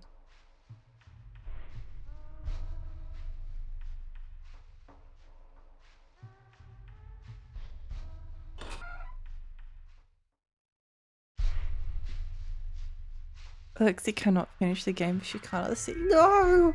My glasses! I would say save state, but I feel like we might even be more lost in the next stream if we do that. I think it's possible. I mean, I've considering that there is a mischance on a monster that seemingly like kills you in 2 hits, then maybe that's a time that we could allow a save state. But I refuse! I refuse! I refuse. I will not. This game will not break me. I will not be broken. I will not be broken. What were you playing the process if you don't want to finish Kowloon? I do want to finish Kowloon. I won't play anything else because we're finishing Kowloon's Gate. This stream. Are we missing an enemy? What's the objective? We just need to find the stairs. That's all. That's the only thing we need to do. We just need to find the stairs. Wait, hang on. Maybe it's here.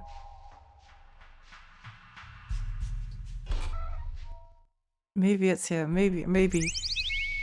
Oh! Oh! If you just go everywhere. Hold slow down, Shadowcourt ain't this way. The Ghost Master should be on the first floor of the Victoria, sure. But you won't get there from here. Listen, go back up those stairs to the second floor of Shadowcourt and go through those previously sealed doors.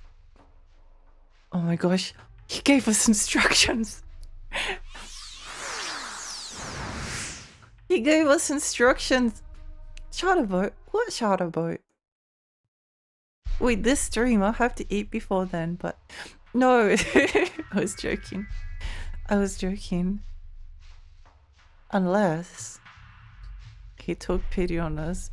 If you just wander around, it was actually like not a progress, but a reverse progress. Go back up the stairs to the second stairs. So it has to be here. It has to be here somewhere. It has to be these stairs. These stairs somewhere. It's somewhere on this floor.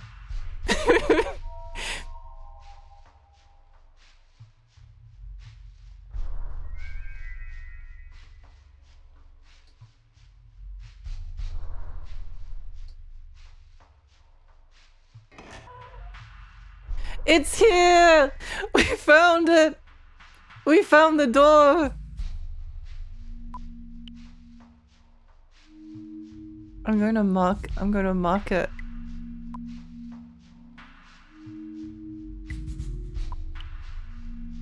Just so that we know to come back here.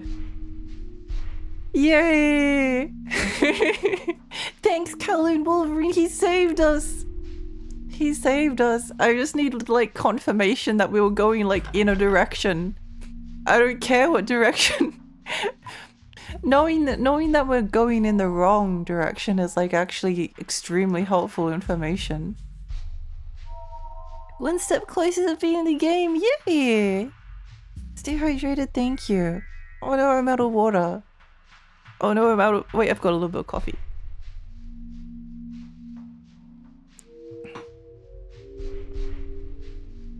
After stream, I'm gonna buy a donut. I don't care. I don't care.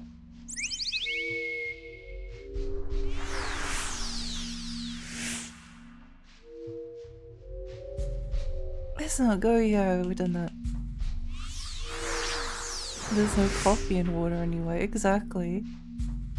There's no point in drinking a liquid if it doesn't have coffee in it. What kind of donut? Whichever one is on sale on Uber Eats.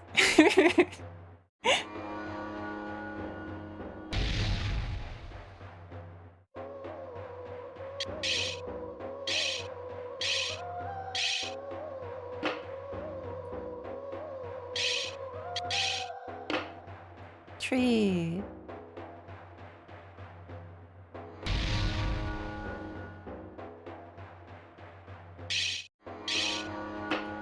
what? Let's get rid of him. Go, die, die, die, die. Turn into an object. Die. Krispy Kreme donuts get restocked at around 4 AM, so if you buy none now, you'll get a shriveled one.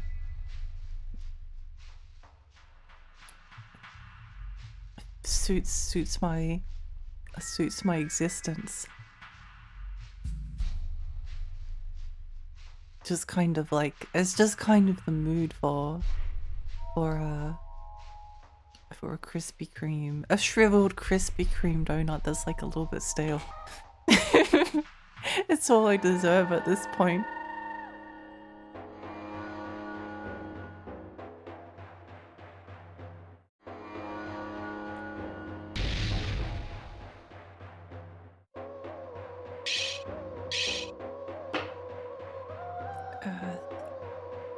Tastes like disappointment. Disappointment and so much damage.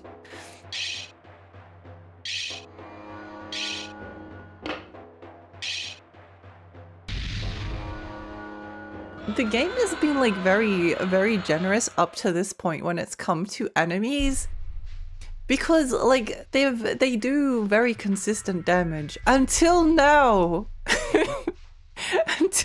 until this dungeon. They were doing like very consistent damage up to this point. Let's use a Manzak strike, because I think we were killed around here. We're killed by that stupid trash can.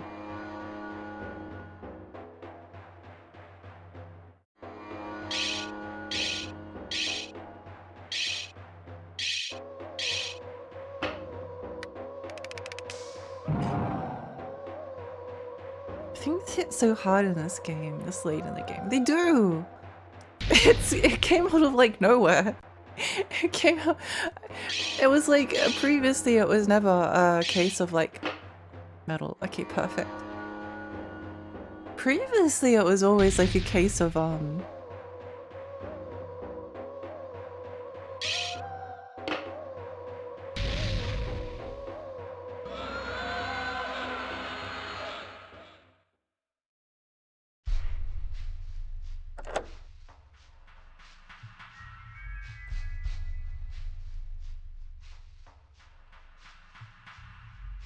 like you didn't...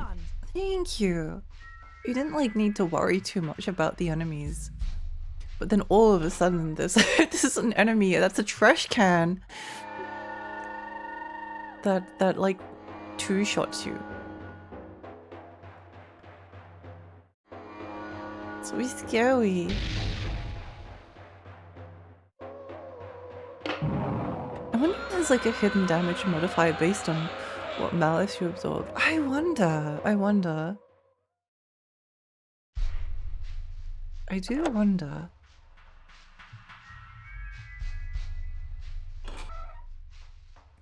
It's just that there's like a chance percent, and I don't know why why.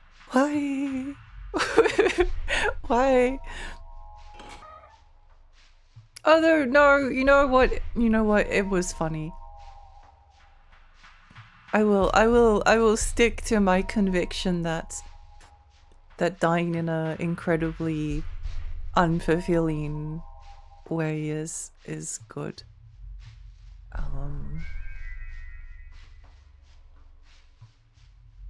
Dying in a way that is like blatantly unfair is kind of awesome.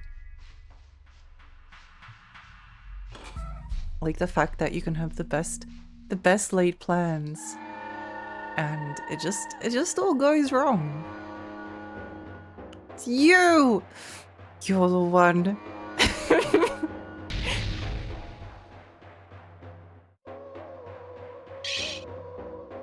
It was you.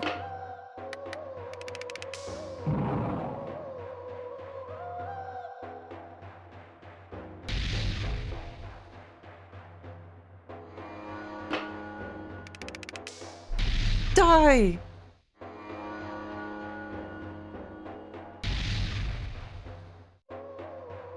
I feel like I should heal again. I feel like I should heal. I don't trust him. I don't trust him. Okay, he seems to be doing slightly less damage. Okay, get bald. The garbage can looks like so Daniel Fortescue. It kind of does. It kind of does. It's symbolic of how Sony treated him after Medieval 2.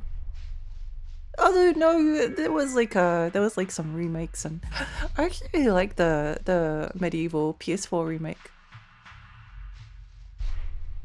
Even if there's some things that I think the PlayStation 1 original does way better.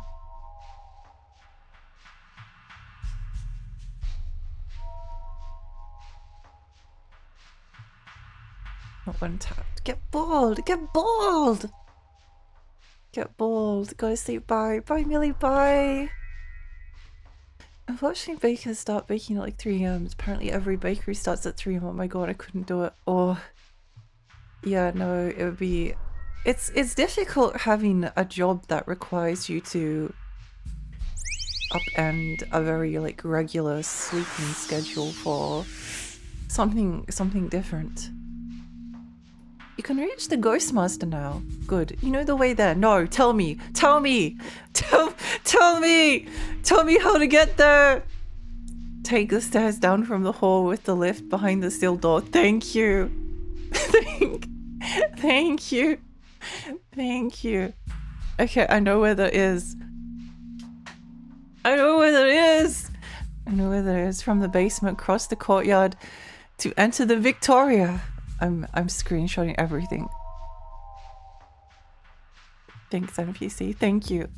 On the first floor is a lit room where a passage should have opened. Oh, I can remember that.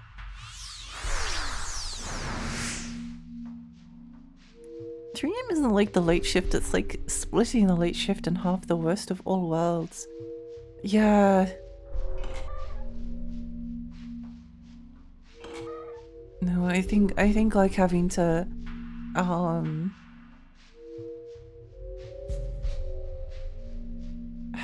do that would be really bad for me personally at the moment, because I really struggle to go to sleep like early in the night.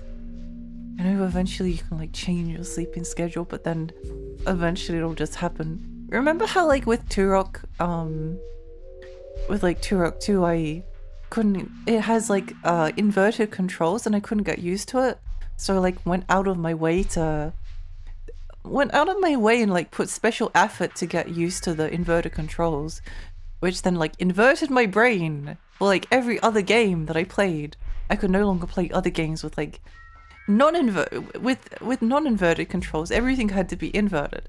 And then like a week ago now, my brain was just like, we're uninverting ourselves, and then I just like completely flipped back. It just went back to how it was before. That's what happens with like a sleep schedule. Like you'll get used to like waking up at like 4 AM, at like 2 AM or something, and going to bed at like 7, and then one night you'll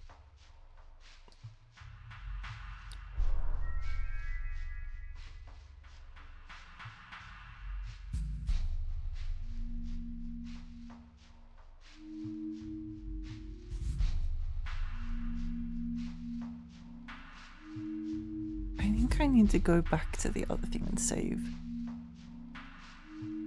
Because if I lose progress and die again, I'm gonna cry. Was it up or down? I don't remember. Yeah, eventually you'll just get to a point where like you're getting used to going to bed at like 8 o'clock at night and then waking up at 2, and then one day you can't get to sleep at 8, and then you are awake until like 12 or 1 AM, and then you have to get up at like 2 hours. It would be the worst. It always happens. It's just inevitable. Save the game. No! I know it's not the way! I know it's not the way! I know it's not the way! I know! This isn't the way! Take the basement, cross the courtyard! I know I need to save! I I refuse to let you prevent me from saving the game. You will let me save.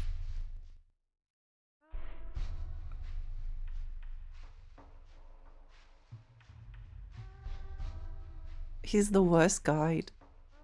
Gives like the worst instructions and tells you he's just a backseater. He doesn't actually want to help. He just wants the glory.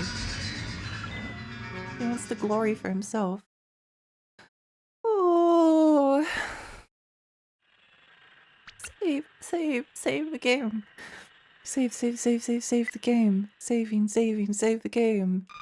We're singing a song about saving the game.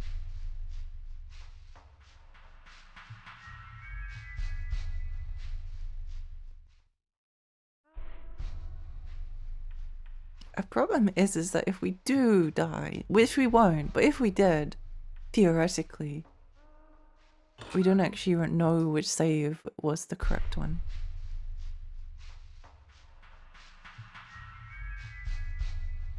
Yay! Yippee, can we save? Yippee!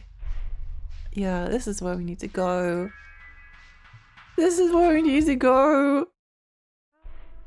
I don't even remember what we're doing in here.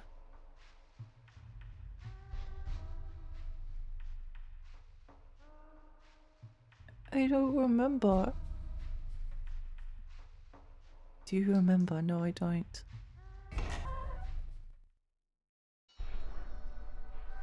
Yay! Yay! Yippee yay! Yay! Yay! Woohoo! Yay! Yay! Oh, yay! Whoa! Whoa! Whoa! Whoa! If I can make it out of this place alive tonight, I will be happy. It's all I want. I don't care. I don't care about anything else. I don't care about making it. If I can just make it out, then I will be happy.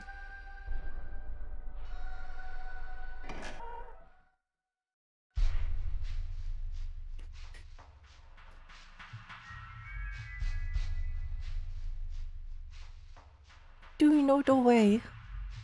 I do not. That's a throwback meme.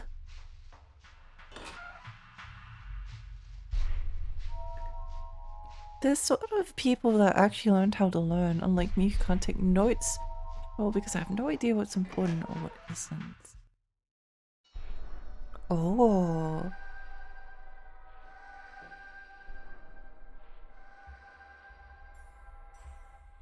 I was trying to think of if I had any advice. I'm not sure.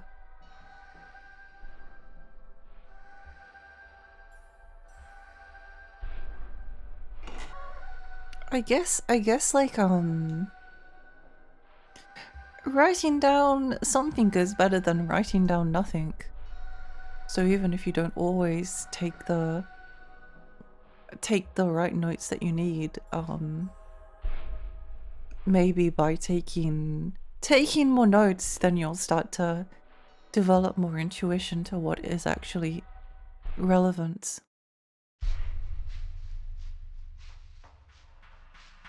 When I was at university, I found it very difficult to... I always like found it very frustrating if you like had a like say you have a university course. You're at school, you're at university, and you have like a university course and an exam at the end of it. Some kind of an exam. I wonder if you should go back the other way. I'm so tired, I want to go to bed. I want to go to bed. And like you write down something that you're like, oh, that was really interesting. Maybe that will be beyond the exam, and then everything that you write down ends up. All of the things that you thought that were interesting end up not being relevant to the exam or the discussion. This actually like used to happen a lot to me with like tutorials at university, where they'll make you do a reading of like a chapter of a book. It's quite a difficult chapter to get through. Like it's not an easy a lot of the time these things are not easy to just sit down and read. but you do it anyway, and then you go to the tutorial, and then they'll like ask you a question, and then the question that they ask you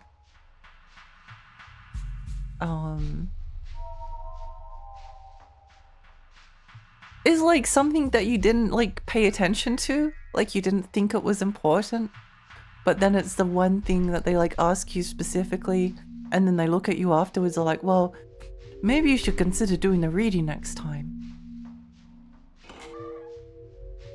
That always really annoyed always really annoyed me.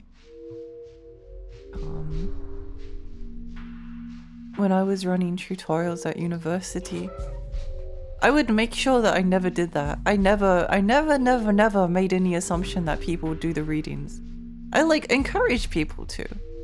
But I always gave them like an out. Like if they wanted to like talk about the lecture, or if they all they had to do was just talk about something interesting. Just talk about the things that interest you. That's the only thing you need to worry about. Don't worry about... You don't even have to do all of the reading. If you go to the lecture and you had something that you thought was really cool and interesting, talk about that. Don't worry about doing the reading. Life is stressful. University is stressful. I never mentioned that was my philosophy, but I think it was always important for me to do it that way. Good night, Flip. Sweet dreams. My uni degree was rough, and not really because it was hard, because my notes were awful. The only thing that helped was actually seeing old exams, which for some reason the university had an archive of. Yeah, no, I know what you mean. I know what you mean. I think that, like, if an exam is reliant on good note-taking, then it's kind of like an inherently flawed thing, because people can like take observations that are different. Like someone might think something is really important, but the examiner doesn't see it that way.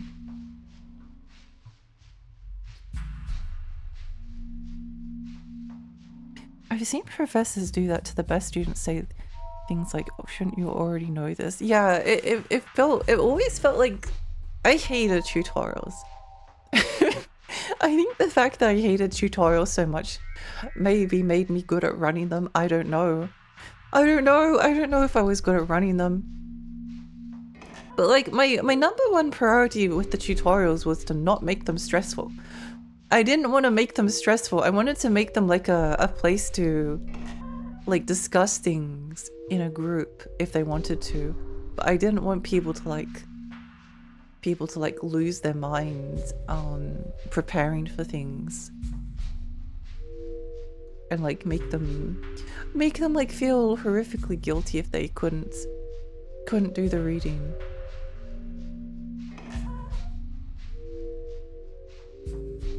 Even if they did just like part of the reading, just like a couple of pages, and then they thought about it, I think that's better. Incredibly frustrating that all you can see and talk about in a classroom isn't related to stuff in the exam. Why can't the teachers just give the topic so I can look for myself? Teachers just show up at the start of the year and disappear the whole year to show up again with a bossy attitude, asking for a project he didn't even ask for. Spikes my blood to happen. No!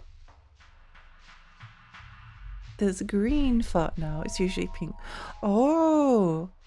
The green fart cloud is an enemy that is not required to kill. You don't have to do anything with them. And they respawn. You might be like, well, what's the point of them if they don't respawn?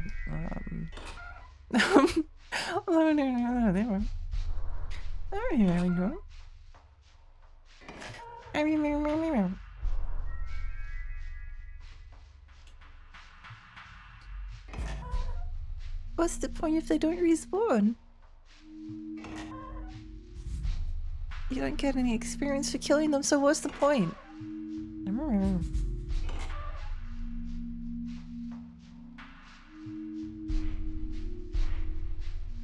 Do you have, if some of you have exactly one exam per class, I mean, some teachers ask for things too. It's like, I remember when I was at school and like things were getting really, really dicey, like in terms of what every single course was asking you for. And then like one of the teachers gave homework.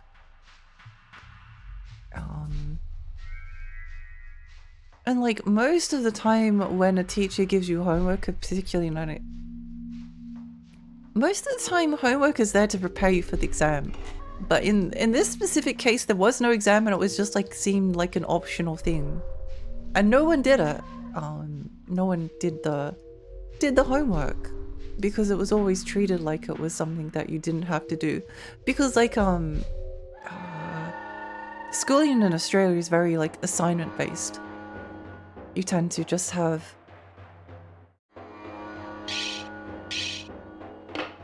like one assignment per class, like one big assignment or like an assignment and an exam or something like that. And she got very angry at like everyone for not doing the homework. It was only a small class, by the way, that's why no one did it. But it felt so unfair because it was like a couple of weeks before exam block and like every single subject had things due like within the next week or two, and everyone was like losing their minds with all of this stuff that they had to do. And then a teacher was like, well, you also have to do this like optional thing. It wasn't really fun.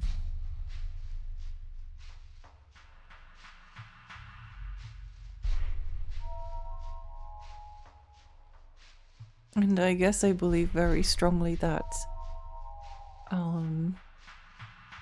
reduction of stress is very important.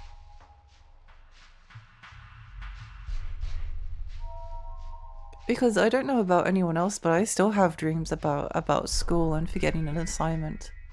Usually like the scenario in the dream is like it's like oh,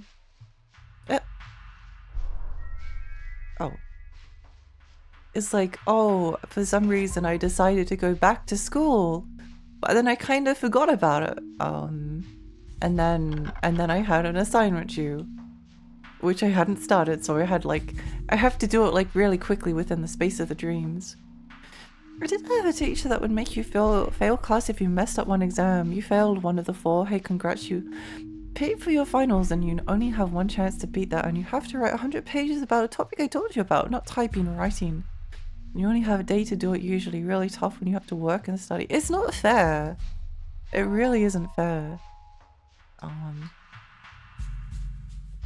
I hate that some teachers are like that. I remember at the university I used to go to, I was talking to one of the students, which was actually a very rare occurrence. I was talking to one of the students and they were saying that in the law exam, oh no, I don't think I actually like talked to them. I think I overheard them. That detail just occurred to me. Anyway, during the like legal exams, they only have like one exam per class. And the exam is worth like 100% of the course's grade. So if you don't do like really well on the exam, then you're doomed. Doomed! Those teachers get away with it, though it's clearly unfair and others don't do it and isn't the rules. It's not fun.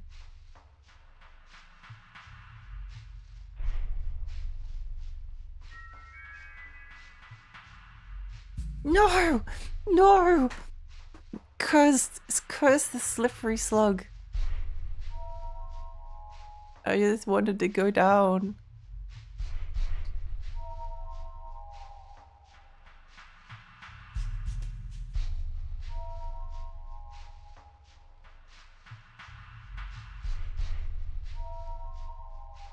Maybe that's on the basement floor, I don't know.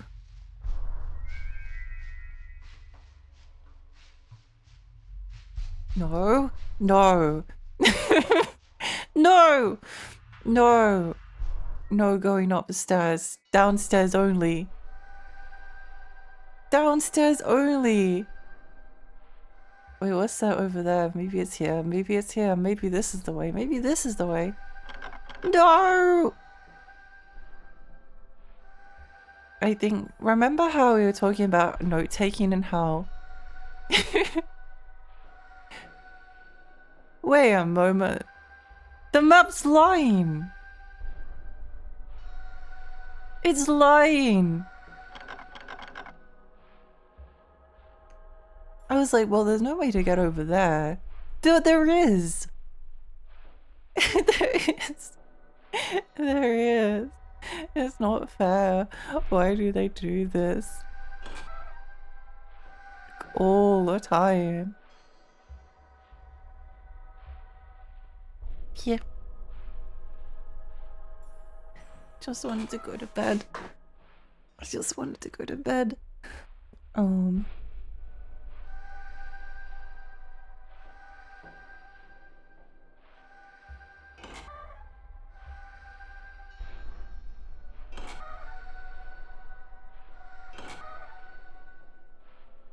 The guide, the navigator that we hide is like a typical backseater. They like tell you like the obvious information of like, no, you don't, that's the wrong way. Just don't go that way. The save point, you don't go back to the save point. But then when you're actually like stuck, then they tell you nothing.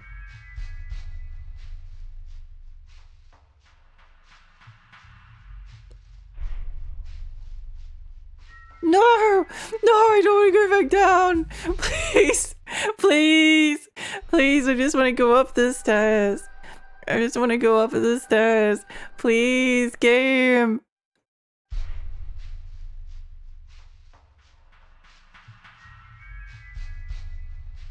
I just want to go... No. I just want to go over here, thank you. Thank you, please. Please, oh...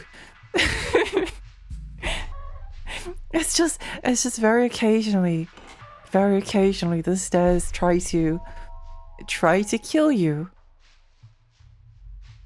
Kowloon is not willing. It's not willing! I just want to go out. I just want to leave. I just want to be out of this dungeon. Let me leave! Please! What's over here? What's here? What's the stairs? Where do these stairs go? Are these the way? Is this where we need to go? This place looks cool.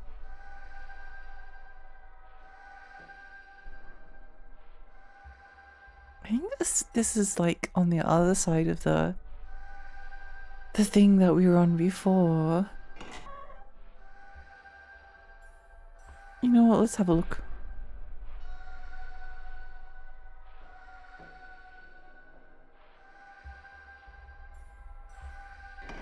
Soon Lexi will find the stairs that lead straight to bed. It's going to be glorious. It's going to be absolutely wonderful. The most satisfying stairs you've ever climbed. I'm actually like kind of scared of stairs IRL, but...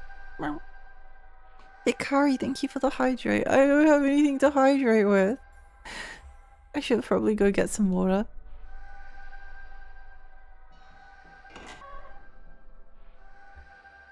Should probably get some water. I just want to be free. I just want to be free. I just want to be free. Free me. Free me. Maybe it's here. Maybe this, no wait, no, wait, this leads back to the place that we were before.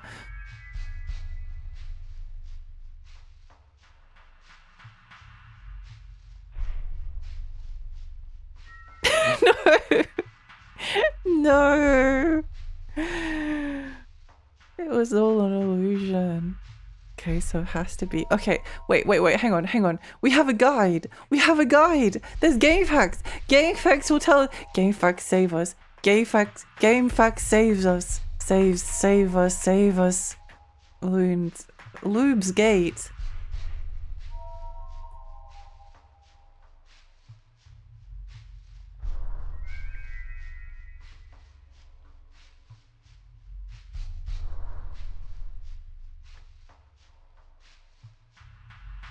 Return to the golden lit room.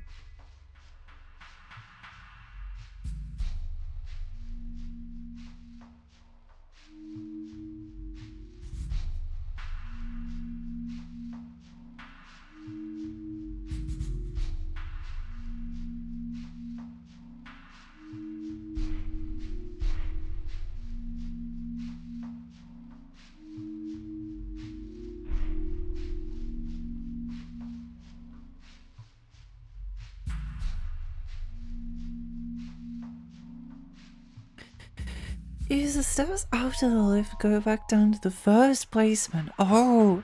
Enter the Victoria mansion from the door across the courtyard. Wait, hang on. Guide save us. Why wasn't I using the guide?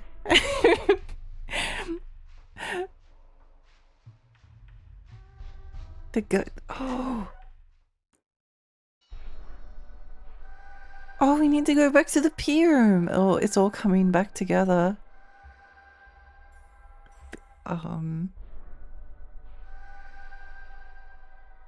Into the Victoria mansion from go up the stairs to the first floor. The golden lit room is diagonally opposite this staircase in the upper left. Oh, wait, so does that mean... Wait, hang on. If we can find the P room, then everything will be okay.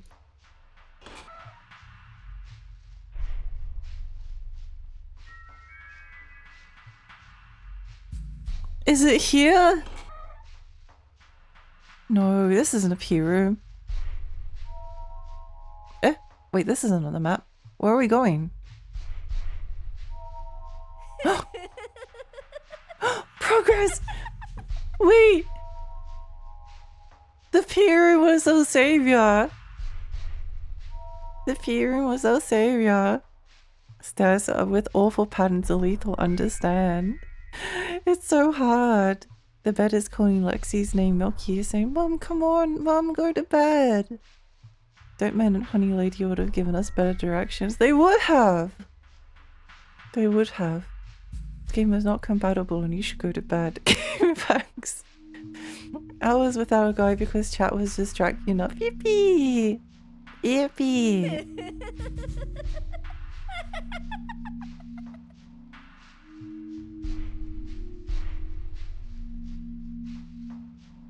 Yippee! The laughter could be considered spooky or scary, but honestly I'm just relieved.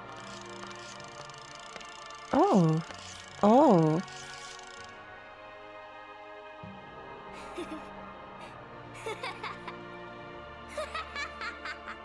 You're the one who came to Why does he look like a Junji Ito character?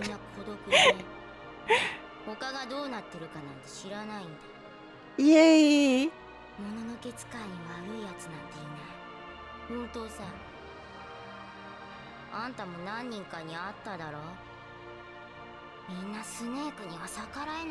Yay, yippee, yay!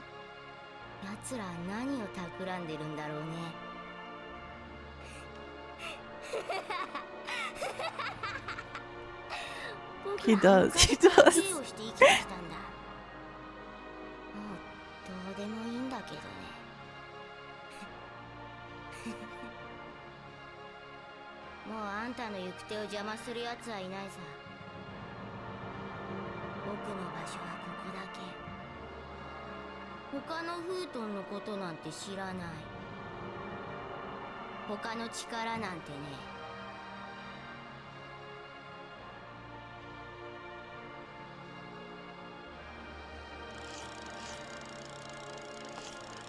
Oh, goodbye.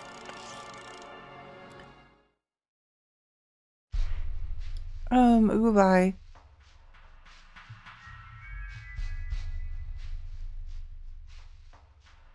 Now what? Now what? Now what do we do? What do we do now? What? Wait, that was it? No. What? We need. Where's our navigator? Oh, thank goodness. I'm sorry. あいつがグイリーどもを操っていたんだな。だけど変だな。まだ邪気が残っているぞ。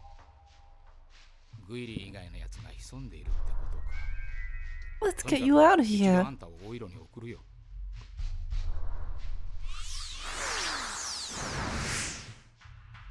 Save me. Save me.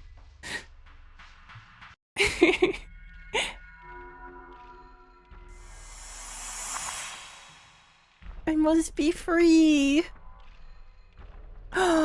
Wait, where's the save point? I know that there's a save point around here somewhere. I think. Done. Thank you. I think it's like past Mr. Fairy.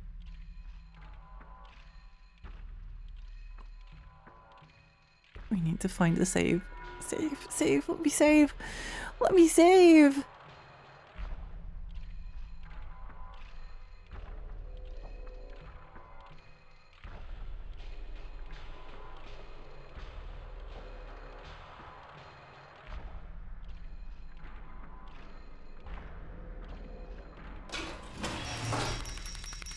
Mr. Fairy!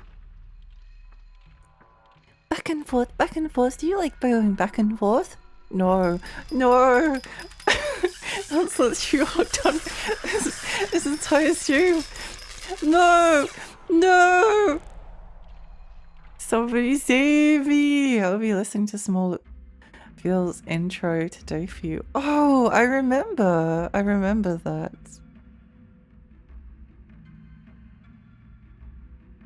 I remember.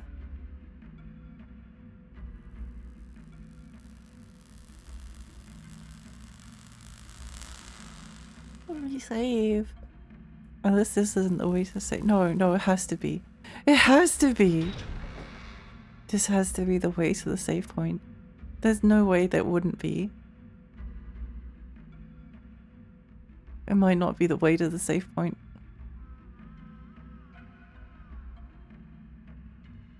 It might not be.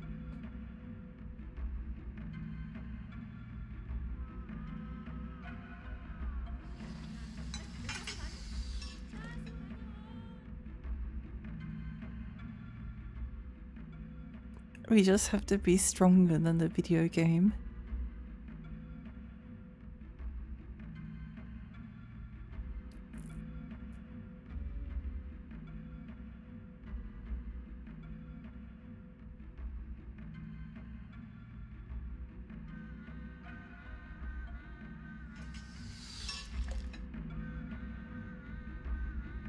Mysteries to cook.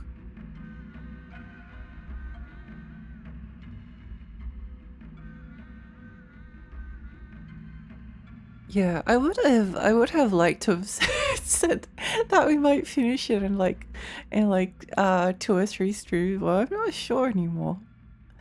I'm not sure. I don't know.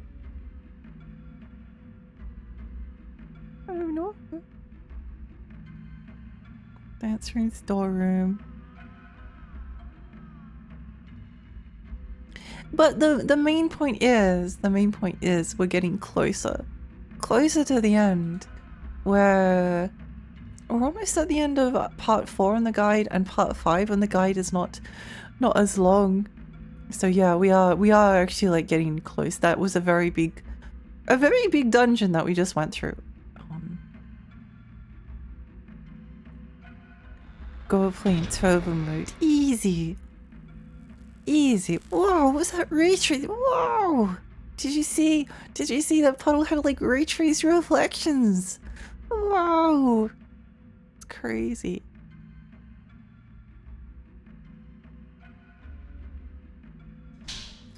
At least we get to see Mr. Fairy again. like coming and going. Just go easy on us, okay?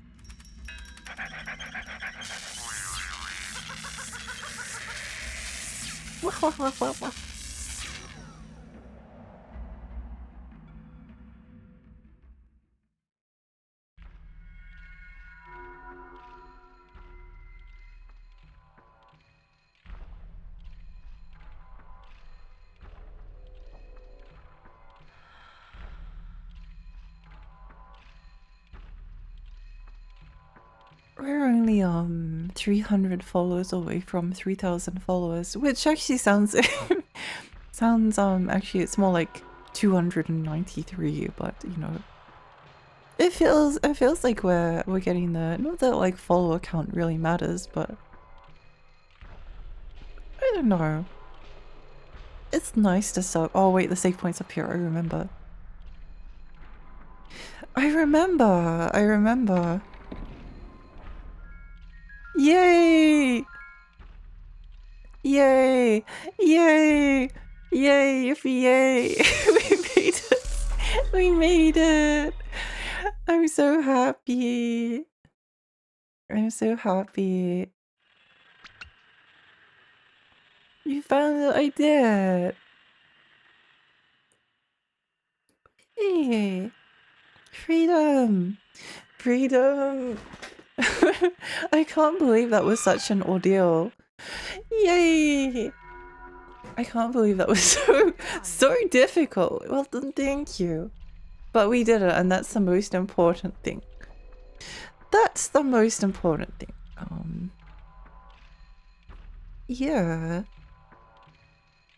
I suppose we'll go now.